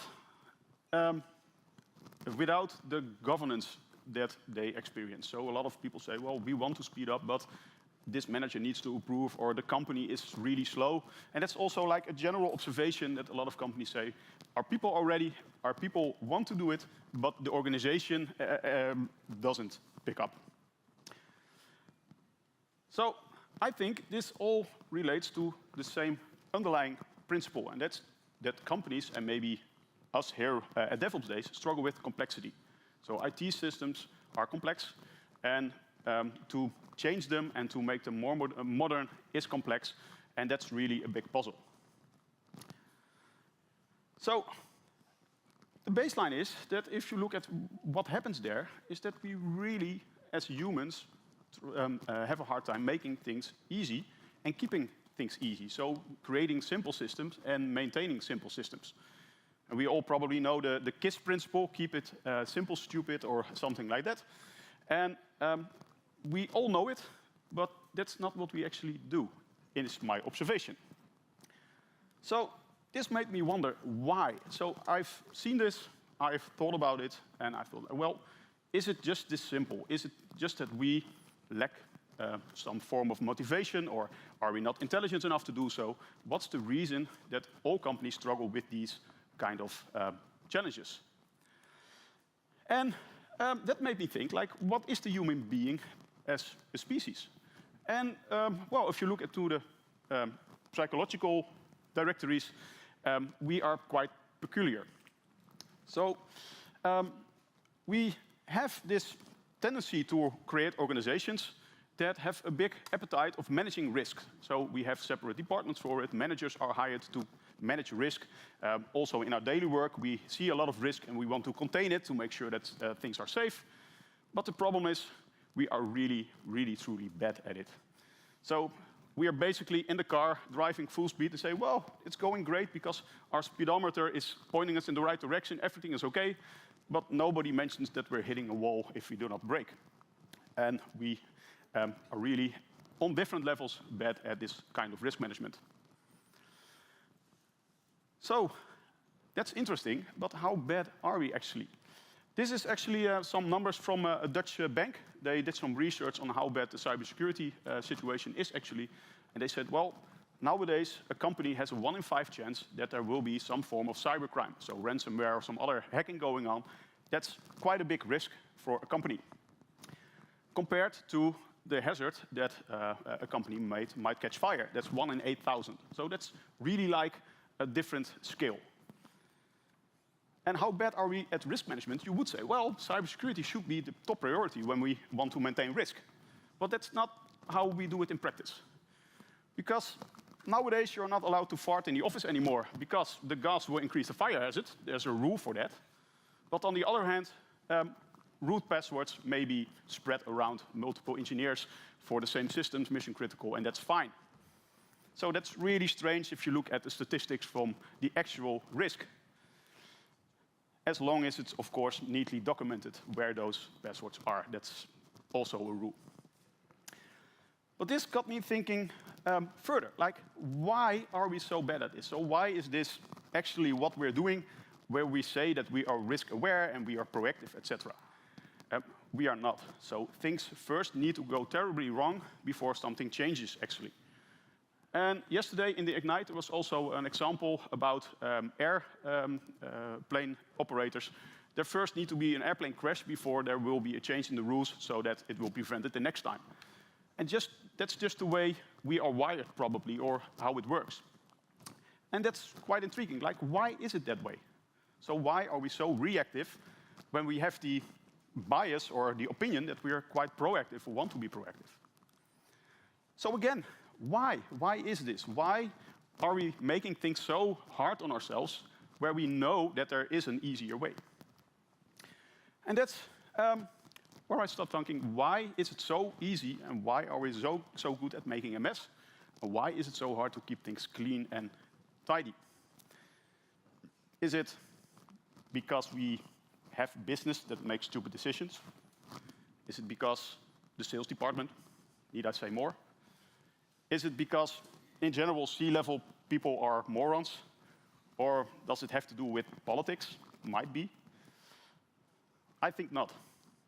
I think there's something else that's all together making us do the things we do.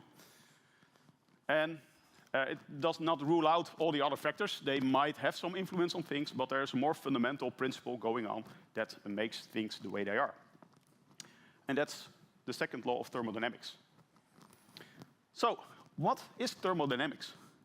It is some science topic, and I need to put up a disclaimer here. I'm just an IT guy. I have no PhD in physics. I'm not a scientist. I have no degree in whatever mathematician stuff.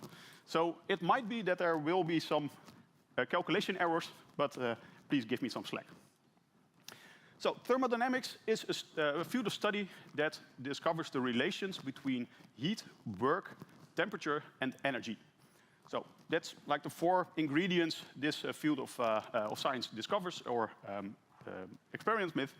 And this comes from a machine we probably know, the steam engine. And back in the days, like the 18th century, there was an invention, the steam engine, but it wasn't really efficient. So a scientist, a Frenchman named Nicolas Sadi-Carnot, spent a lot of time investigating how can I make this steam engine more efficient.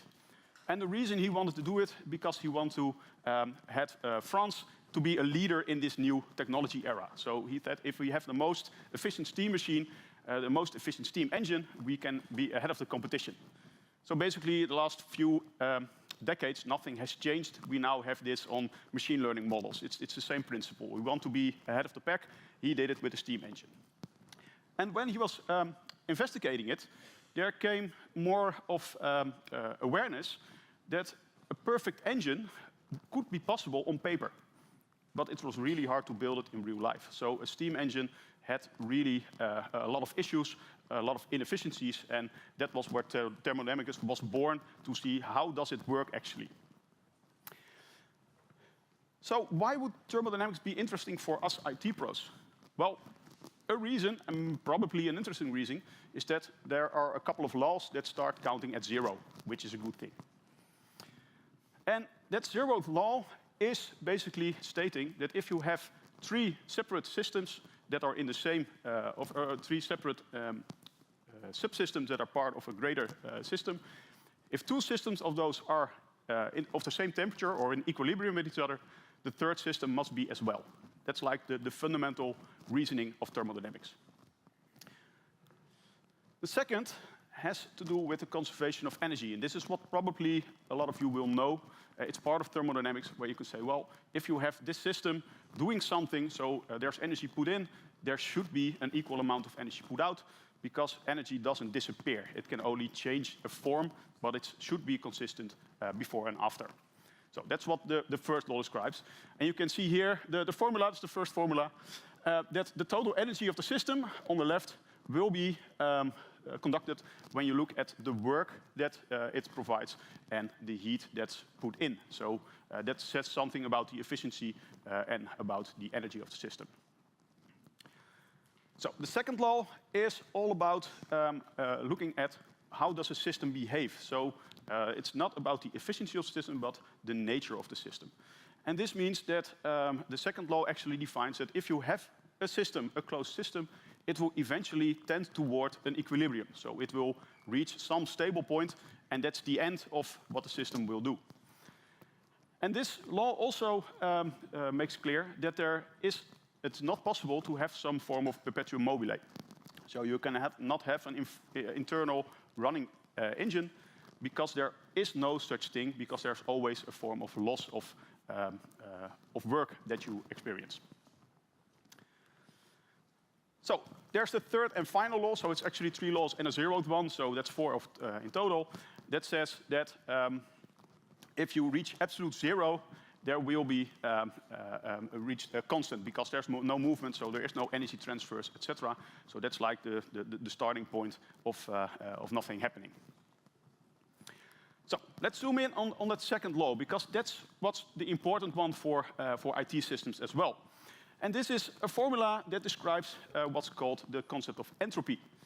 And entropy has something to do with how useful is the energy of a given system, and how useful can it be used to get some work done. And that can be transferred, or it can be increased or decreased. And as you can see in this formula, so the total entropy of a system is reached by counting all the separate parts that the system is built of. So let's assume that you have some cold system and a hot system. then the entropy of the cold system plus the entropy of the hot system makes the entropy of the total system. And this implies that the entropy of two combined systems can only increase or stay the same, but it can never decrease. So if you combine two things, it will probably increase and never decrease. So how does this work in real life? And that's why I have this water with me. Because I here have, first, before I touch the bottle, I have some safety procedures for my corporate risk manager. So I need to make sure that I do not get in touch with a concentrated liquid that's harmful to the human body. And when I got this remark, I was like, why? It's just some syrup. But if you know how much sugar is in there, it's really harmful for the human body, so I get it. So, let's see. This is low entropy stuff. So, a lot of energy is contained here, right, in this bottle. And this is my second system. So you can see this as the hot and the cold system, system 1 and system 2. And now I'm going to pour some low entropy stuff into the other system. We probably all know what will happen. It will mix. All right. So, now, for sake of the experiment, I will make it a closed system and put on the lid again. So I can remove my safety goggles and my gloves.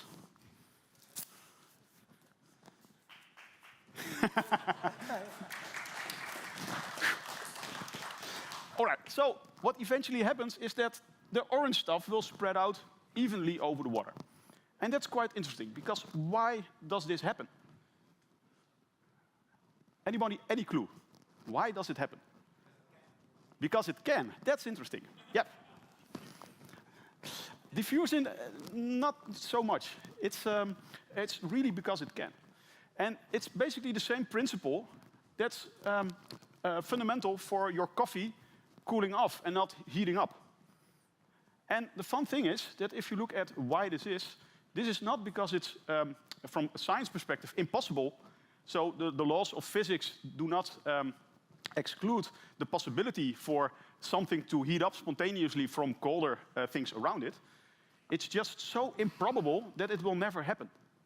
So the reason that the syrup is spreading out over the whole can of water is just because that's the probable thing to happen. It's really improbable that it will all clump up like in this corner. It's not impossible, but it's so improbable that it will not happen. And that's quite interesting. So it's really a fundamental physics thing. This is really a cornerstone of everything around us, basically. So, yeah, I explained a bit why. So why is this? It has to do with probability. And if we look at another real-world example, we have seen a steam locomotive that can also have low entropy. So in this case, there is a low entropy locomotive. It's nicely on the rails, and this is useful because you can transport people from one place to another, and it has a lot of use of the energy you put in it. So you're creating a fire, you're making steam, and you can do something with it and transport people from A to B. So that's great. Low entropy is useful. But if you have the same object in a situation where there's a higher entropy, it might look like this. So it's the same train, but it's higher entropy, and it's less usable. It's less usable because with that train, it's a bit harder to transport people from A to B. It's not in the place where it needs to be. And this concept is universal. So my favorite DevOps t-shirt, there's only one possibility that it's neatly folded in the drawer besides my other favorite t-shirts. But there are a lot of possibilities that it's just like laying around somewhere and I need to pick it up. So it's easier to throw it on the floor than it is to neatly put it in a drawer. And this is everywhere, and this is just nature. It's just probability. So if you look at this from an IT perspective, we know some situations where we create a lot of entropy without doing actual useful work. So in this case, if you have an infinite loop in software, it's high entropy, but it's not doing like real work that can put any value into your application. So it uses energy, but not in an efficient way. and it produces a lot of heat. And heat is not the same as warmth, but it's energy that's so diffused that it's not usable anymore. So the energy is still there because of the conservation of energy, but it's in a less usable form, so you cannot make any use of it. It's dissipated and it's gone forever, probably. Also, this is also a form of entropy increase. Because now you have two systems with the same data.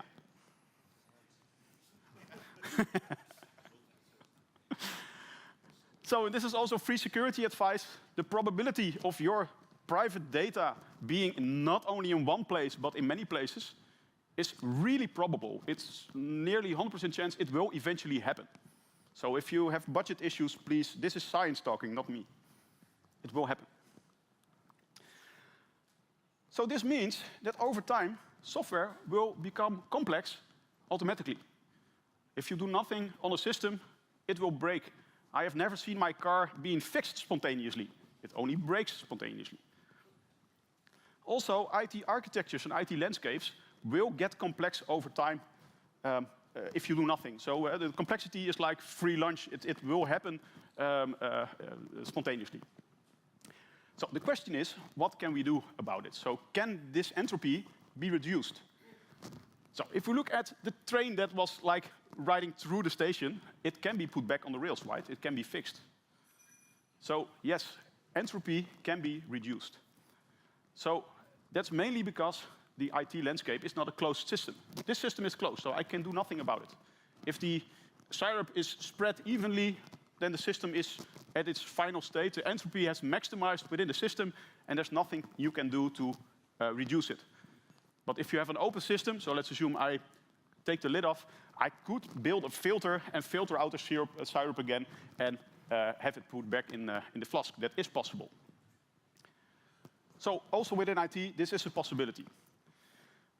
But thermodynamics state that if you want to achieve such a thing, there is a loss of energy. So that means that if you want to reduce entropy, you should put more effort in than what was required to create the system in the first place. So that means that if you have taken one sprint to create a feature, it will take more than one sprint to take it out again, because it's not a perpetual mobile system. It's not free energy. You need to put work in, energy in, to reduce it. So we really need unfeature sprints. We really need to actively try to reduce the entropy of our RT landscape. That's the only way out of it, because otherwise it will only deteriorate over time. You need to actively put effort into making this happen. So, to all of you, keep fighting. It's necessary to make sure that you eventually get your system manageable. And also, keep infusing new energy, because the only way to reduce entropy is to make sure that you put more energy into it. So if you want to have the train back on the track, there should be external energy put into the system to make sure that it will happen. And you all here are a source of low entropy. You all have the possibility to interfere and to reduce that entropy. And this works also on a global scale, and also with machines in your home, probably. Because if you look at the refrigerator, that's doing the same thing. It's making the inside of the refrigerator cooler than the surroundings. And it does not so by magic, but because somewhere else there is entropy increased. So there might be a windmill that needs to be built to generate the energy that's necessary to power your fridge. But the transfer of the energy has some heat, so there's dissipating energy from it. And all that dissipation, all that increase of entropy makes it possible to reduce the entropy of this small system. And that's the whole mechanism. That's everywhere. That's also with IT systems, with architectures, etc. And it's also with the sun. That is our global planetary source of low entropy. So the sun offers us clean, low entropy energy, and all systems on Earth, the plants, the animals eating the plants, etc., it's all a chain of increasing entropy for different types of work. This is the lowest source of entropy we have in our nearest environment. Lower than the sun is really hard for us at Earth. So This means that all your blood, sweat, and tears you put into unfeaturing some application will dissipate into the universe. It's part of what you have put into it to reduce the entropy, but it will not get actually transferred to work. But sadly, the probability of this happening is really low. It will not happen. So that's the reality. It can be done, but if you now go to your manager or the director or your product owner, you will say, well, we will now introduce the unfeature sprint, and that will take half our time. I think there might be some risk management discussions.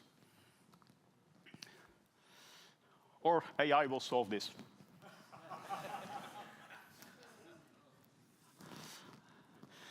So after a lot of thought, a lot of observations, and diving deep into what makes this happen, I think that we can say, well, the probability of us as humans making simpler systems is just really improbable, and the chance of it happening is nearly zero. And that means, as Harold and Kumar also discovered, we have to deal with it. It just unfolds as it should. It's just the way it is, and we better embrace it instead of trying to fight it. Thank you.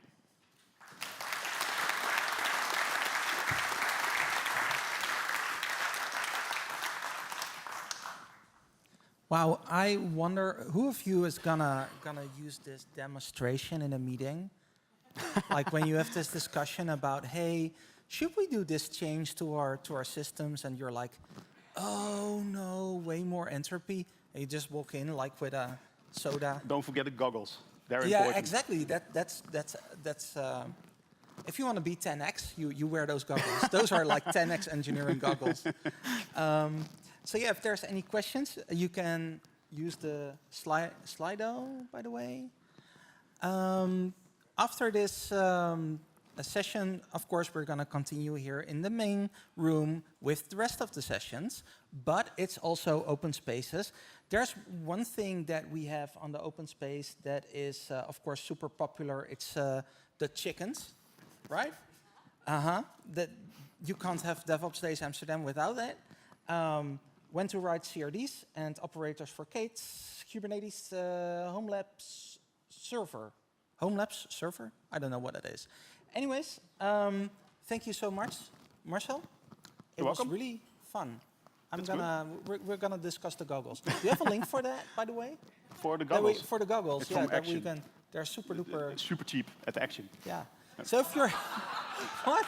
They're like €4. It's like you can have them. You can have them. You went all the way for this, right? Yes. All in. Yeah, that's amazing. Part of the presentation. Again, give it up for Marcel. I think it was really inspiring.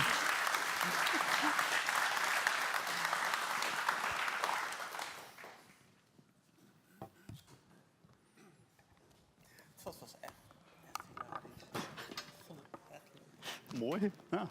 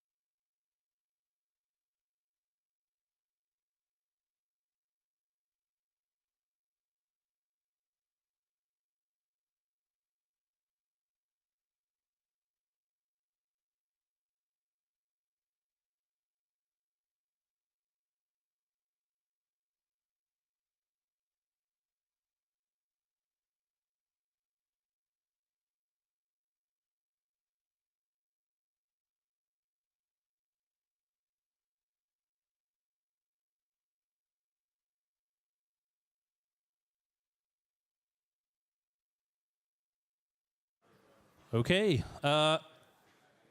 Thank you for coming back. Just added note, I have changed to a handheld mic because I didn't realize my mic was still on. It's a good thing for all of you that I didn't need to go to the restroom. But on that note, so our next speaker is Katie, who works with Fly.io, who are a sponsor of the of Devopsdays Amsterdam as well. And Katie's going to talk to us about node sniping and XKCD, who I'm sure we all know of. So big round of applause to Katie.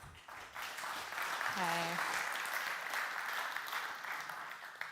Thanks so much for the opportunity to come and speak here in Amsterdam and get to meet all of you. I've learned a lot from this event already. Primarily, it's not a stroop waffle, it's a stroopwafel. And thank you everyone for correcting me. But one of the cool things about working at Fly is we have an illustrator on staff. And so she kindly made this sticker for everyone. They've been quite popular, but I did manage to sneak a couple away. So after the talk, if you really want a stroopwafel sticker, please come and find me. But just a note about the illustrations, all of the illustrations in my slide were done by Annie. So thank you very much to her for helping cutify this whole process. So I'm an engineering manager at Fly, and we work in a really weird way. It's the strangest place I've ever worked. And it's strange because there's no product roadmap. There's no product managers. We don't do a lot of timeline-driven development. It's pretty much a mob of, I think we call them super smart, semi-feral engineers. We're about 100 people now, so this has gotten to be quite large to be doing this very creative, very open way of working. And it's actually probably a terrible idea for you to try to work this way, especially in an existing company, and I want to tell you all about it. So I was most inspired looking at the Fly environment and other teams that I've worked on, where it's autonomous teams, by this comic. Has everyone read XKCD here? Ever show of hands? Do you know this one, the nerd sniping comic? Yeah, a couple more? So I'll give you a second to read it. So it goes into, there's certainly a type of brain that's easily disabled. If you showed an interesting problem, it involuntarily drops everything else to work on it. And this has led us to invent a new sport. A dangerous sport, please don't try this out in public, but you see that physicist crossing the road. You just show him a problem, and he's immediately disabled, and then whew, the truck, unfortunately, hits him. But a milder version of this, we can see in action at Fly. So nerd sniping, just to be clear, is presenting an often distracting problem that appeals to this obsession that people have. But really, I think it can be a tactic to make your team more autonomous. It can actually have all of these wonderful side effects about getting people really excited about the problem, getting them motivated to work on it, and motivated not just by a deadline or by pressure from the work environment, but motivated by curiosity. So really, autonomies come up in a solid half of the presentations that I've seen at this event. With DevOps teams, it's always about this autonomy, breaking down silos, just really taking parts of the organization that normally wouldn't talk to each other and plugging them together. And so nerd sniping and some of the other tactics that I can talk about in this presentation will help you do that and help you introduce these smaller techniques into a system that's maybe already a bit too big to reason about. You thought you were coming to this quirky, offbeat talk, but I actually gotcha. It's the Agile Manifesto. What's old is new again. We build projects around motivated individuals. We give them the environment, we give them the space, and we get out of the way. We let them get the job done. This is just that all over again. Sorry, I'm unoriginal.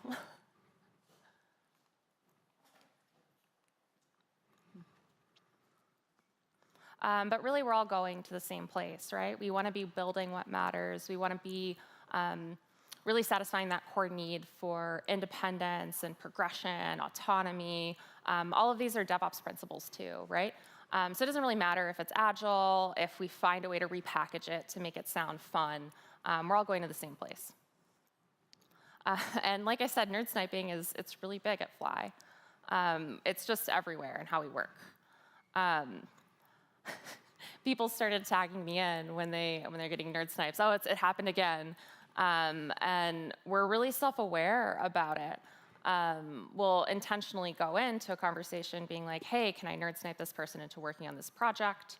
But people have come to expect it so much that Chris here had to say, oh, I'm not trying to nerd snipe anyone. Like, I'm just asking a question. And it comes up with customer problems too, right? We see support tickets as this perfect little package sometimes of this customer problem that we need to solve. But oftentimes it bridges the organization in a way that maybe if there wasn't this openness, it would be harder for us to tackle. And my favorite one is this person, they say it's literally why I got hired, to nerd snipe and be nerd sniped. It's how they think about their job at Fly. So just to impress upon you, like, I think this is one of the really unique things that I see in a bigger macrocosm of people who are really creative, working together, looking for that freedom. And even our customers know. I'll let everyone read a little bit. The customers started working on a workaround because there was a missing feature. And instead, they stopped themselves. They knew, oh, why don't we just nerd snipe them on Twitter? And they had the feature by the end of the day. How frequently have you, as a customer, gotten your missing feature within the same 24-hour period? Kind of wild. So let's break down how this happened, right? So Steve here saw the tweet. He shared the tweet with Thomas. And so part of it is understanding the person. Like, who is going to be really captured by this? And how do I connect with them? This one was easy. He just tagged him in. But sometimes you have to do more framing around it and kind of message it to that person. And then what could go right? What's the best result? So in this case, it's simple. It's making a feature. But maybe what could go right could involve better understanding of like the customer journey and where we're going. Or maybe it relates to platform design, right? Like maybe this part of our UX isn't quite right, and we all need to think about it together. And then this one's a little dangerous, right? Who here knows Cunningham's Law? Yeah, a little. So Cunningham's Law is the best way to get the right answer on the internet is to post the wrong one. So I'm not saying you should go around pretending to not know things or to be disingenuous, right? But it is very effective to say, oh, this seems trivial. And Steve did that well. This one ended up being relatively trivial, but sometimes it's not, and this opens up a really good discussion about what's blocking us, like what's in between us and the solution. And finally, this is, if you remember one thing from this talk, it's open questions. They usually start with what. It just opens up discussion, rather than fully mapping out the entire solution for someone and then saying, oh, do you approve of this? Let's have an exchange, right? Like, let's get the buy-in, let's solve it together. And I'm thinking that most of you already do a lot of this, right? Like you see these customer problems, you're taking them to your team, but where do they go? Do they go into a backlog that's managed by product manager or partnership manager? Do they somehow get translated into a different language, right? Like by language, I mean, like, are they getting tagged with themes on a roadmap? Like, are you getting distance from the impact? I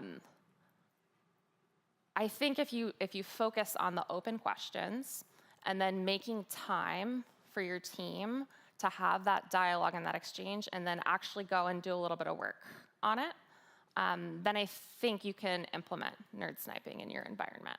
I'm really looking forward to talking with people after this talk about where they think it would work and where they think it wouldn't. And I'll get more into that. So open questions. This one is really big. Every single person, every engineer, every manager, we all get training in asking open questions. This is just like a meme. So I'm going to go through some of my favorite ones here. So what's the hardest part about something? What would happen if we tried something else? And then this one's the best one. If you could wave a magic wand and change one thing, what would it be? And then what are you optimizing for? This one is really good when you disagree with someone, because usually you don't see the facts differently. Like the facts are the facts. It's just what you're trying to get the outcome to be is a little bit different. And then a bonus one here, I'll say, is if you went to bed and then you woke up the next day and everything was fixed, what would be the first little sign that you saw to tell you that it was fixed, right? And that's how you know the first change you need to make to solve some of these bigger problems. And this one I've seen be really, really successful in more rigid environments. Like I've worked with very, very strict agile processes. And the engineers on my team were just so fearful to take time on an experiment and then have it not actually result in a tangible feature or something they could kind of chalk up on the board, right? And we came up with a template for running experiments. And this is just like first grade, second grade science project. You know, you write your hypothesis, here's what we're gonna test, but you can zhuzh it up, make it look a little fancier in Google Docs. And even if the experiment fails, you have what you tried, and hey, you learned that it didn't work, right? But this has seemed to be more acceptable in more strict planning processes because you have a document, you have something that shows that you did this work. And then the other thing that I've seen be really successful is if you do have the time to set aside in your sprints, definitely do that. We've had hack weeks where someone will get an idea, they'll write up an experiment template, but then the benefit of the hack week is we'll have like a company-wide or a department-wide demo, and they'll actually get to show off what they built and what they tried, and usually it's a bit more casual. But I think the biggest thing that's helped me as an engineering manager is book clubbing with the other engineering managers and senior leadership, with key like senior members of your engineering team, whoever is doing a lot of this planning work. And we read Slack together. Has anyone else read Slack? No hands. Okay, this is my biggest, oh, one. Okay, this is my biggest recommendation. And the irony is that one of the strictest engineering leaders that I worked with in terms of timeline-driven development, we didn't have a lot of Slack. They were actually the person who recommended me this book. But I do think that having these small group discussions with all of the people who are involved in the planning process in a way that's not focused on a particular work item, right? Like there's no charge, there's no one pressuring them to get that done. Just having this more abstract discussion about what do you want this team to be? How do you want to work? I've found that to be a really productive use of my time, and I recommend it to you all. So taking a step back, maybe you're trying some of these things, and maybe you see glimmers of it working somewhere, maybe it doesn't work somewhere else. This is generally what you should see happen. When you're going in and nerd sniping, when you're bringing up these customer issues, or you're seeing something that's maybe a little bit wrong in the code that needs to be tweaked, that's interesting, suddenly everyone has an opinion, right? That's how you know it's a nerd snipe. You get long threads, 100 messages in a thread or more, and lots of questions. And then one of the really cool things that I've seen is lower status. So by lower status, I mean people who maybe don't have like the power in traditional work environments to say, hey, we should work on this project, and then have people just trust them, right? And just go forth and do it. So lower status people have initiated work for higher status people. So that could look like your early career engineers asking a lot of really good questions and pointing things out, and then your more senior engineers picking up those projects, right? Or working together on them. And then customers getting features and fixes. Let's maybe lower the standard. It doesn't have to be within a 24-hour period to start. But you do see more of that really impactful work getting done. And finally, this isn't about pushing people to overwork. This is about working at a sustainable pace, right? Where you're being driven by real curiosity. It can be abused. I think everyone here is probably thinking, oh, this is an excuse for my product manager or my manager to just bring up bugs that they want to have fixed and then expect everyone to just fix them. Is that what people were thinking? Other people doubts in the audience. So we created this Maslow's hierarchy of nerd sniping as a way to just have these conversations, right? So why do you want to do this work? Is it because your boss said, hey, I'm interested in this, and you're like, oh, I need to impress them, everyone's getting laid off in the industry, like, oh crap. I need to do this to feel safe, right? Or maybe you feel like you need to do this work to belong with the team, like to get along with what the rest of the group thinks. Those two, not so hot on those reasons. Like, I think maybe you should pause and reconsider. The one where I feel like it's acceptable sometimes is that skill development. And sometimes people call this like resume-driven development. Like you get excited about a certain technology, the opportunity comes up. Sometimes I'll indulge a little bit and take that, but maybe pause before doing that. But once you start getting into this upper part, like this, what would be psychological or self-fulfillment in the Maslow's hierarchy, that genuine curiosity, and then the customer impact. If you're spending time on a problem because you're genuinely curious, like of course put up limits, right? Like don't spend all day on it, time box it, do some other like time management around it. We can talk more about that. But the real golden stuff here is that customer impact. And by that I mean customers will pay you more money or they will not churn from your product, like very concrete things that you can talk about. Again, I'm entirely unoriginal. This is actually just a DevOps principle. It's one of the 5 C's or one of the 7 C's. It's customer-centric decision-making. So it's thinking about what the actual impact is of your work. And I think one of the biggest rebuttals that I get is, isn't this just you going around and manipulating your coworkers into doing the projects that you want them to do? And to that I say no, because leadership isn't just nerd sniping into getting people what you want them to do. It's about the customer impact. So if you're genuinely approaching this process from wanting to have this good impact for users and for your team, then you're not going to be manipulating people. And even just the technical definition of manipulation, it requires that there is an asymmetry of information and that you have this intent, right? And so if you have, like, from the goodness of your heart, you want people to be doing good work, then I really would not worry about it being manipulative. And so you have to remember, with great power comes great responsibility. We have to really think about the power dynamics here.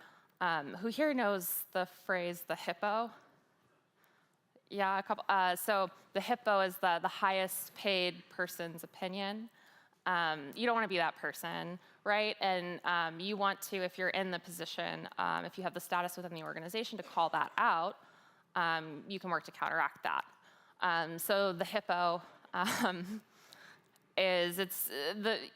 you can ignore all the data, right? It's just this person has status, so we have to do what they want. And I see that really creates the distance from the customer impact, right? Because you're distracted, you're thinking more about the impact on that person. So I said, be aware of power dynamics. Very, very tactically, I see us checking in on our nerd sniping as we're doing this. And I think this is just this maturing system. So we actually ask for consent a lot of the time. Z asked Jesse, are you free to get nerd sniped? It's like, so you can say no, like I have too much on my plate, I'm not interested, find someone else. And then I checked in. I do a lot of nerd sniping. I get very excited about these problems. And I checked in, it's like, hey, like, am I doing this too much? So just simple things like that, it helps curtail and make this a more equitable process. And then, of course, I keep saying this, the work really needs to have impact.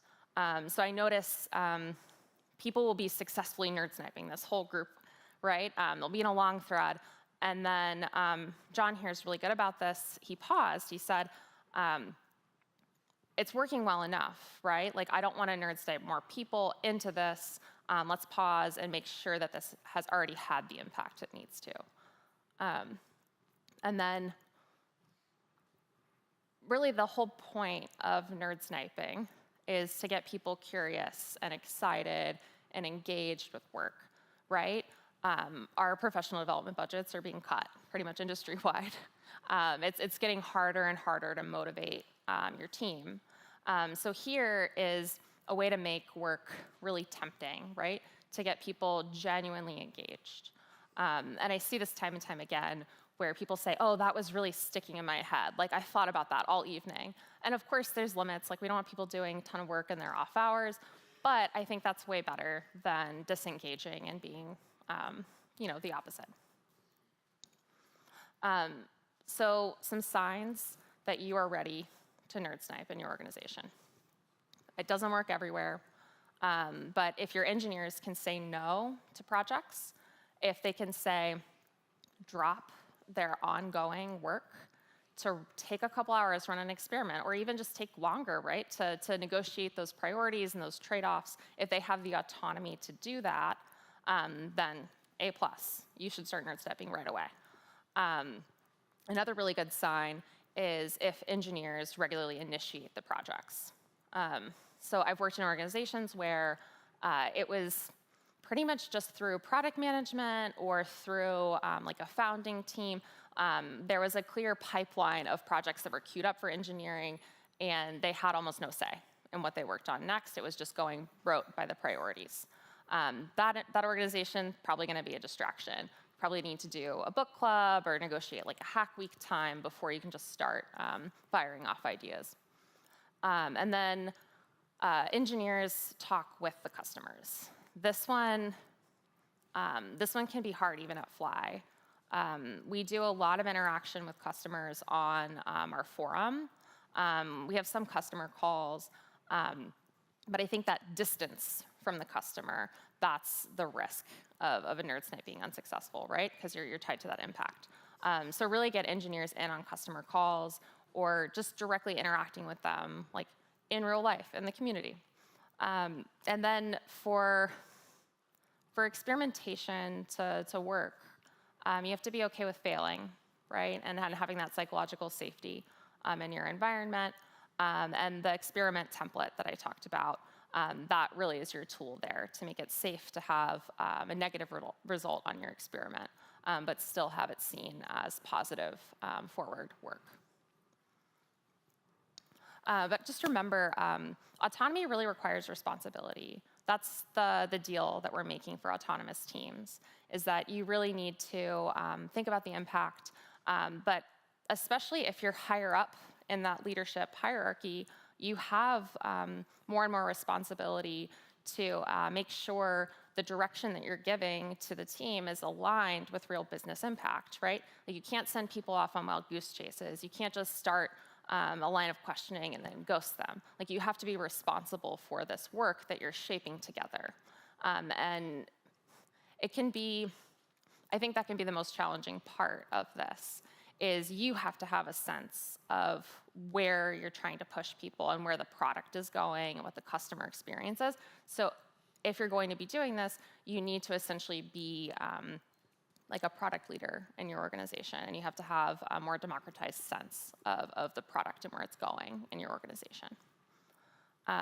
But if you take away two techniques, try out those open questions and try to make more time to explore and opening up that time for your engineering team. And with that, this is actually all influence skills. This is a whole field of study in engineering management. So if you check out, there's a QR code for a link tree. I've put some starter links for There's 2 worksheets of open questions. There is an outline of how to learn about another person's core needs, so how to understand them so you can nerd snipe them better. I think my LinkedIn's on there. You can add me.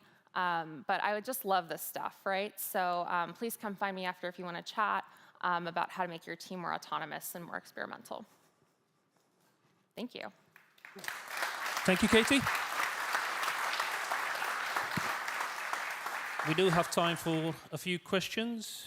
So I'll go with the first one, which is a meta question. Are you free to be nerd sniped? A nerd snipe in itself. I would agree with that, yes. Yeah, as an engineer, yes. I'd probably just hop onto that. Yeah. Is there a way to maybe, accept, maybe Shortest go with... answer ever, yes. Okay. Correct.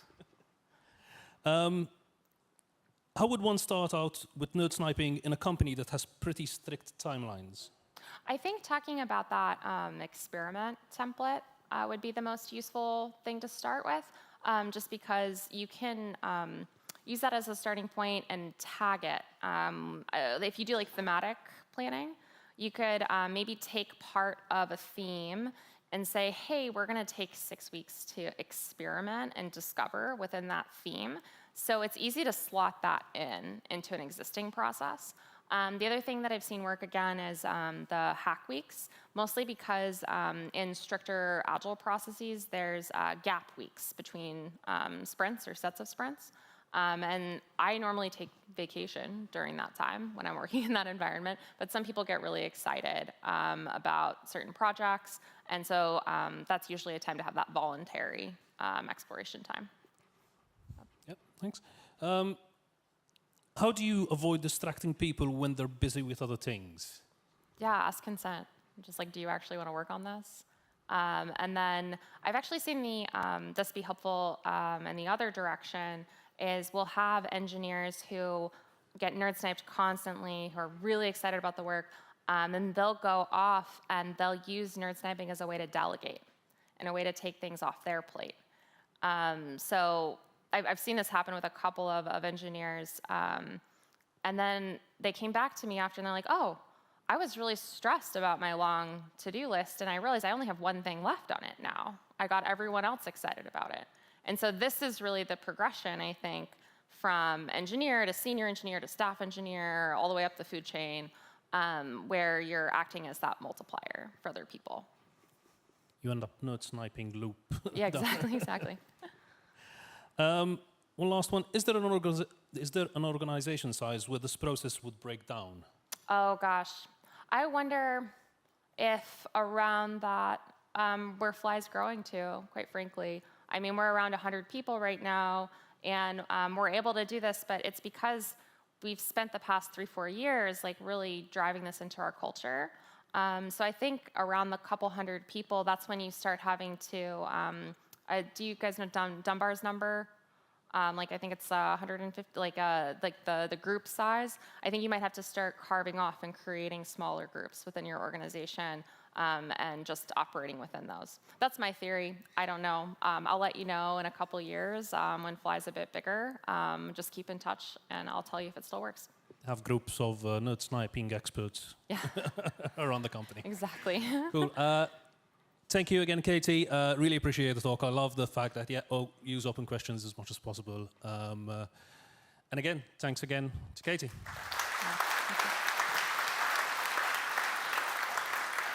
On that note, we have a 5-minute break. Remember to go around the sponsors. Last chance to get your sponsor passport all filled up for the raffle, and see you in 5 minutes. Thank you.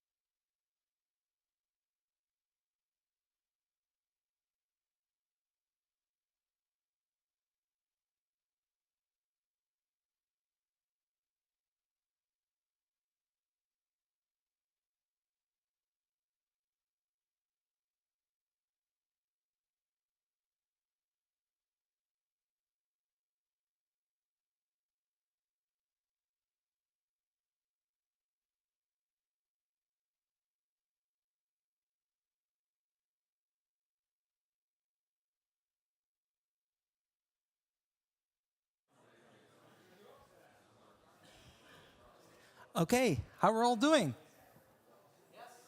Yes? Are we ready for another session? I know it's been a long day, probably.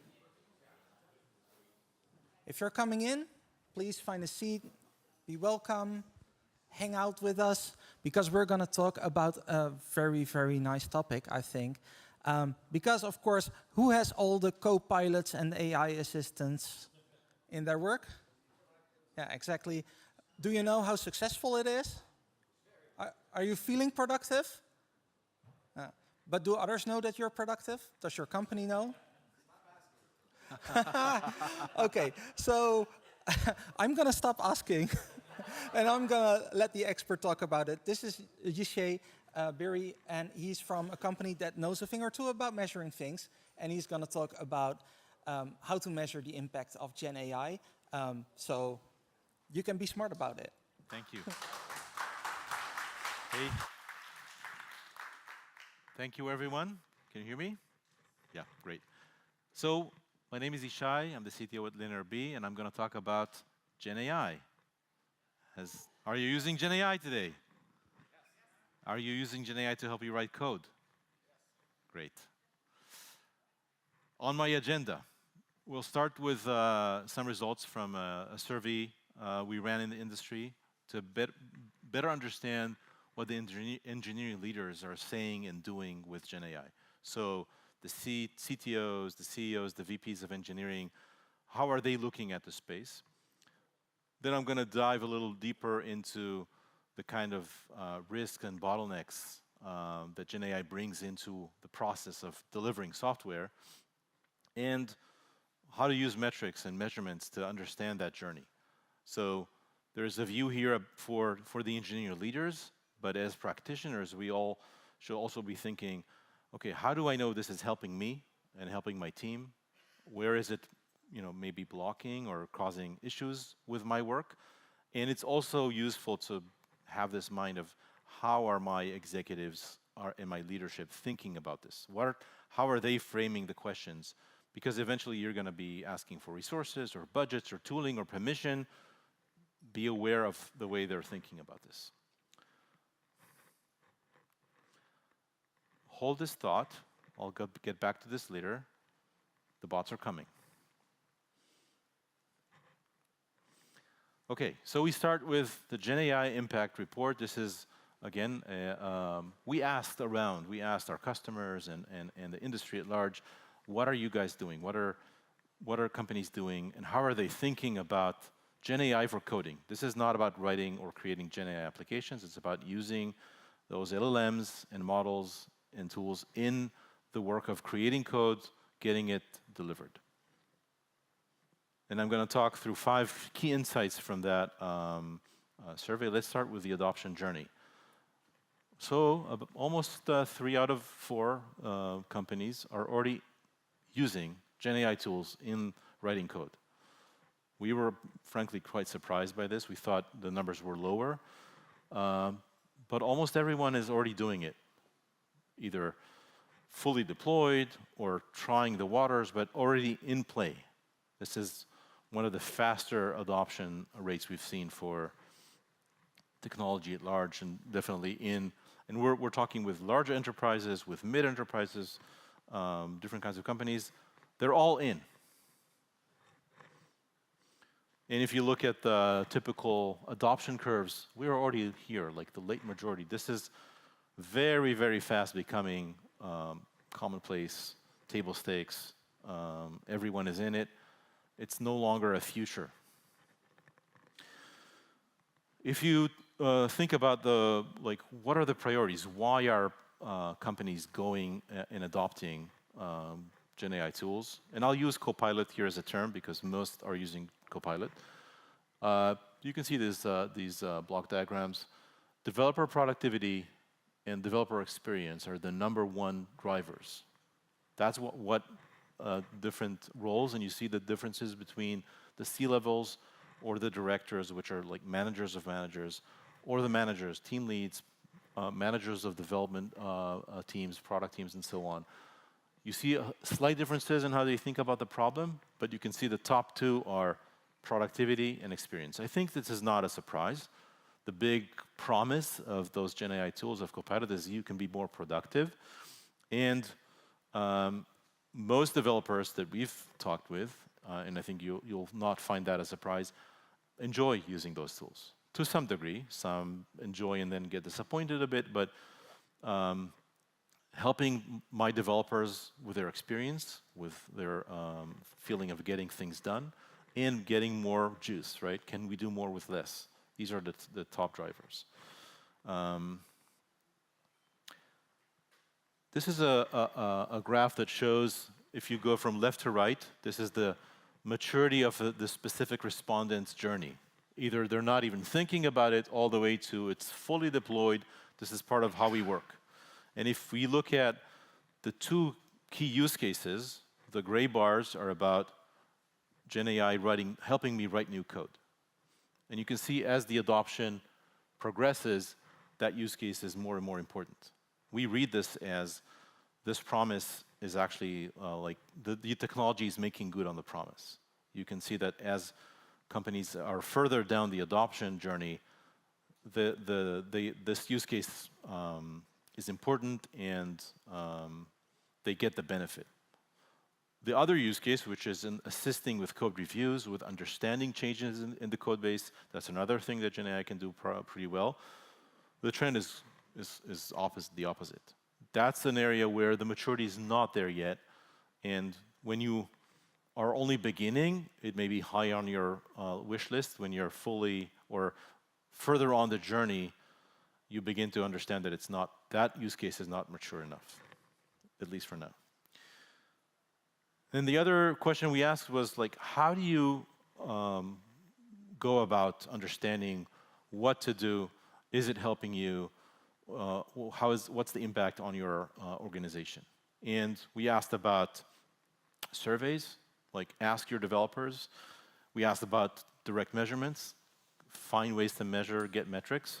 And we also asked about run surveys for your managers, your team leads, your managers.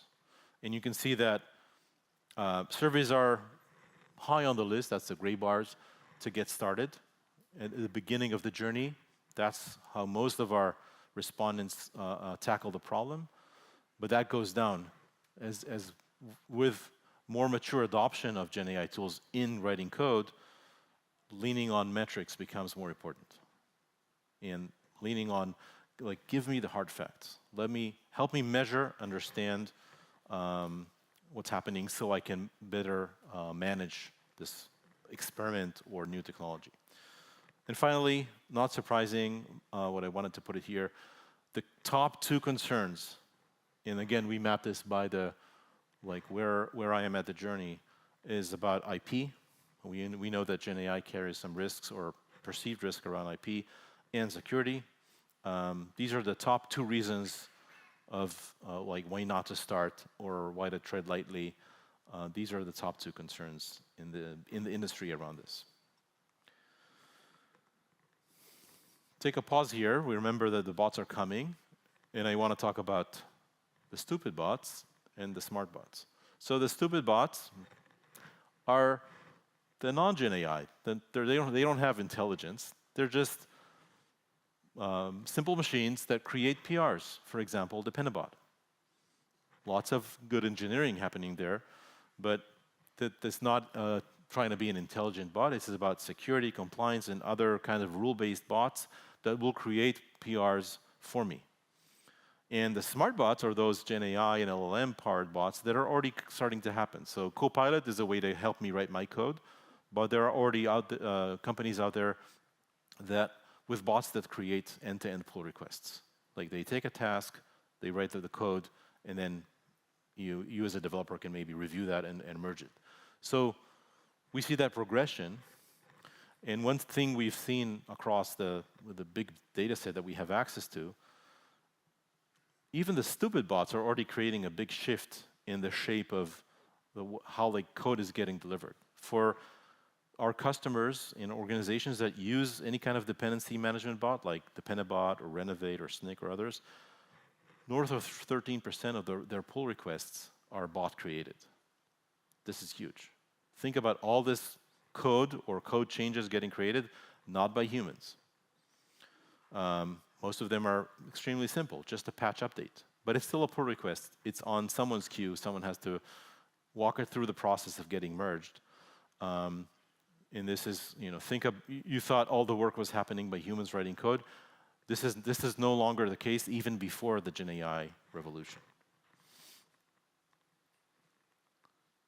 So let's talk a little about the risks and the bottlenecks. And these are not specific to Gen AI. They're also relevant for those stupid bots, but Gen AI takes it a step further. So first thing, quality, right? You have code that's generated by a model. We all know about hallucinations. The model, it feels good, it looks correct, but actually, there's this parameter never exists for this function, or this whole import was invented, doesn't really work. And we see, there is some research here, that there is a downward push on quality impacted by the rise of Gen AI in the coding process. But also think about the code review.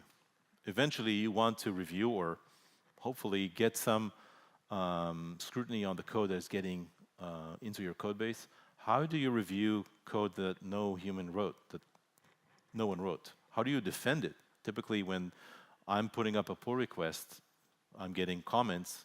I can think about them, I can accept them, I can maybe defend my position. How do you do that when you did not write the code to begin with? So that process of reviewing code has to change in some way. But even worse, think about the pipeline. And pipeline here, I mean the human pipeline, code reviews, decision to merge, all of that, plus the automated pipeline of CI, CD, testing, all of that. Is your current pipeline capable of handling 10x more code? Gen AI in that revolution can easily 10x the rate of incoming code. And you're going to get stuck with huge review queues if you don't change something. You can maybe spin up some more machines for CI and CD. In most cases, that's going to work. Maybe you have some resource limitations on how you and where you run your tests.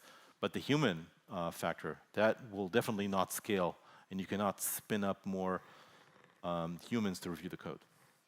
Nor do you want to trust AI to actually also review the code as a solution. So we talked about the code reviews as a key bottleneck that is getting highlighted by the stupid bots and even more by Gen AI work. The CI/CD pipelines. And then task scoping, and if you think about the work that is getting assisted or created by Gen AI models, if you're not doing a good job at scoping down work and having, this is a very well-defined small task that I can ask a model to do for me, you're going to run into a lot of problems with the boundaries of the task. And we all know that it's easier for humans to deal with even mentally carving a task or what they need to do from a not so well-defined task. For models, it's going to be more difficult. How do you mitigate this? So you start with software engineering intelligence. That's a keyword or a buzzword for the market that we operate in. This is about measuring and understanding your development process, getting metrics around what works and what doesn't. We talked about CI/CD. If you don't have those pipelines in place, if you want to get ready for that 10x revolution, start by automating your CI. Start by having some CI. And a continuous merge is how we think about the review process and the decision to merge code. So CI typically lives after I've merged, or it's like automated processes for my code. But can we also automate part of the review process? Can we automate part of the merge decision so that not all pull requests have to go through a manual step of someone has to look at the code, make some comments, get an approval, and then click on a merge button? That will not scale with the new influx of code getting created by humans with bots in the mix between. And so to unblock those bottlenecks. You want to think about workflow automation for code reviews, continuous merge. How do we avoid all that human toil just to review code or just to get PRs merged? You want to think about your CI/CD efficiency. Get ready for that 10x, which means thinking about partial CI, selective CI. How do I only run the things that are probably going to fail first so that I fail fast and get some feedback to my developers quickly? And you want to be thinking about your deployment frequency. This is a time to invest in getting higher deployment frequency, getting better at deploying code faster. If you have that muscle in place before, again, the onslaught of all this new code, that is going to be your key to be able to actually get the value from GenAI. Otherwise, you'll have a heap of changes in the code waiting to get deployed or to happen, and you're stuck with your old processes and your slow deployment. You're never going to realize the benefits. You're probably going to get hurt by all this backlog or backed up pipelines. Let's dive into metrics. So looking at how to measure the impact of GenAI on my work. As a development organization, as a dev team, we're looking at 3 types of metrics and 3 questions. First, I want to understand adoption. Are my developers using those tools? To what extent? Is this some islands and some teams? Is this across the board? So just adoption, a simple question, but it's important for executives and leaders to understand, is this technology real for my organization? Second, the impact. What is it doing for me? How is it helping me? Is it reducing time to get things done? And so on. And then the risk. How is that impacting my ability to deliver all those pipeline risks and bottlenecks that we talked about? How do I measure that so I can better protect myself and unclog those bottlenecks? Some examples of adoption metrics. Copilot has a neat new API about org-level adoption. So you can start by looking at actual suggestions and acceptance rates for Copilot. You can look at how many users are using Copilot across the org. That's just an example. I'll show a few more. You look at impact metrics. You want to think about things like your cycle time and how it splits between the different stages. In this view, you're seeing some of our the way we at Linear measure things, and also our industry benchmarks. So we're basically publishing industry benchmarks for all the metrics that we measure. Cycle time, how long does it take me from my first commit on a branch all the way to deploy in production? That's a way for me to track if using GenAI is helping me or not. If it is helping me drive cycle time down, great. If cycle time is going up, I may have a pipeline issue. And similar for other metrics. And then look at the risk metrics. So you want to look at, are my pull requests getting reviewed? What kind of review are they getting? Is this a real review or a quick 20-second rubber stamp? If you're seeing a spike in very shallow reviews, this may be a problem leading to quality issues. And if that is tied to your GenAI work, then you know that you have an issue. People are not reviewing the GenAI code as they should. I'll use this example to highlight a couple more. In this view, you can see us contrasting the Copilot tagged work. These are PRs that were assisted by Copilot versus all the rest. So I can look at PRs opened as a way to understand adoption. Is adoption of Copilot rising? Is it eventually reaching the 70–80% of my work that's full adoption? Or is it just happening here or there? You can look at review time. I cycled that in, like I marked this in red. Review time for the Copilot PRs is much longer than the baseline. This tells me there's some issue in my human pipeline on getting those PRs reviewed and eventually accepted and merged. So that's a place for me to dig in. And I want to make sure that I'm not paying extra for those GenAI speed and writing code and then very long reviews. And PR size is another great example. We all know that small PRs can get reviewed better, faster, deployed with less risk, and they're a great leading indicator of like a well-tuned delivery machine. But it's so easy to create so much code with GenAI. Like Copilot, you hit tab, you get 50 lines of code. So if your pull request size is like bursting up with when you're using GenAI, that will create a problem down the road, down your pipeline. So by being able to track it, now you can start to control it and understand the goal is not to just create more code. The goal is to create code that can be actually reviewed and ingested into the code base with low risk.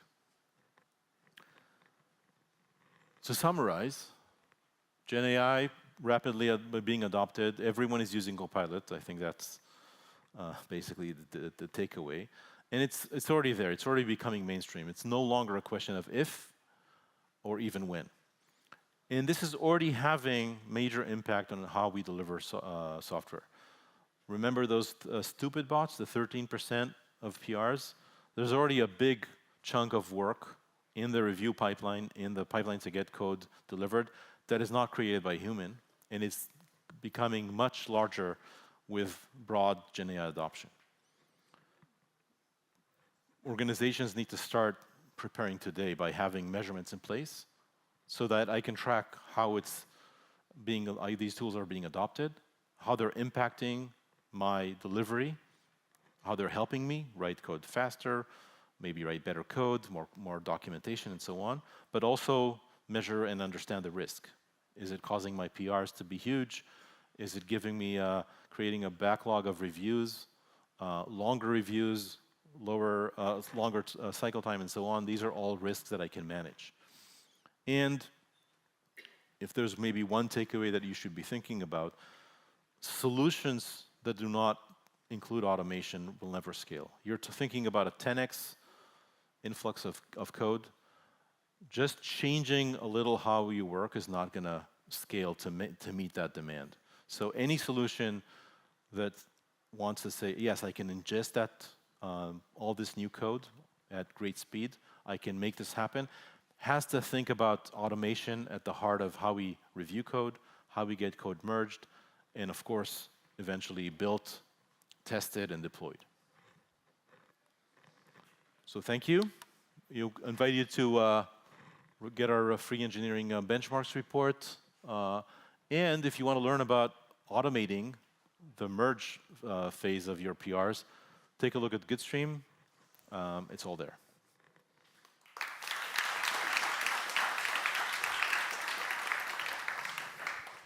Thank you, learned tons. So there's a few questions. The first one is, I'm gonna put it back there. The light is so bright. Did you include questions about governance and if rules were in place before adopting AI or not? We did not ask directly about like how these companies deployed GenAI or whether they, like what kind of guidelines or guardrails they put in place. This did surface in the concerns question, where we asked, like, what are your top concerns that are either stopping you or delaying your entry into that space? And again, the security and IP were the most prominent responses. Is there a way to track the funnel of suggested to accepted to committed with Copilot? So tracking the full funnel, I don't think there is a good solution out there yet. We know about most of this activity lives in the IDE, so people use tab to get some suggestions. They then edit the code. Tracking the full funnel all the way to commit, I think, is the industry's next step, and getting some kind of git blame visibility on this row was assisted or written by a bot. It means a lot, not just for tracking the engineering metrics. It also means a lot for intellectual property and auditing and being able to really understand how code made it into the code base. It's not happening yet, but I'm optimistic. Good. How to measure the risks that were shared by all adopters? So I'm assuming some of this question talks about the risks around security, around IP. This is a bit beyond the scope of engineering metrics as we look at it. There are, risks are everywhere. I think on security, both security and intellectual property, the vendors are doing a lot. There's a lot of work done by not just Microsoft and Copilot, but others to make sure that my responses do not, my suggestions do not include protected or copyrighted code, or that my code is not used to train the model and leak outside. The whole industry is working on that. I don't know if all the solutions are great, but it's happening. There are vendors that are differentiating themselves by saying, I'm a closed garden, I give you your own instance, I am the best at protecting your IP. So this is getting resolved. The big players will need this in place before they can fully adopt. So I'm sure that it's going to get resolved in a good way. Probably much faster than the general media kind of Gen AI image creation, general text creation. I'm optimistic. I read a remark of somebody that said, I was always thinking at some point everything will get automated and AI, and I don't have to do the laundry anymore, and I can focus on the art. But now I get the art with AI, and I still have to do my laundry. Yes. But yeah, I think that we're doing better on the software development space, though. Yes, and I'm also I'm not on the party that is saying, yeah, all the developers are going to get replaced by Gen AI. I don't see that happening. Developers will need to work with that tool, and it's another skill. I'm old enough to remember learning how to Google. It used to be a skill. Someone would say, I'm good at Googling. I know how to do this and get results. And I can show my mom how to tips on how to Google. There used to be a time when that was a skill. I think it's going to happen now. The developers are learning to prompt. They're learning to how to tweak the way that you work with those tools to get the right results. And with a new wave of more autonomous bots that actually create code for you, again, people will learn how do I set up the tasks correctly so that these bots get the results right. How do I give feedback? How do I review this and get this eventually in my code base? How do I create some sort of ownership, because the author is not human, but there still needs to be some ownership around it. So is it a team? Is it the reviewer? We will learn those skills. And I think we'll need more developers, not less. I tend to agree with you, but I'm biased. So, full disclosure. I have one other question to close off, and that is, you were mentioning automating the rest of the software developing lifecycle. Yes. So, when you talk about the human side of the positive effects of having Gen AI in a coding situation, in the IDE, it's quite easy to measure the human satisfaction, the human side of the things. But if you would automate the software development lifecycle more, the human factor is less. So how would you measure it then? So when I'm thinking about automating parts of the SDLC, and specifically what happens between when the code is created and when it's merged, that's the human-heavy part.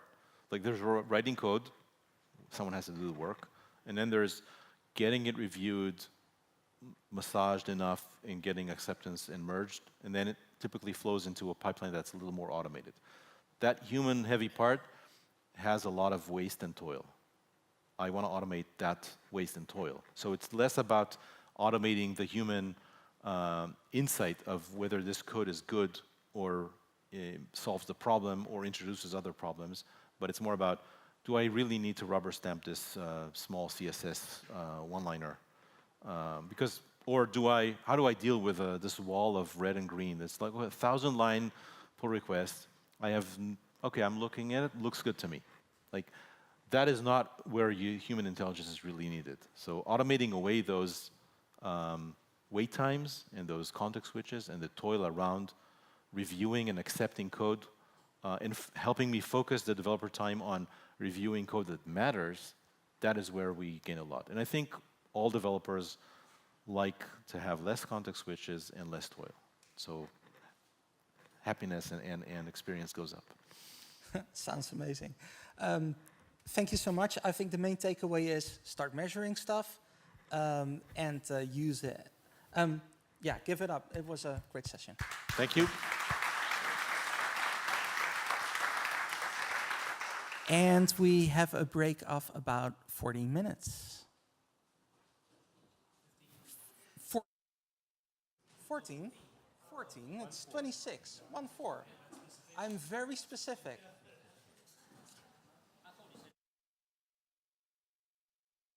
Microsoft already. I'm like 40, 14.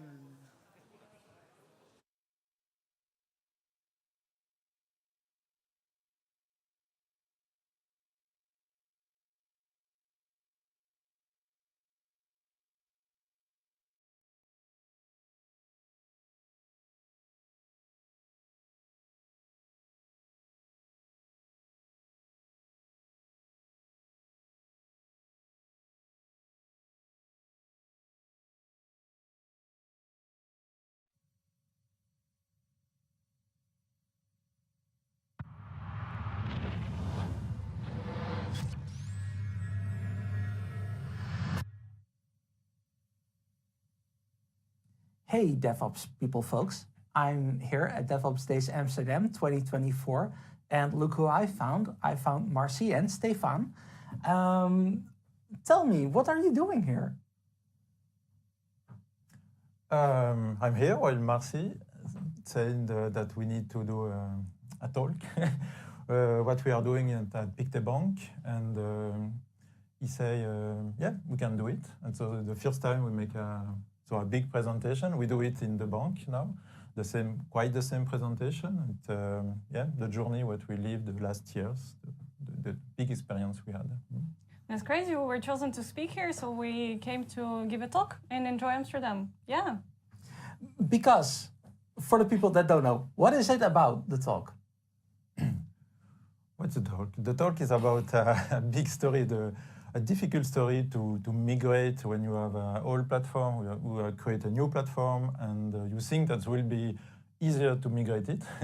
You give to the user something good, you put a lot of effort, a lot of energy, your energy, and you think that it will be cool. The user will love it, but it was not the case, Marcy. It was a little bit difficult to convince them and to make our users that were on the old platform love the new one, to follow our lead, to change their habits, and changing the habits, it's always difficult in this world for anyone, not only the engineers, but like generally speaking, humans don't like changing their habits. So we tried to live it as an engineers, and it was a big technical celebration, like doing this platform and making them follow us, I think. Yeah. But you built something great. Why don't people embrace it then? Why? I don't know. But while they have a platform, they were a little bit old. But for what they need to do, it's deliver feature for the bank, for the banker. So yeah, they have no pain to use the platform. The big pain was in the infrastructure place. So the hardware was end of life, the solution was end of life, the version of Kubernetes was end of life. So yeah, you come, hey, please, in 2 months you need to change. We don't have time, so it's very difficult, but it's very interesting. So we have, it was extraordinary years, the last year. So we create 1,000 of clusters at the end. So, and we need to manage it. We need to find solution to manage it. And this year, the big challenge is biggest this year. We don't speak about that in the talk, but the challenge is the day 2, how we can continue with these 1,000 of clusters. So we need to create an operator to manage all these clusters. So it's passionate. It's very, very exciting. And now I think they are very happy with the new solution. But it was difficult way to change the mindset, to put this in place. I think the hardest exercise that it was for us last year, it was on the one hand to build all that, but to align with all the people that we were working with, because we're working with directly with 500 users, direct users of our platform. We're Kubernetes admins, so we propose as our product platform. So they all have different plans, and no one of them had a plan to do the migration, to have the time like for the learning curve, for the new tools that we proposed, that we have built for them. So it was hard to convince, to work. It was the human work that really took the most time. But I think in the end of the day, we really enjoyed it, and we know them better, and we became like, not friends, but we're in the friendly relationship with our users. It started not as good as we expected, but finished better. What did you find that helped you build that relationship, and you know, the end result is a success? So what did you find as the things that you need to do? It changed everything. So yeah, we have put technology, but without the user, without the contact, without the link. It was difficult to do the both things. The teams changed. We have so create something and in the same time have the link with the user, explain what we are doing. It's difficult, but if you don't do that, you cannot have the user, the confidence, the link with the user. So we have created the new platform. So it was about more than 1 year to create the new platform. And we have also an early adopter. It was a new digital platform. It was completely developed for the vendor with container and deployed in Kubernetes. So we learned a lot with this new platform, with this project. And yeah, we have recreated the link with a lot of things we do. It's a little bit insider what we will explain tomorrow, but we have created Genius Bar to recreate the link. I will not have the link with a mail, with a link with a Jira ticket. You cannot see what the user will in a Jira ticket. They make a lot of shadow IT. They have a lot of teams in front of them, and they create a ticket for the network, a ticket for the VM, a ticket for that. And that makes not something good. So I prefer have a real discussion, what you need, what's your use case, and we can orientate or propose a good solution, a best solution. So more customer intimacy. Yeah. Like really treat them not as like, oh, those are developers and they're just like spinning off something on our platform, but like seeking them out and having a human contact. Interaction, of course. I think that we have started with proposing them a ready-to-go technology, which was amazing. There is no doubt that the platform was brilliant, but their feedbacks were not brilliant. We got humbled very hard by our users. And it was kind of a difficult time because we have a team of amazing people that are very highly motivated. They want to do good. They're like perfectionists. They have this drive in them. Like everybody's different, but we all know our goal, and everybody want to do excellent job. So living in the moment when people would bring you comments that were not so positive, you know, as we expected flowers and applause, and we expected all this fame. Rightfully so. Yes. And they bring you something like, yeah, we hate it actually, and we're not even sure that it does, like, we can see the technology is there, but we're not sure that you thought about everything. And as we work with very difficult and very complex platforms and products around us, they were rightfully scared. So did we really think about everything? I think not. So we started to talk with them, and the fact getting humbled really helped us to, you know, improve ourselves. It was very good starting point, yes, I would say. So that is about the starting point. Now we're a bit further along. You have been successful at introducing the new platform. So what are then the next steps? Because now it's of course never done, right? You'll probably be keep on building the platform. Yeah. Do you have any advice there? We need to continue to listen the user, what they need, what the new project, they need new feature, continue to listen also the Kubernetes. Kubernetes is very changing. It's a difficult. The difficulties of this technology is the changing of Kubernetes also. So, and what we are doing also is to create a survey. We are asking what you like or don't like in the first platform. I was a little bit scared about if the top management give you the time to build something new and good. But at the end, the users say, I prefer the previous platform, what we are doing.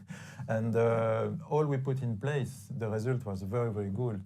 So if you come to see the talk, then we will see the result. It was very interesting that we can change the communication, the support, not the technology part, it was okay, that we have, but everything that around a platform, not a tools, not a product, but a platform, that's very, very interesting to build that and continue to improve that.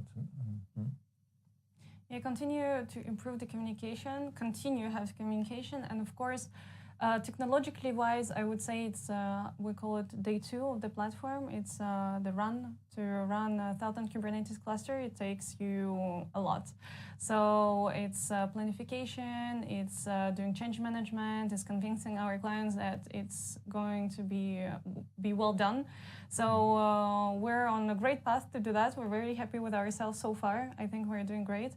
And yeah, automating as maximum as we can for the release management and to stay up to date for our Kubernetes platform. It sounds like you are creating this product and with a product team and doing actual product development. So that's maybe then the secret sauce here?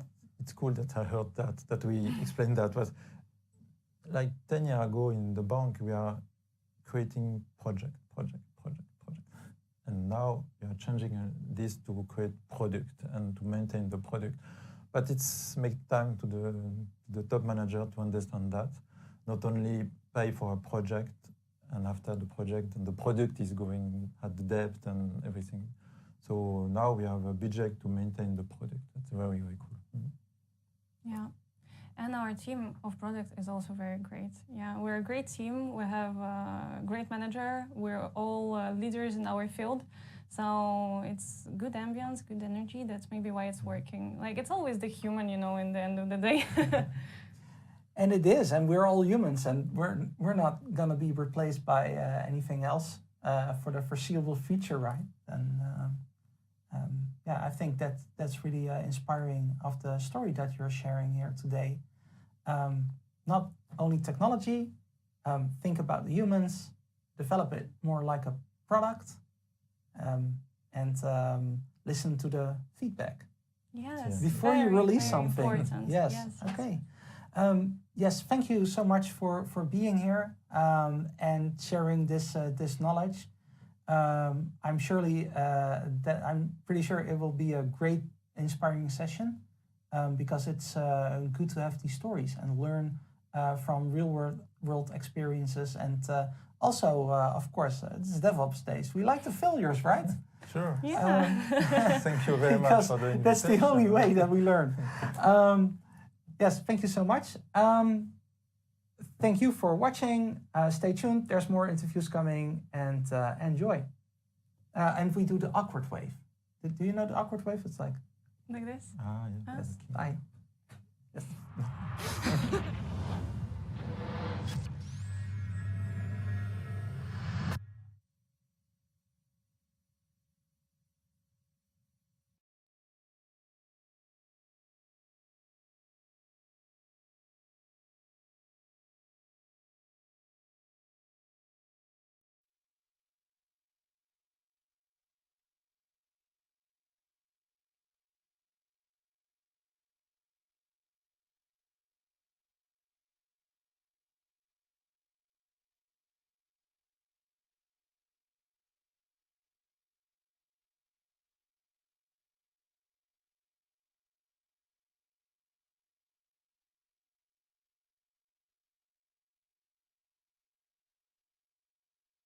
Good break. Got your coffee fix? Sweet. Getting close to the end of the day, but we still have 2 very interesting talks for you. Next one coming up is by Tico, who works for Picnic, and will be talking to us about their journey about cloud native to hybrid and back again. I am really looking forward to this one because I do love a good actual story from companies. Thank you, Tico. Yes, thank you. All right, indeed. I'm going to take you on the Picnic journey, how we went from being a cloud-native company to hybrid and back again. And yes, that is indeed a Hobbit reference. All right, let's get started. So I'll do this based on 3 learnings that we had during this journey. So first of all, your start design doesn't have to be your target design. So really keep on iterating, keep on considering what do you really need. The second, that the best testing is actually done in production, but obviously you need to know what the hell you're doing. And then thirdly is that when you're actually migrating, you need to be prepared for everything going wrong anywhere, and at least make sure that you have a good plan in place and you are able to take the risks into consideration. But first, let me quickly introduce myself. I'm Tico Kieskamp, as indeed mentioned, thank you. I was the project lead of this migration of how we went and took our on-premise workloads that we had to the cloud. Let me first quickly introduce you to Picnic and set a little bit the stage. So who of you here know Picnic? Raise your hands. Okay, that's actually quite a bit. Raise your hands if you actually order at Picnic. A little bit less. I think we can get that number up. Hopefully at the end of the night you're convinced, at least if you live in Netherlands, Germany or France, because not yet in the other countries. But first, what do we do? So we are an online supermarket. I lost my screen there. Okay, the online supermarket. That means that you can order your groceries and we deliver it the next day at your house. So if it's your general groceries or the beers you want for the Netherlands-France match of tonight, up to you. You can order. And we take this old milkman model coming by the door and putting it in a new modern jacket by enabling it and empowering it through technology, data, and innovation. So we're really a product-focused company. And that means that we really wanted to grow that business model. And we took a very cloud-native approach for this. So that allows us to quickly develop and not be blocked by any maintenance and stuff like that. So we took full advantage of that by allowing us to go quick and having really reliable operations. So you don't have any business disruptions down the line. And I think the third thing is maybe even most important. It really allowed you to attract the right talent on the SRE level. So really people focus on helping you grow for the future and not just maintaining whatever stack you have in place. So these are the key reasons that we went cloud native in the first place. Now let's go to the problem statement. So we take all of the products that we get from our suppliers, and it's, somebody orders, and we need to get them the goods. And that is what we do in fulfillment centers. So we take them and we started with the manual processes. So people actually walking with cars past these lines and lines of goods and putting them in the crates so that they can be delivered. Helps you scale because it was actually fairly quickly to set up. I think 3 months to pop up a new one, and actually not that expensive. It's still a lot of money, but doable. But to really get into the future, need to keep innovating, need to keep automating. And that's what we did with our fulfillment center automated, our FCA, which is a lot of conveyors, as you can see, and a lot of crates going around.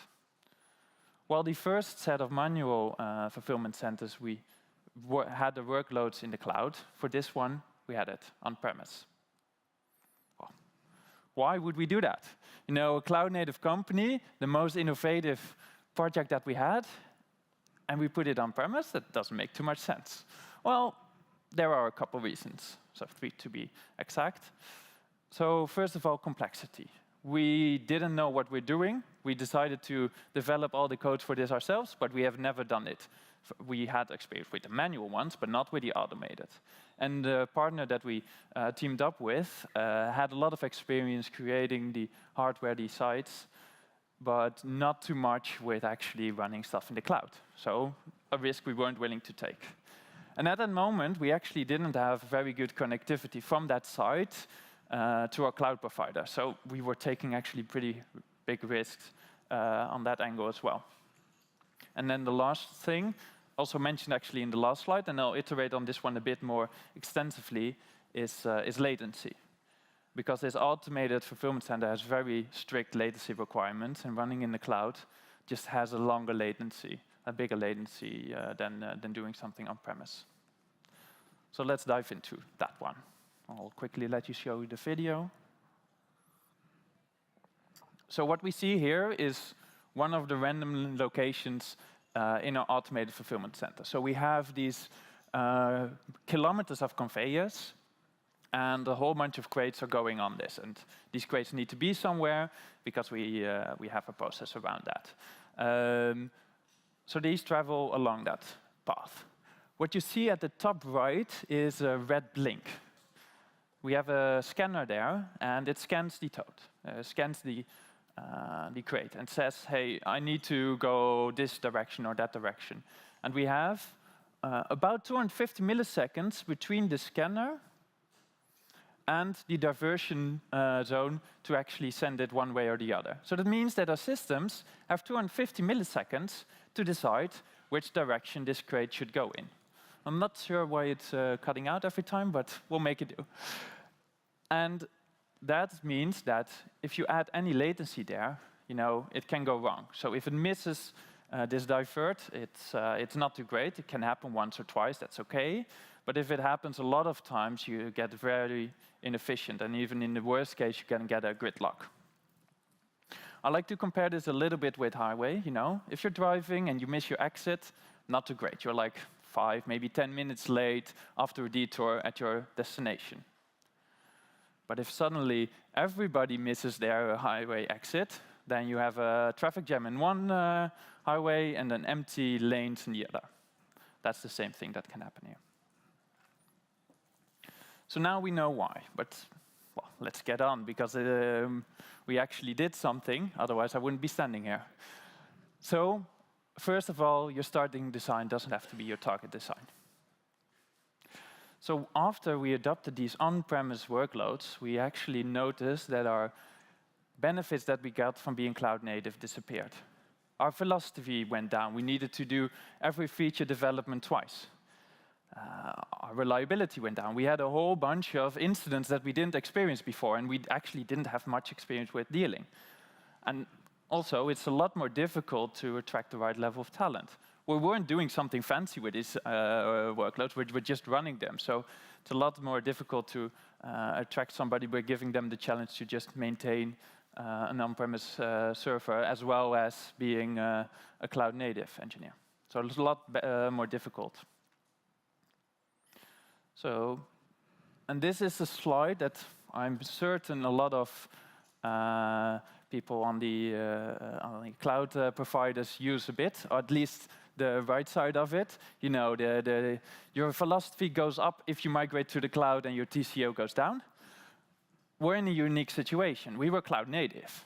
We actually saw this happen to us. Our velocity went down, and the total cost of ownership went up. So this migration back from our on-premise stuff to the cloud should solve that, should bring back the velocity and lower the cost for us. We're 12 months later by this point. We actually had some experience running this automated center, and we solved 2 out of the 3 problems already. So complexity, well, we've been running it for 12 months. We know how it worked. We're pretty confident on being able to run stuff in the cloud. As well as we solved the connectivity. We now had a private link from the site to our cloud provider. The only thing that we still need to tackle is the latency problem. Point number 3, best testing is done in production. I think some of you already have an indication where this goes to, but yes, we tested by applying synthetic latency in our production site and seeing if stuff would break. So we, between our on-site machinery and our message broker, we applied 50 milliseconds of latency, which is the expected impact that a cloud migration would bring. This was still with the message broker and our applications being on-premise, to be clear. So we just simulated the effect of latency. We went to our operations team and said we want to test this. They said, what will go wrong? Well, maybe you will see some impact, but we'll be right there with you. If we break stuff, you yell, we roll back. And they said, OK, I still don't understand fully why, but sure, they did. First thing you do after you test it, did we actually apply the latency, and did it behave as expected? What you see here is the number of observations and the round-trip time it took for a call to come back. And I want to focus it on the red area, because that's where the interesting calls were. Blue is without any latency applied, and you see a nice shift from 30 milliseconds when we applied 30, and 50 milliseconds when we applied 50. So the median deviated nicely. It's not that there was suddenly twice that amount applied, because it was going back and forth twice for whatever reason. And another interesting observation here is that if you look in the long tail, there's not actually that much of a difference. And that was actually also a good thing, because that meant that we also had this graph as a result. So what you see here is actually the actual impact. So the number of missed diverts, I showed you the video a little bit earlier, per 5 minutes. And you can see that there is actually no substantial difference over time after we applied 30 milliseconds or 50 milliseconds. There was no difference. If you are not that great in data analytics, you would say it's even better to run at 30 milliseconds. That's not the case, but at least you get the idea. So, testing done. We could do it. We wouldn't see any differences on the latency side, so we solved all of our issues. Now we could get to the actual migration. And we did that by preparing for failure in all parts, making sure we had a good plan, and that we had the team required to actually execute on the plan. And that also we put everybody in a position where we could make risk treatments at any moment. Because that's, I think, a very, very important learning that we had. And I'll actually have a nice story in a second. But firstly, how did we limit at least the scope so it's manageable? Because if you'd want to do all the migrations at once, that can be difficult. I didn't mention this earlier, but we are running a 24, well, not 24, but 27 operations, so 20 hours, 7 days, at these automated FCs. And in some cases, they even add 1 or 2 more hours during the night just to get ahead of the work for the next day. And we were running already at 70–80% of our total capacity, and we're constantly scaling still to get to 100, which we achieved by now. So what I'm trying to say, there was no margin for error.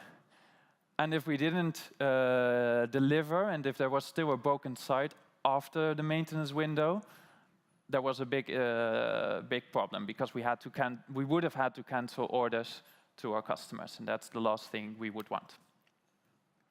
So we needed to split, actually, not only for simplicity, but also for time's sakes, the migrations into multiple windows. So we had 8 databases, 1 message broker, 12 applications, and to be fair, also a whole bunch of supporting stuff that we needed to migrate.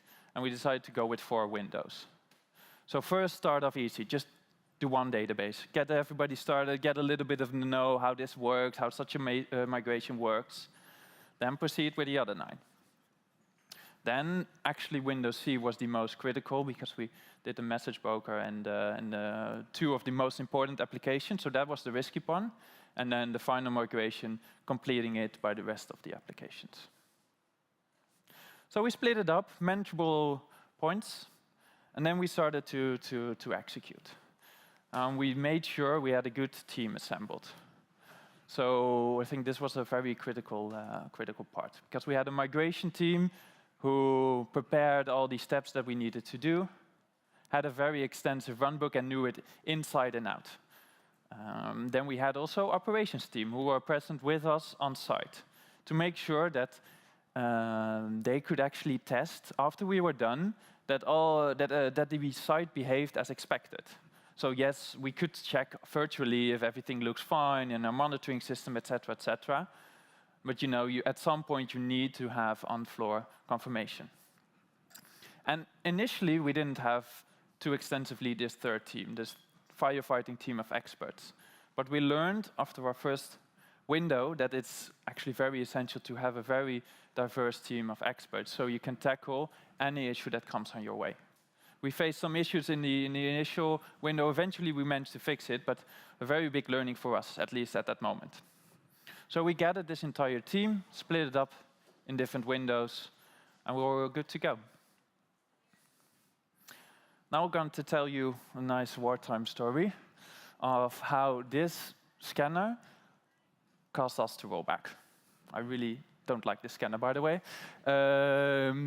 Specifically, what happened is we were in the final maintenance window, so maintenance window D.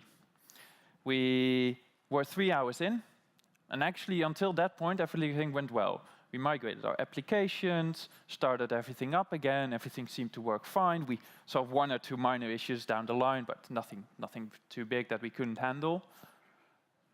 First checks, everything looked healthy in Kubernetes, and the other checks that we have, they all seemed to connect and talk to each other.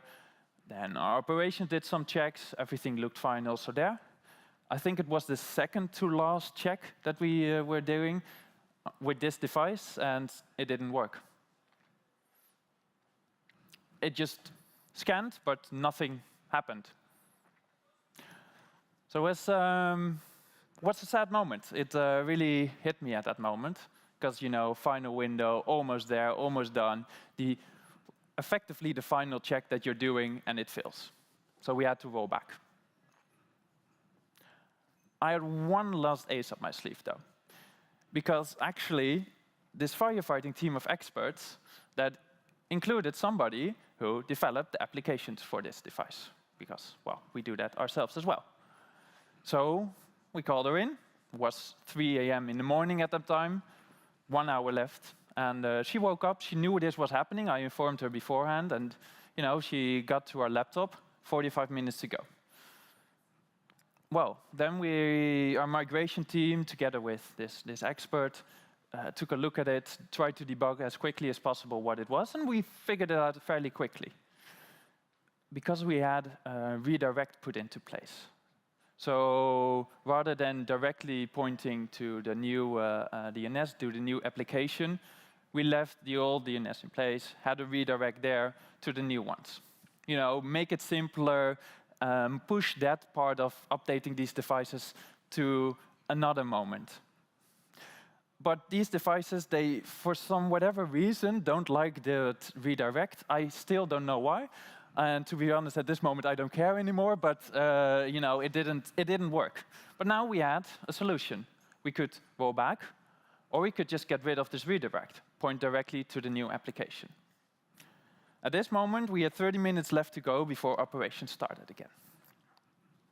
But now we had a plan. So this expert created a new version, deployed it, and pushed it to all of our devices. Let me tell you, I assume this doesn't generally take long, but I swear this night it felt like it took very, very long. And actually, I think it took about 15 minutes to get pushed to the first device, until the first device was actually updated. But at least we had one. So we got that device, and we tested, and yes, finally, it works again. We could scan barcodes, and we would reach our own application, get the information required, etc. So thank God, we made it. It took actually quite some time to push all of these updates to all of the devices, and we were well into overtime by the time that was completed. But at least the time that operations started again, they had enough devices with the new version that they weren't impacted. They could start again and actually had a very successful day afterwards.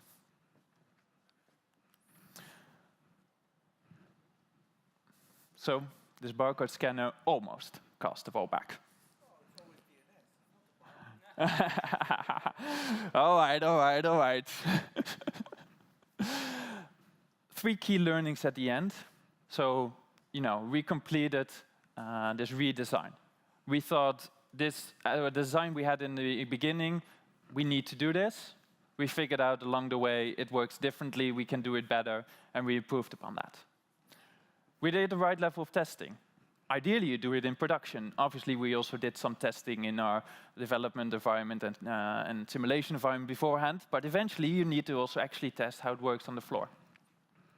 And we prepared for everything could go wrong, and at least have a plan, always have a backup plan to roll back if it doesn't work out. But try, if you can, to solve it instead. Now I want to take you a little bit on, actually, let me stay with this one for a second. Because these are the key learnings, and I hope you took some things with you yourself. Something that you can use in your own project or your own organization. I think it's generally, don't be afraid, push for improvement, and hope you took something with this.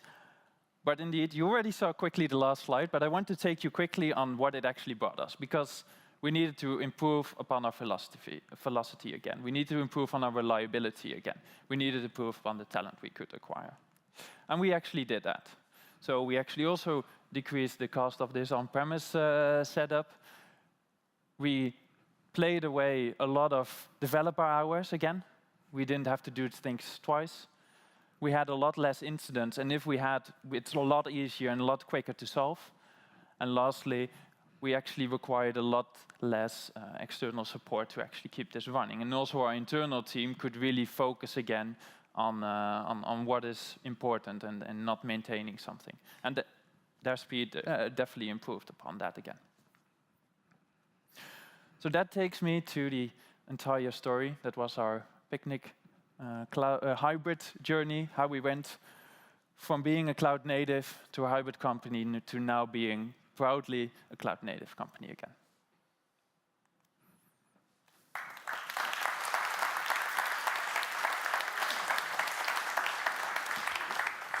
Thank you, Tico. We do have a few questions, and we'll have time for those. So, what made you go from cloud native to on-premise? Well, I think I highlighted this in the beginning, but essentially there was too much risk to go with this automated warehouse fulfillment center directly into the cloud. Our partner wasn't experienced with this. We didn't have good connectivity, and yeah, the latency was at this moment a risk. We did a lot better on it than we initially thought. Yeah, thank you. And the second question is, did you consider an on-site cloud hybrid thingy, official term there, like AWS Outpost or Azure HCI? Yes, we definitely did. I don't know exactly at the very beginning why we didn't do that with the initial setup. But also, I think there were some feature requirements that weren't available. It wasn't that mature back when we started designing. I think that's almost 4 years, 3-4 years ago. But actually, as part of the cloud migration, we also considered that because the latency is less of a hit in that case than the full-on cloud provider itself. And eventually, we considered, there's a lot more still to do ourselves in it, and the latency, we could actually take the hit. So that was the only thing holding us back besides setting up such a center. Cool, thank you. And then a few more questions are coming in. On how many centers did you do this at the same time? Yeah, so we only have one automated fulfillment center at this moment. Well, at least at that moment, right now we already have 2 building the third. These second and third are by itself already in the cloud, so we don't have that issue there. So we only had one. We had 2 server rooms on site, but they were linked, obviously, so just one at the same time. Cool. And again, one coming in just now. Did you not introduce significant latencies between databases and applications between window A and D? Yeah, that definitely was a part. So actually, going back to it, some of these window A and window B databases are analytical databases, so latency was fine. There were also the database of the application itself. We migrated with the application, but actually our most most risky moment was between Windows C and Windows D, because these applications still needed to communicate between itself. So we actually had way more latency in that moment than we would have after the migration was done or before. We also did some precautions for that and did some additional checks. Still ended up being fine, but yeah, we definitely did see that more during the migration than after we completed it. Cool, thank you. That's it. Loved the story. Love that, you know, it's not everything is going to go perfect all at once. Actually, we ended up doing 6 windows. One was aborted because there was some issues beforehand, and there was one that we actually successfully failed, I have to say, because we rolled back on time. So there were 6, just to be clear. Failed successfully. Exactly. That's the best way of failing, to be honest. Cool. Thank you again, Tico, for the great presentation. And again, a round of applause for Tico.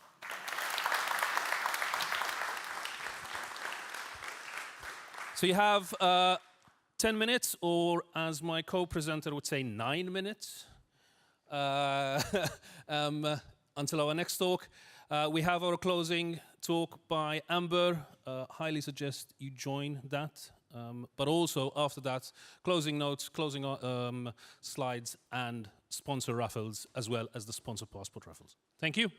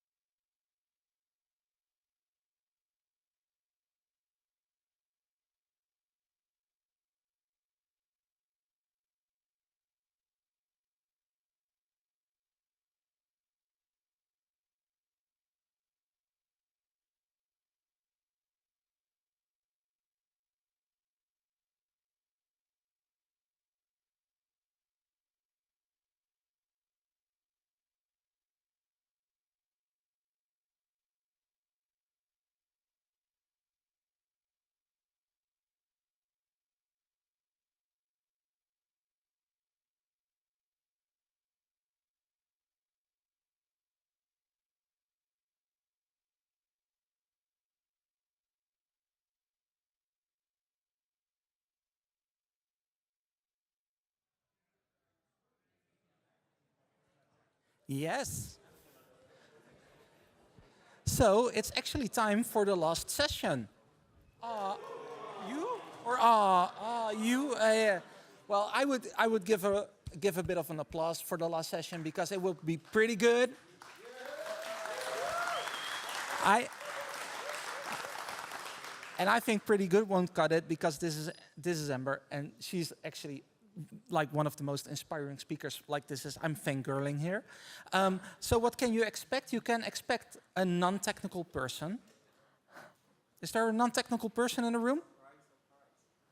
That's a few. Look at that. Woo. Let's hear non-technical people. And I learned that there is some moving action here. So please be ready to move.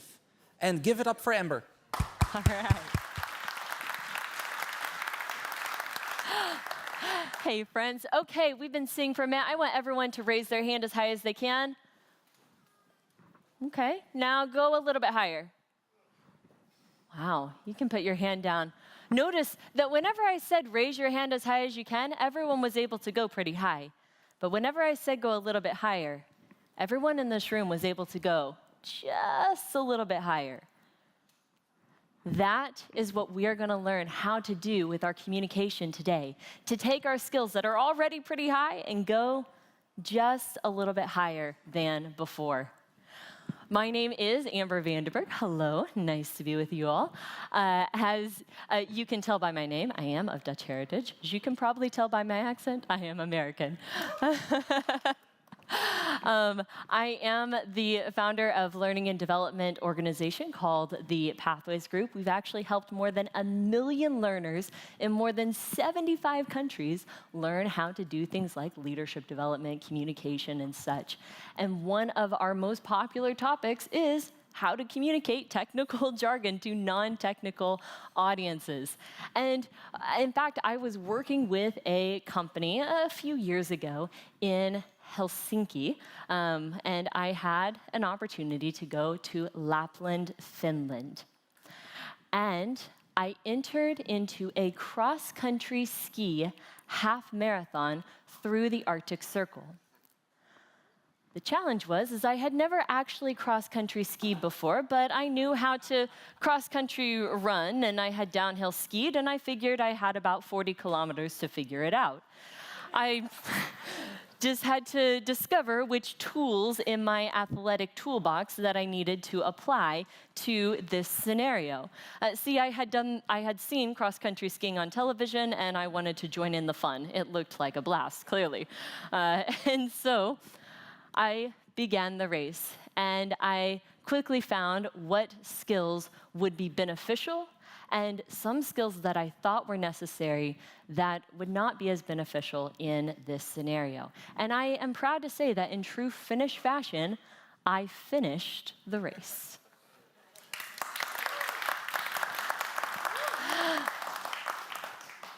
In the same way, today we're going to look at our not athletic toolbox, but our communication toolbox, and see what tools, what skills, what muscles we can use to apply in communicating technical jargon to our non-technical audiences. And same as athletic muscles, communication is a muscle and it is a skill. The more that we practice, the stronger we will become. And we have a few opportunities in problem solving and collaboration and in our presentations to really practice these muscles. These are going to be the 3 main situations where we will have an opportunity to communicate with our non-technical audiences. So, first question we must ask in either of these 3 scenarios is, who is my audience? Who am I speaking to? I can discover who my audience is first by talking to the people, right? Asking some powerful questions, making some observations, and if I have time, depending on the situation, I may do some research. The types of questions that I may ask, we are going to write down a few questions in just a moment. So this is me preparing you. You need to start thinking of questions that I'm going to have you write down on your phone in just a moment. I want you to think, what are the types of questions that I ask to better understand who my audience is, right? What types of questions should I ask to better understand what's in it for me, right? Why am I included in this conversation? How is this beneficial to them? I've talked to several of you already, and you have some questions that you already default to, right? There might be some questions of what is the organizational setup, right? Who is the decision maker? Who do I need to talk to? I might be asking questions about the personality of the team, the culture of the team. I may be asking questions about the targets and the goals. What does success look like in my working relationship? Now, in reality, I'm sure with each of these topics, we can think of 25 different versions to ask these questions. In application, we're only going to have about 2 or 3. Bless you. Gesundheit. See, that's my German.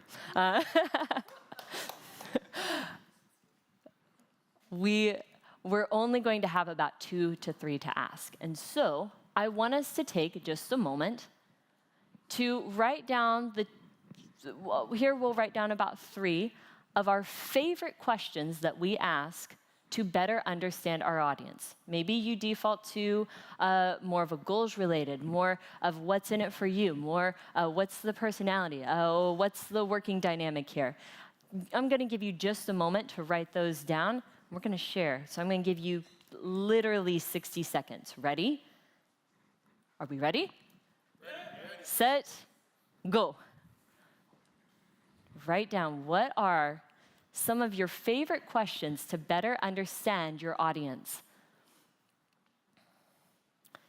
Think about your working relationships, especially in problem solving, collaboration, presentations. We are going to share these in just a minute. Halfway there.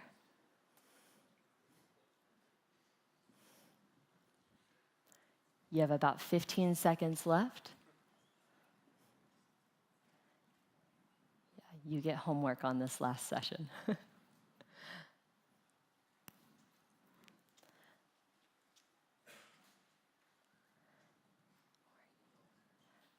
Seeing people vigorously writing it down. 3, 2, 1. Okay, now I'm going to give you about a minute and a half, 2 minutes. I want you to, I told you you're going to stand up. This is the only time we're going to stand up for this session. I want you to stand up or talk to someone next to you and share some of your favorite questions. If you didn't write them down, then you can just verbally share them. What are some of your favorite questions that you have, that you ask your team or that you ask your audience? Just a moment.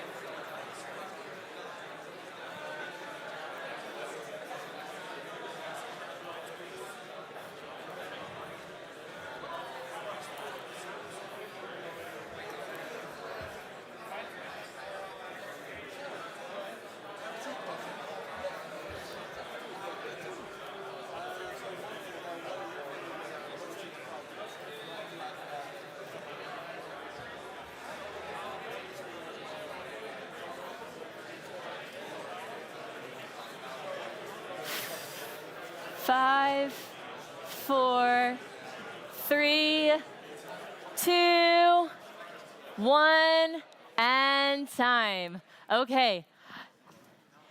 I heard some great conversation. I heard some good questions. I encourage you, because I know I cut this short, this is great conversation to continue after this session.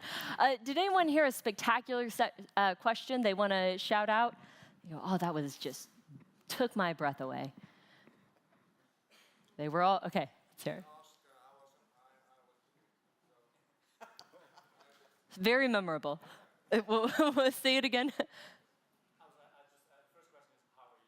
How are you doing? There you go. Yeah, start off with that question. Yes. Yes. One more, yeah. What is your favorite type of cheese? Yes. If you were a cheese, what type of cheese? Yeah, what's your favorite type of cheese? Cheesy. Yes, Mateo.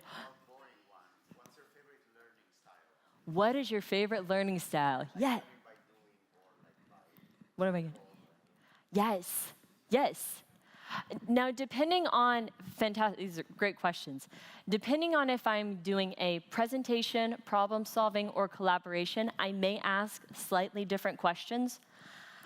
Taking a moment to prepare which questions I'm going to ask can set me up for better success, right? Because again, you're only going to get a couple of questions, 2 to 3, before we move forward. So we want to make sure that our time is spent wisely. Now, a couple of things that I didn't put up on here to consider that I want to address now is your technological baseline of your technical audience. Right? So you have to keep in mind, I have family members that are very impressed that I have a 3D print of a save button. It's a floppy disk. We are in a workplace that has both digital immigrants and digital natives. Right? I remember a time whenever we did not have a computer in my home. I remember a time when we did not have cell phones. I had to immigrate to the world of technology that is today. There are people in our workplace, there are people in our family that were born into this. Right? They were digital natives.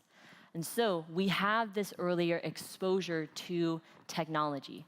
Now, I want to be careful of generational bias whenever we are keeping this in mind.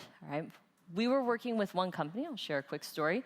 We were working with one company and doing online learning. Now, in this company, the majority of the people that were of a younger generation in this organization were out on the field working on the pipeline.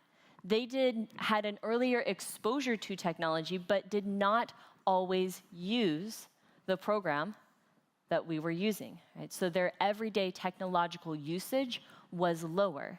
Now, in this company, the majority of the people in this company that were of an older generation, they were in the office using that technology every day. And so what did this mean? We had to assess, we'll go back here, we had to assess not only technological exposure, also technological usage whenever we were assessing where our baseline of learning was. Now, why is it important that we look at our technological baseline? This is going to help determine where we are in using our technological jargon and as we are bringing people forward. I'll share you a very quick story. This is not about the snow, this is about the ocean. So this is several years ago. I was scuba diving for the first time. I did decide to get a guide on this. I did not do that spontaneously. And so I went with the master diver. It was myself, master diver, and then there was another person who had never scuba dived before. The master diver had us walk in the water and showed us how to use the mask and the tank and some basic scuba knowledge before we got on the boat and we drove out to the dive site. Your typical training. It was at this point that we realized that the master diver forgot to ask one very important baseline question. Anyone know what that question is? Can you swim? Can you swim? The other individual did not know how to swim. They were stuck on the boat the rest of the day. The rest of the group went out swimming. We laugh at this story, but how often do we come in and we go through all of the jargon of you do this, this, this, this, this? We haven't asked that baseline question. If I'm putting together that training, I need to have that question prepared. It may be a couple of questions to help assess, am I here, am I here, am I here? There's not a wrong answer. It's knowing where you are so you can better determine where you're going, all right? So this is where I get questions about jargon. Jargon is not necessarily a bad thing. In fact, it can be very, very useful. Jargon is a shortcut of communication. It helps us to quicken our messaging. Imagine if we had a doctor that had to explain medical jargon to his support staff during a surgery. It would not be as successful, right? Jargon can be powerful when understood by everybody in the group. The challenge is whenever not everybody understands these words.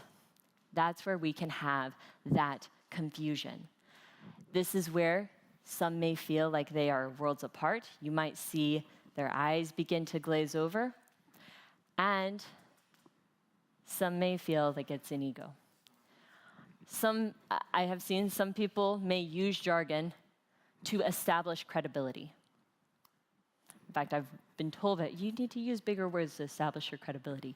If your team, if the person you are communicating with does not understand what you're saying, this is what they're going to hear, or they're going to tune you out. The success of our communication is measured by if there is clear understanding by both parties so that we can move forward. So how do we take these complex ideas and clarify? I told you we're going to look into our communication toolbox. Let's look at some ways that we can clarify within collaboration, presentations, and problem solving. Let's look at problem solving first. One tool we can use is comparisons and stories. I'll give a couple of examples. We were with a team that, a DevSecOps team, and they wanted to put in some measures to combat against a DDoS attack. Problem was, nobody knew what that was in the business unit, right? Amber, we're trying to explain, we don't know what this is. This is what we did. This was not helpful to the business team. And so instead, we told a story. We said, do you remember a few years ago when this thing called the COVID-19 pandemic happened? And there was a massive rush on toilet paper. And the demand was so high that it impacted the operations. This enacted a sense of urgency. It was a clear, relatable story. I'll give another example. This is a very exciting day for me because this is my first international conference that I have a family member who has traveled from the United States to come and watch.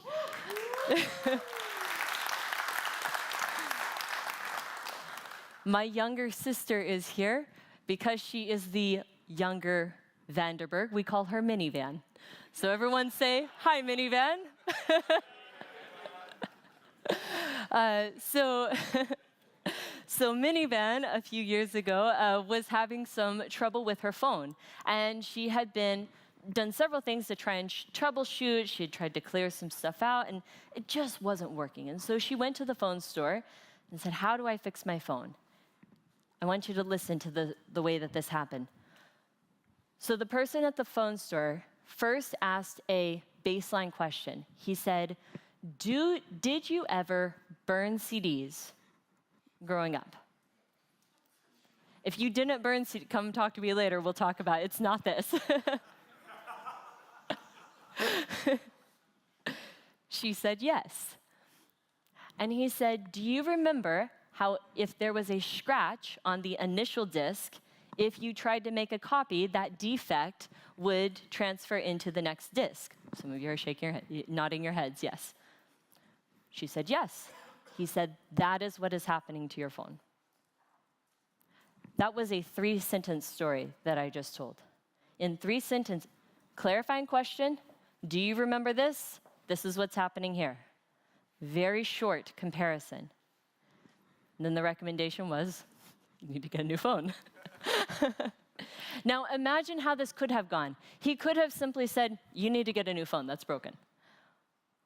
She could have said, felt unheard, maybe gone to go talk to someone else, right? This could have gone different ways. He could have gone through the long explanation of everything that was wrong with the phone. Instead, he used a 3-sentence story to help build that comparison. And Minivan, what happened? Bought a new phone. And you knew why. Exactly. So the framework for this great analogy is we're going to have a relatable experience and a relatable action, right? A relatable outcome. And then we can make that comparison, right? Here's a similar experience, a similar outcome. And then I put a conclusion, right? So we're going to bring this all together. So this is nice. We're going to talk about how to explain to a non-technical audience, and I have a non-technical person here. I wanted to invite my non-technical audience to come up here on stage. Let's give her a round of applause.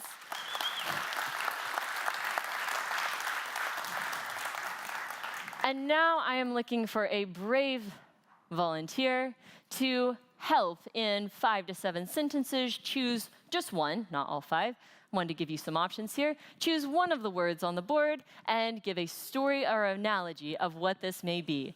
Is there anyone brave enough to choose? You could choose a different word if you want. Of what this might look like. All right, let's hear it.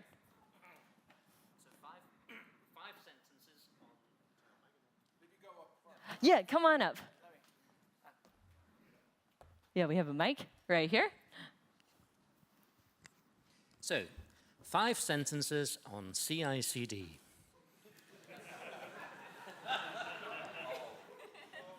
Number 1, it stands for continuous integration and continuous deployment. And these guys don't know what it actually means. But basically, it means that when you develop software, you try to do it in small steps, so that when it breaks, you don't need to fix a lot. And you try to get it into... You can help. You try to get people to use it as quickly as possible. Does that make sense? That does make sense. How many sentences was that? Huh? How many 3 sentences. 3.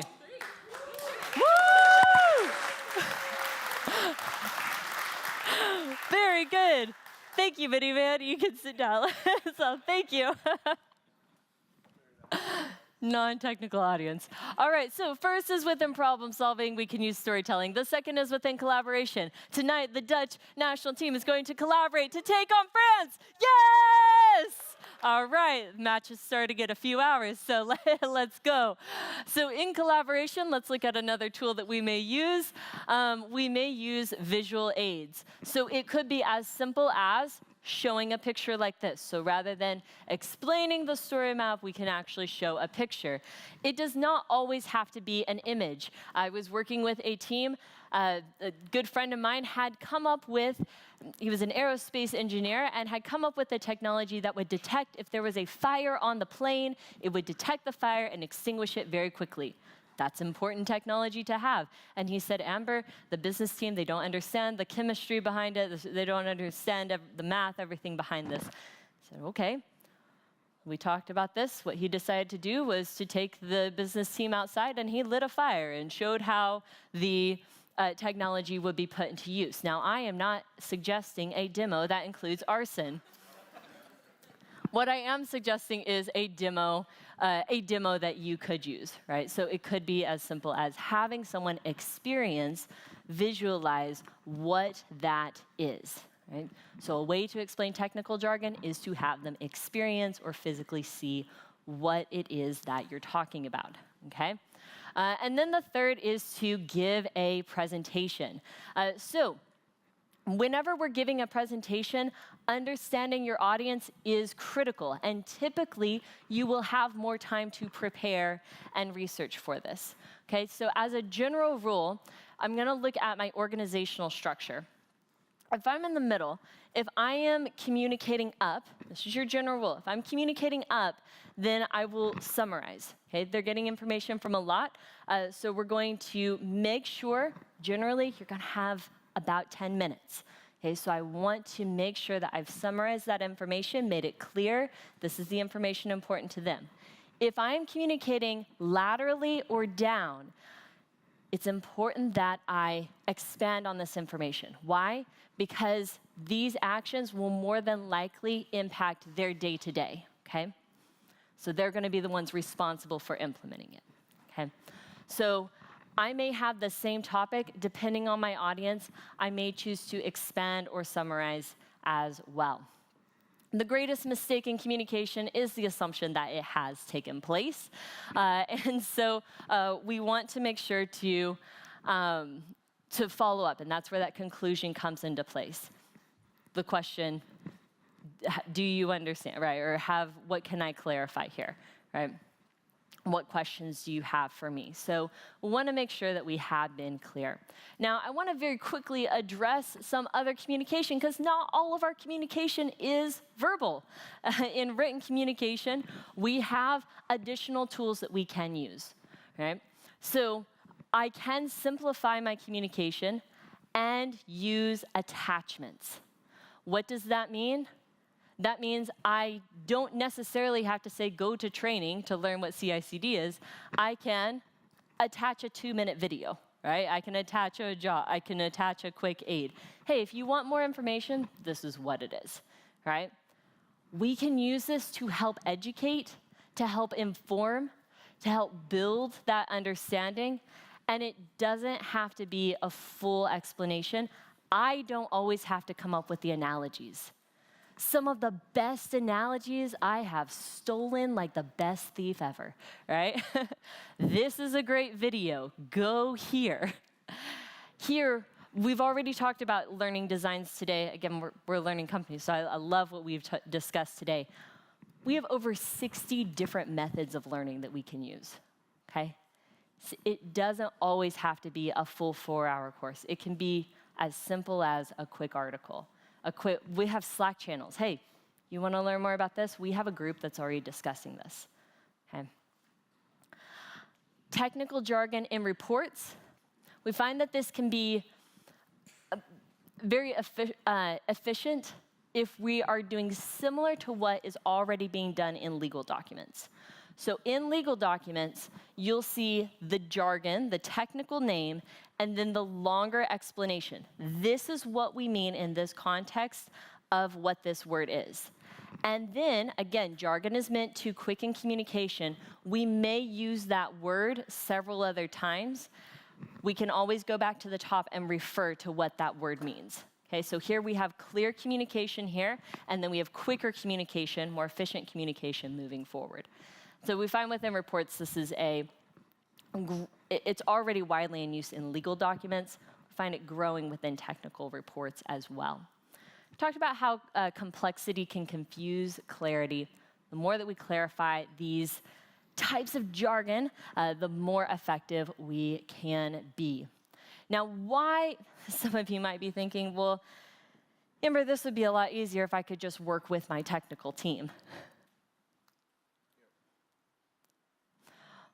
We have an opportunity to gain insight, to gain perspectives from other departments, from other industries, from other disciplines. And it's from this that we're able to create a more rich environment, a more rich product, a more rich service.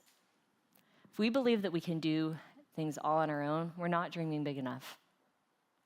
If you want to do something bigger than yourself, then you have to include more people than yourself. We talk about learning new languages, as in linguistics. Here, we're accommodating and we're learning new languages within different disciplines, different departments.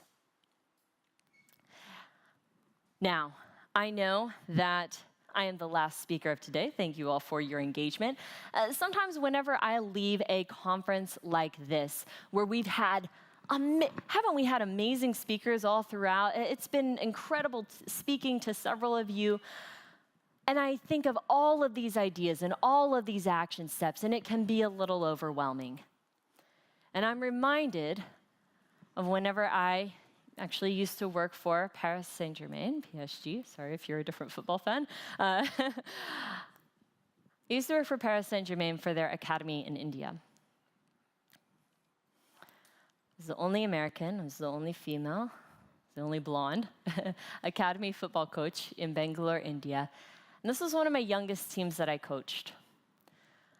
I had a young lad who was 6 years old, and he was very excited for his first day of football. On his first day, he came running out onto the pitch, and he began yelling, "Pass, pass, pass!" And I noticed that he was yelling pass even whenever the other team had the ball. And he was yelling pass whenever he was miles away from the action. And he was yelling pass even whenever he had the ball. So then he was running with the ball going, "Pass, pass, pass." And so I looked, I said, "Why are you yelling pass?" And he looked up at me and he said, "Miss Amber, ma'am, I do not know what it means. I only know it is a football word." You know, we laugh, but sometimes I hear organizations and I hear words like leadership, communication, collaboration, we got this, because we know these are good words. They can lead to big goals. But if we're in the wrong position, if we're miles away from the action, or even if we have the ball and we don't know in which direction we're going, then saying these words, they're not only ineffective, they're actually detrimental to our overall communication within the team. Eventually, the team is going to tune you out, the same way that they tuned out my friend. We say that we value communication and then we don't communicate. We're going to tune you out. But if we first take the time to ask questions, to get to know our audience, to look into our communication toolbox and pull out the tools to better connect, to relate, to build that understanding, and to have clear action moving forward, then we'll be in a position to yell pass, to receive the ball, to move forward, and to score really big goals. I want to thank you all so much for your time today. Thank you.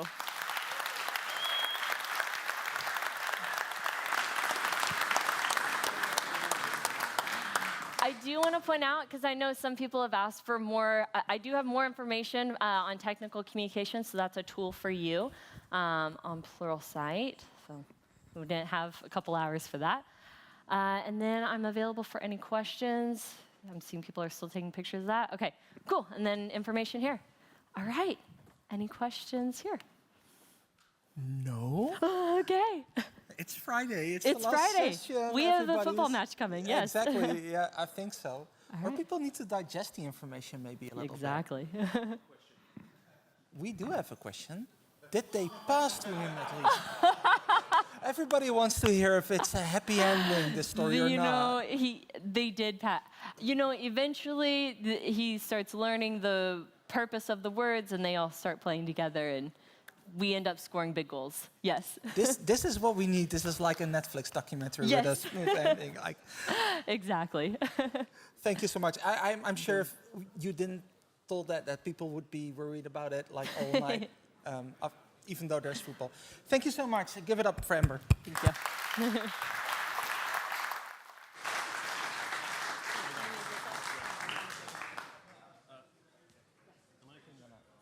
Just, yeah.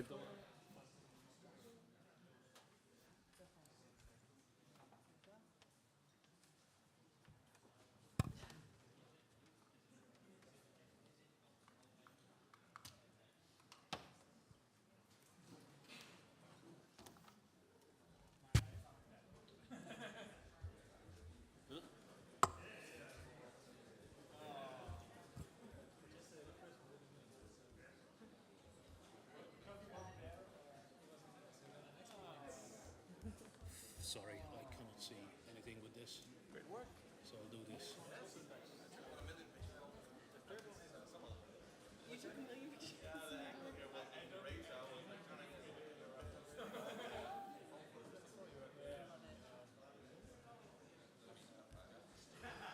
Sorry. We'll be up with you in a jiffy.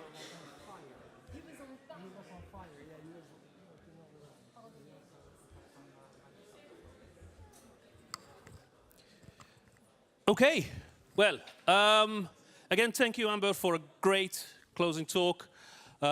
Really enjoyed it, love the stories. Thank you all for being here. This definitely couldn't be, well, it could be done without you, but it would be a bit meaningless. It would be very awkward, me standing on stage here with talking to empty spaces. Again, thank you. We do have a few things. No, before you go to that one. No, before you go to that one.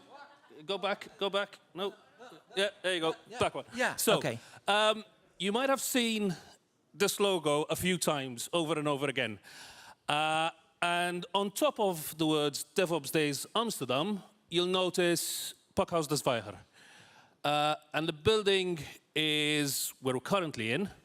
And the building is nothing without the people inside it and the people who work in it. And you might have seen the people in orange shirts and Suzanne who, you came up to and asked, but we could not do what we do without the people who work here. The AV team have been amazing. I have annoyed them multiple times with sending them PDFs so that they can put on the screens. The bar team and catering, again, who, I don't know why I'm pointing at you. The bar's down there. And also, I am sure she is here because we asked her to. Yes, Ilse, because she has been our point of contact. She has continuously gotten emails and text messages. She's in a group chat, which she probably didn't want to be in. But we could not do it without this amazing person over here. We do have a bunch of flowers from us. She didn't know about this. It was a complete surprise. I did not ruin it by sending, can we get flowers for Ilsa in the same group chat that she's in. But again, thank you from the bottom of our hearts. Really appreciate it. And now I'll give you, no, I won't give you the mic. I know you said that you don't want to talk. Okay. But thank you so much. Again, please. Cool. Next up. Can I now press yes, it? yes, sorry. Final bit. Again, for those of you who are here, we had a quick chat. As you know, DevOps Days is a global event. And I'll leave it to Chris and Toshan to talk about DevOps Days Antwerp. No. We're going to talk about Config Management Camp. No, we're actually going to talk about DevOps Days Antwerp, which is happening 4 and 5 September. For the people who organize DevOps Days globally, there's also a day 0 happening. The ticket sales is open. Yesterday I had 3 slides and I could actually give you a preview of all of the speakers we have confirmed. We'll publish them soon. Soon, that means tonight, Toshan? Okay, that's tomorrow. So we're still looking for sponsors. Reasons to come to Belgium. Yesterday people told me that apparently it's diamonds and not chocolate and beer. We're right into the Diamond District. It's really, if you take the wrong turn, if you leave the train station and go to the right, you're at the venue. If you go to the left, you're in the Diamond District in Belgium. So maybe don't tell your wives or your significant others, because it could be more expensive. And I was about to tell you that Antwerp is much cheaper than Amsterdam, but maybe not if you start buying diamonds. So everybody, please come to Antwerp. It's gonna be the 15th year anniversary. It's gonna be special. And if you really think you need to come to Ghent, then you need to wait till February when we run Config Management Camp. Cool, there's still a raffle, so the organizers from Amsterdam have 1 free ticket. If you entered for the raffle, you might get a free ticket to Antwerp. Cool, thank you, Chris and Toshan. Yeah, highly suggest DevOps Days Antwerp. A few last things. I promise this is the last slide before the raffles. So we don't only organize DevOps Days, we also organize DevOps meetups. So if you were inspired by the people who talked on stage, want to try out and give a good story, do you have your story? Do you want to test coming on stage and talking to people? We're a happy, open bunch and happy to help and can help you. We've got a few people who've done speaking before. So if you haven't done it, don't worry. You can test waters there. We are also looking for venues. So if you have a nice fancy office here in Amsterdam or the surroundings, email us, amsterdam@devopsdays.org. And now, drum roll or whatever. Sponsor offers. It's been a long 3 days. Some people have been waiting for this, probably. Yeah. Okay, so this is the sponsor raffles. So this is the specific sponsor raffles, not the sponsor passport raffles. We'll go with, before we start. One thing is some sponsors will mail the winners. That's HCS, Devo Team, and Full Stack. Right? Right. Correct, we're getting thumbs up. Great. Okay, so can I have Stack State first on stage? Thank you. Round of applause. Thank you. So just like yesterday, we already chose the winner. But yesterday, the first one was not here anymore. So let's see. The name yesterday was a bit tough for me, but today I have an easy one. It's Maya van Borstel. Maya? Yay! She's there. Thank you.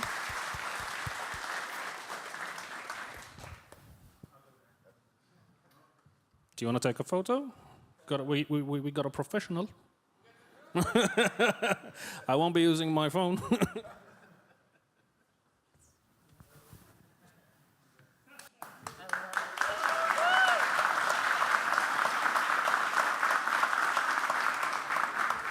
Yep, next up, chef, progress chef.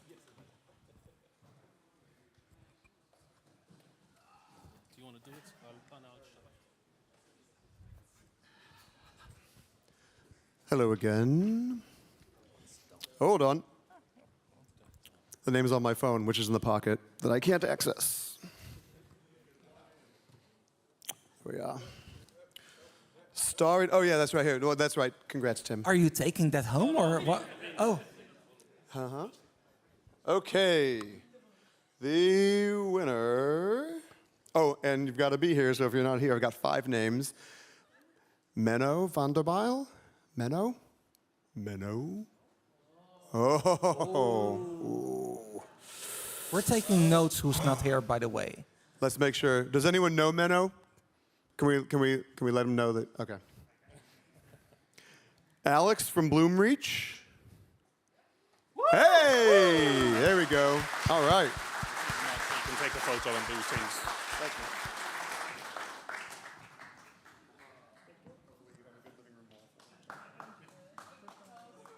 Hey, good. Oh, here we go. Oh, no, we got a picture. Do you want to do the rest or? Okay. I can actually.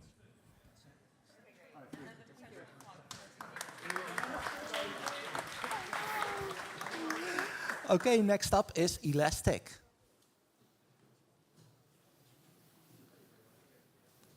Yep, coming. Yeah. I can see Alki. It's like, so if the person that is chosen is not here, they don't get the prize. But if the sponsor is not here, nobody gets the prize. Nobody gets the prize, yeah. But the sponsor is here, luckily. Unless it's Devo Team, Full Stack, or I was worried. HCS. I was worried for a little moment unless there. it's Devo Team, Full Stack, or HCS, because they will be emailing. They will mail. They will mail you. Alrighty. I have 2 Elkies. First of all, I'd like to thank everyone who passed by. I only got the nicknames for the winners, so please remember your nickname. So the first one is Björn. Yeah. Woo!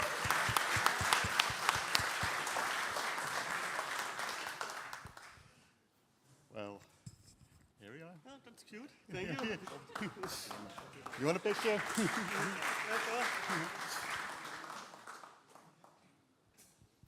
And the second one is Aid.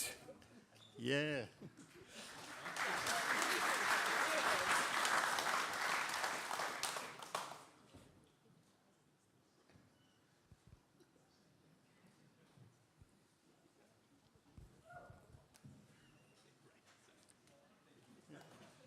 There you are. Yeah.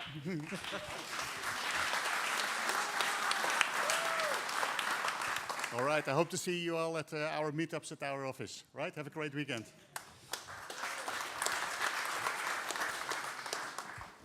Okay, next up is Picnic.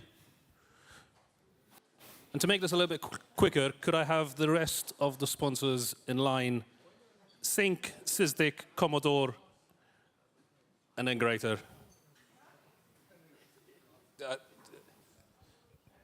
We're happy that we don't have a package delivery company as a sponsor, because then it would be at the neighbors.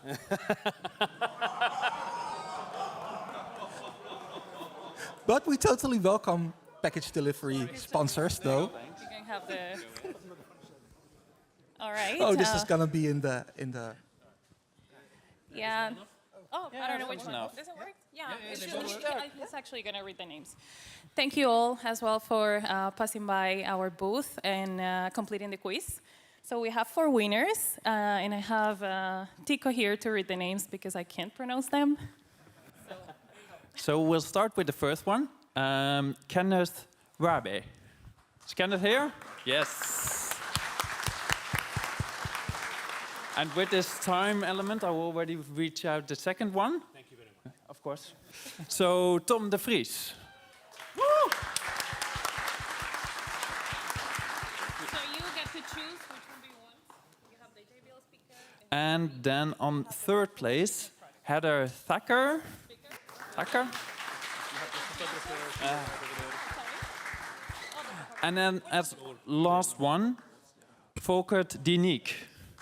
Volkert. I think Heather is also on the way. All right, Heather gets to choose first, though, but... What's in there?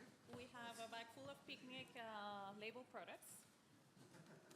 And the EPV and Lego. Oh, that's a hard one. Gotta choose, we gotta take a picture, gotta move on. I'll do the Legos. Yeah. Lego? Okay. All right. Where's the camera? There's the camera, in the middle. There you go. Awesome. All right, we're on a roll. Sync. Can I have Sync on stage? We have a mobile from Picnic people here. Is this one of my prizes? No. I'm giving away a phone. Hi everybody, my name is Mark from Sync. Thank you very much for visiting our booth, playing the DevOps quiz, and also entering our raffle to win a Raspberry Pi 5 starter kit. So that's out. The first name on my list is Martsen Haagsma. Yes, in one take. That's great. Congratulations, and thank you for thank you for playing our raffle. Yeah. Let's. It's been a long day. It's been a long day. Sysdig, up next, please. Oh, damn. Oh, damn. Oh, wow. So just leave it here. Just leave it here. It's okay. For the record, if the person is not here, I'm not emailing them, I'm not taking this home with me. I came on a bicycle, so I have 5 names selected based on a random number generator for transparency. Number 1, Jürgen Hohmann. Yes! There we go. Excellent work. Yes! Wow. Enjoy.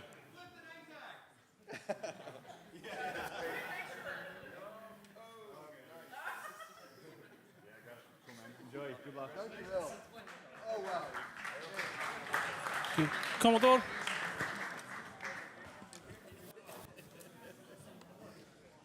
Is this going up?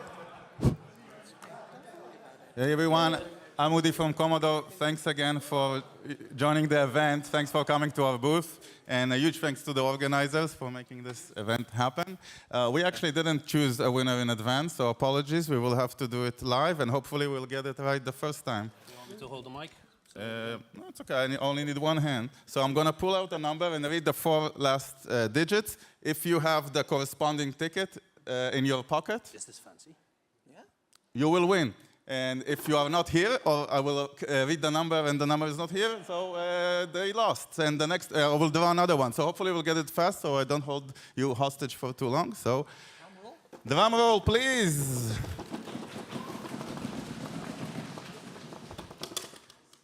And the first draw is number 411016. Do we have that one here? Woo! Yeah, we got it the first time. Woo! So just as a suggestion, I would check the ticket to make sure. Absolutely, You know, that's not. We learned from bingo yesterday that It's, people are very competitive. It's not our first rodeo team. We've experienced good. it in the past. What's your name?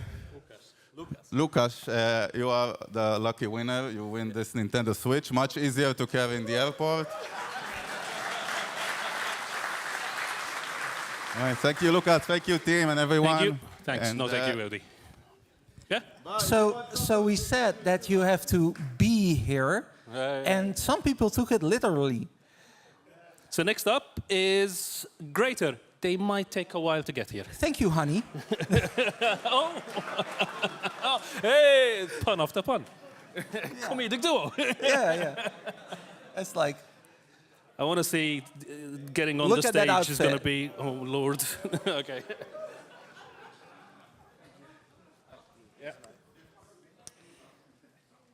Thank you all for coming. Thank you for enjoying the coffee, and thank you for being such nice people, being so warm and welcoming us as Greater, as always here.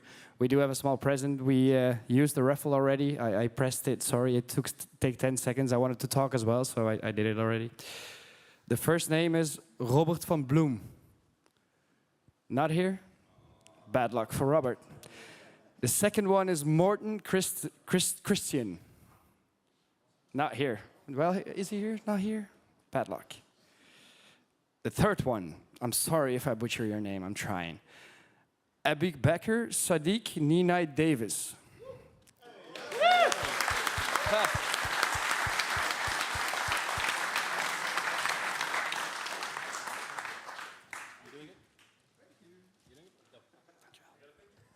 First picture. That must be so hot. There. I would say that outfit is bussin'. On a roll, on a roll, on a roll. I know, right? So yeah, be here or be square. I'll stop, I'll stop. Yes, okay. Next up, we've got the sponsor passport raffle. So this is the final one. We've got 4... what do we have? 4... I thought you were coming up on stage. Oh, apparently not. She sent 20 messages in the WhatsApp group saying she's going to come up on stage. What? Okay, so we got 4 prizes. As Tushan and Chris said, there's also a ticket to Devopsdays Antwerp. First one up, so they have been validated. We made sure that the passports are actually valid and useful. And I will ask Suze to pick a winner. Okay. Which pack? Left. My left or your left? My left. You're right. Okay. Pick a card. Okay. I'm gonna pick a card. I feel that this one is a winner. So the winner is, let's hope they're here. Robbe van Ree. Ja.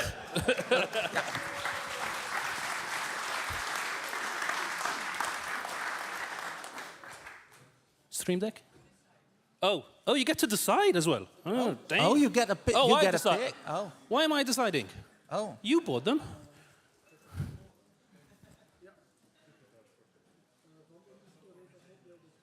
I don't know what's happening. Oh. Oh, Jos decides. I don't know who's deciding. Okay, next we'll just go with person. the next one. Oh, I don't know. I've just been told that I decide. Floor, it's going. Oh. No, I had no plan. Roll with it. We're rolling with it. You got an amazing ticket to Antwerp, and you can get diamonds, I've been told.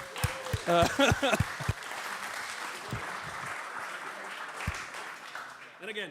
Okay, I'm gonna choose your left. I'll never choose right.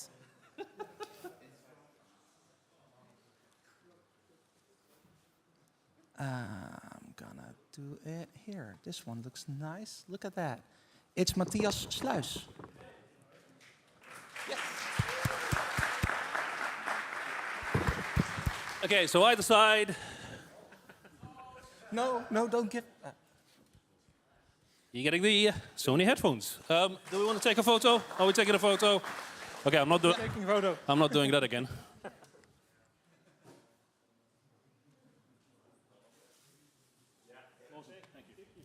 Next number. Now I understand why Flo didn't want to come on stage. Okay. I'm gonna choose left. I think it's this one. He pointed at this. I pointed at that one. Yeah. I'm gonna go for Dennis van de Woude. Hey! Okay, you choose.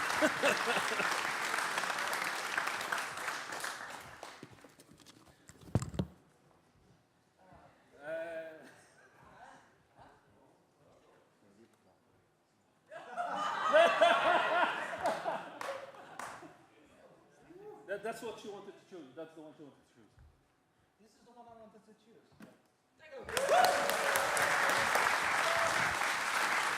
Thank you. You see, we were not given specific instructions. They just told us, do the raffle. And You don't want to be in the photo? Next one. Next one. Okay, next one then. Yeah. Left or right? Left. No, that's not left. That's the right. That is my left. That's your left. Okay.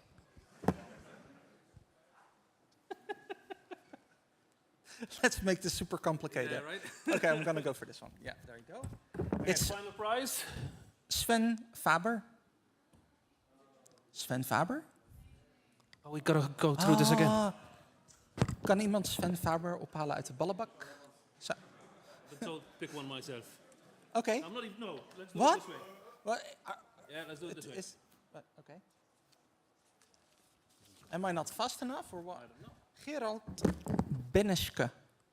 Gerald. Ah. And you get to choose. You want to mark?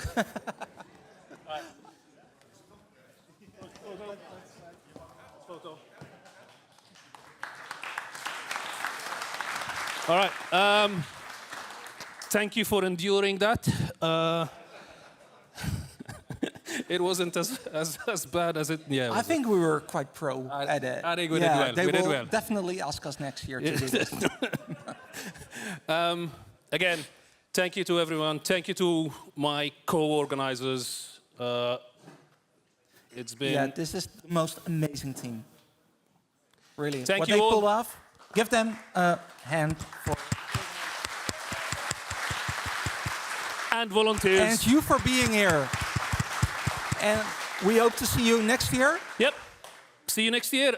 We've already got it in the diary, and we will be announcing it soonish, maybe, our dates. So yeah, see you next year. There will be emails going out regarding surveys. Please fill them up. It helps us improve the conference. And there are drinks outside.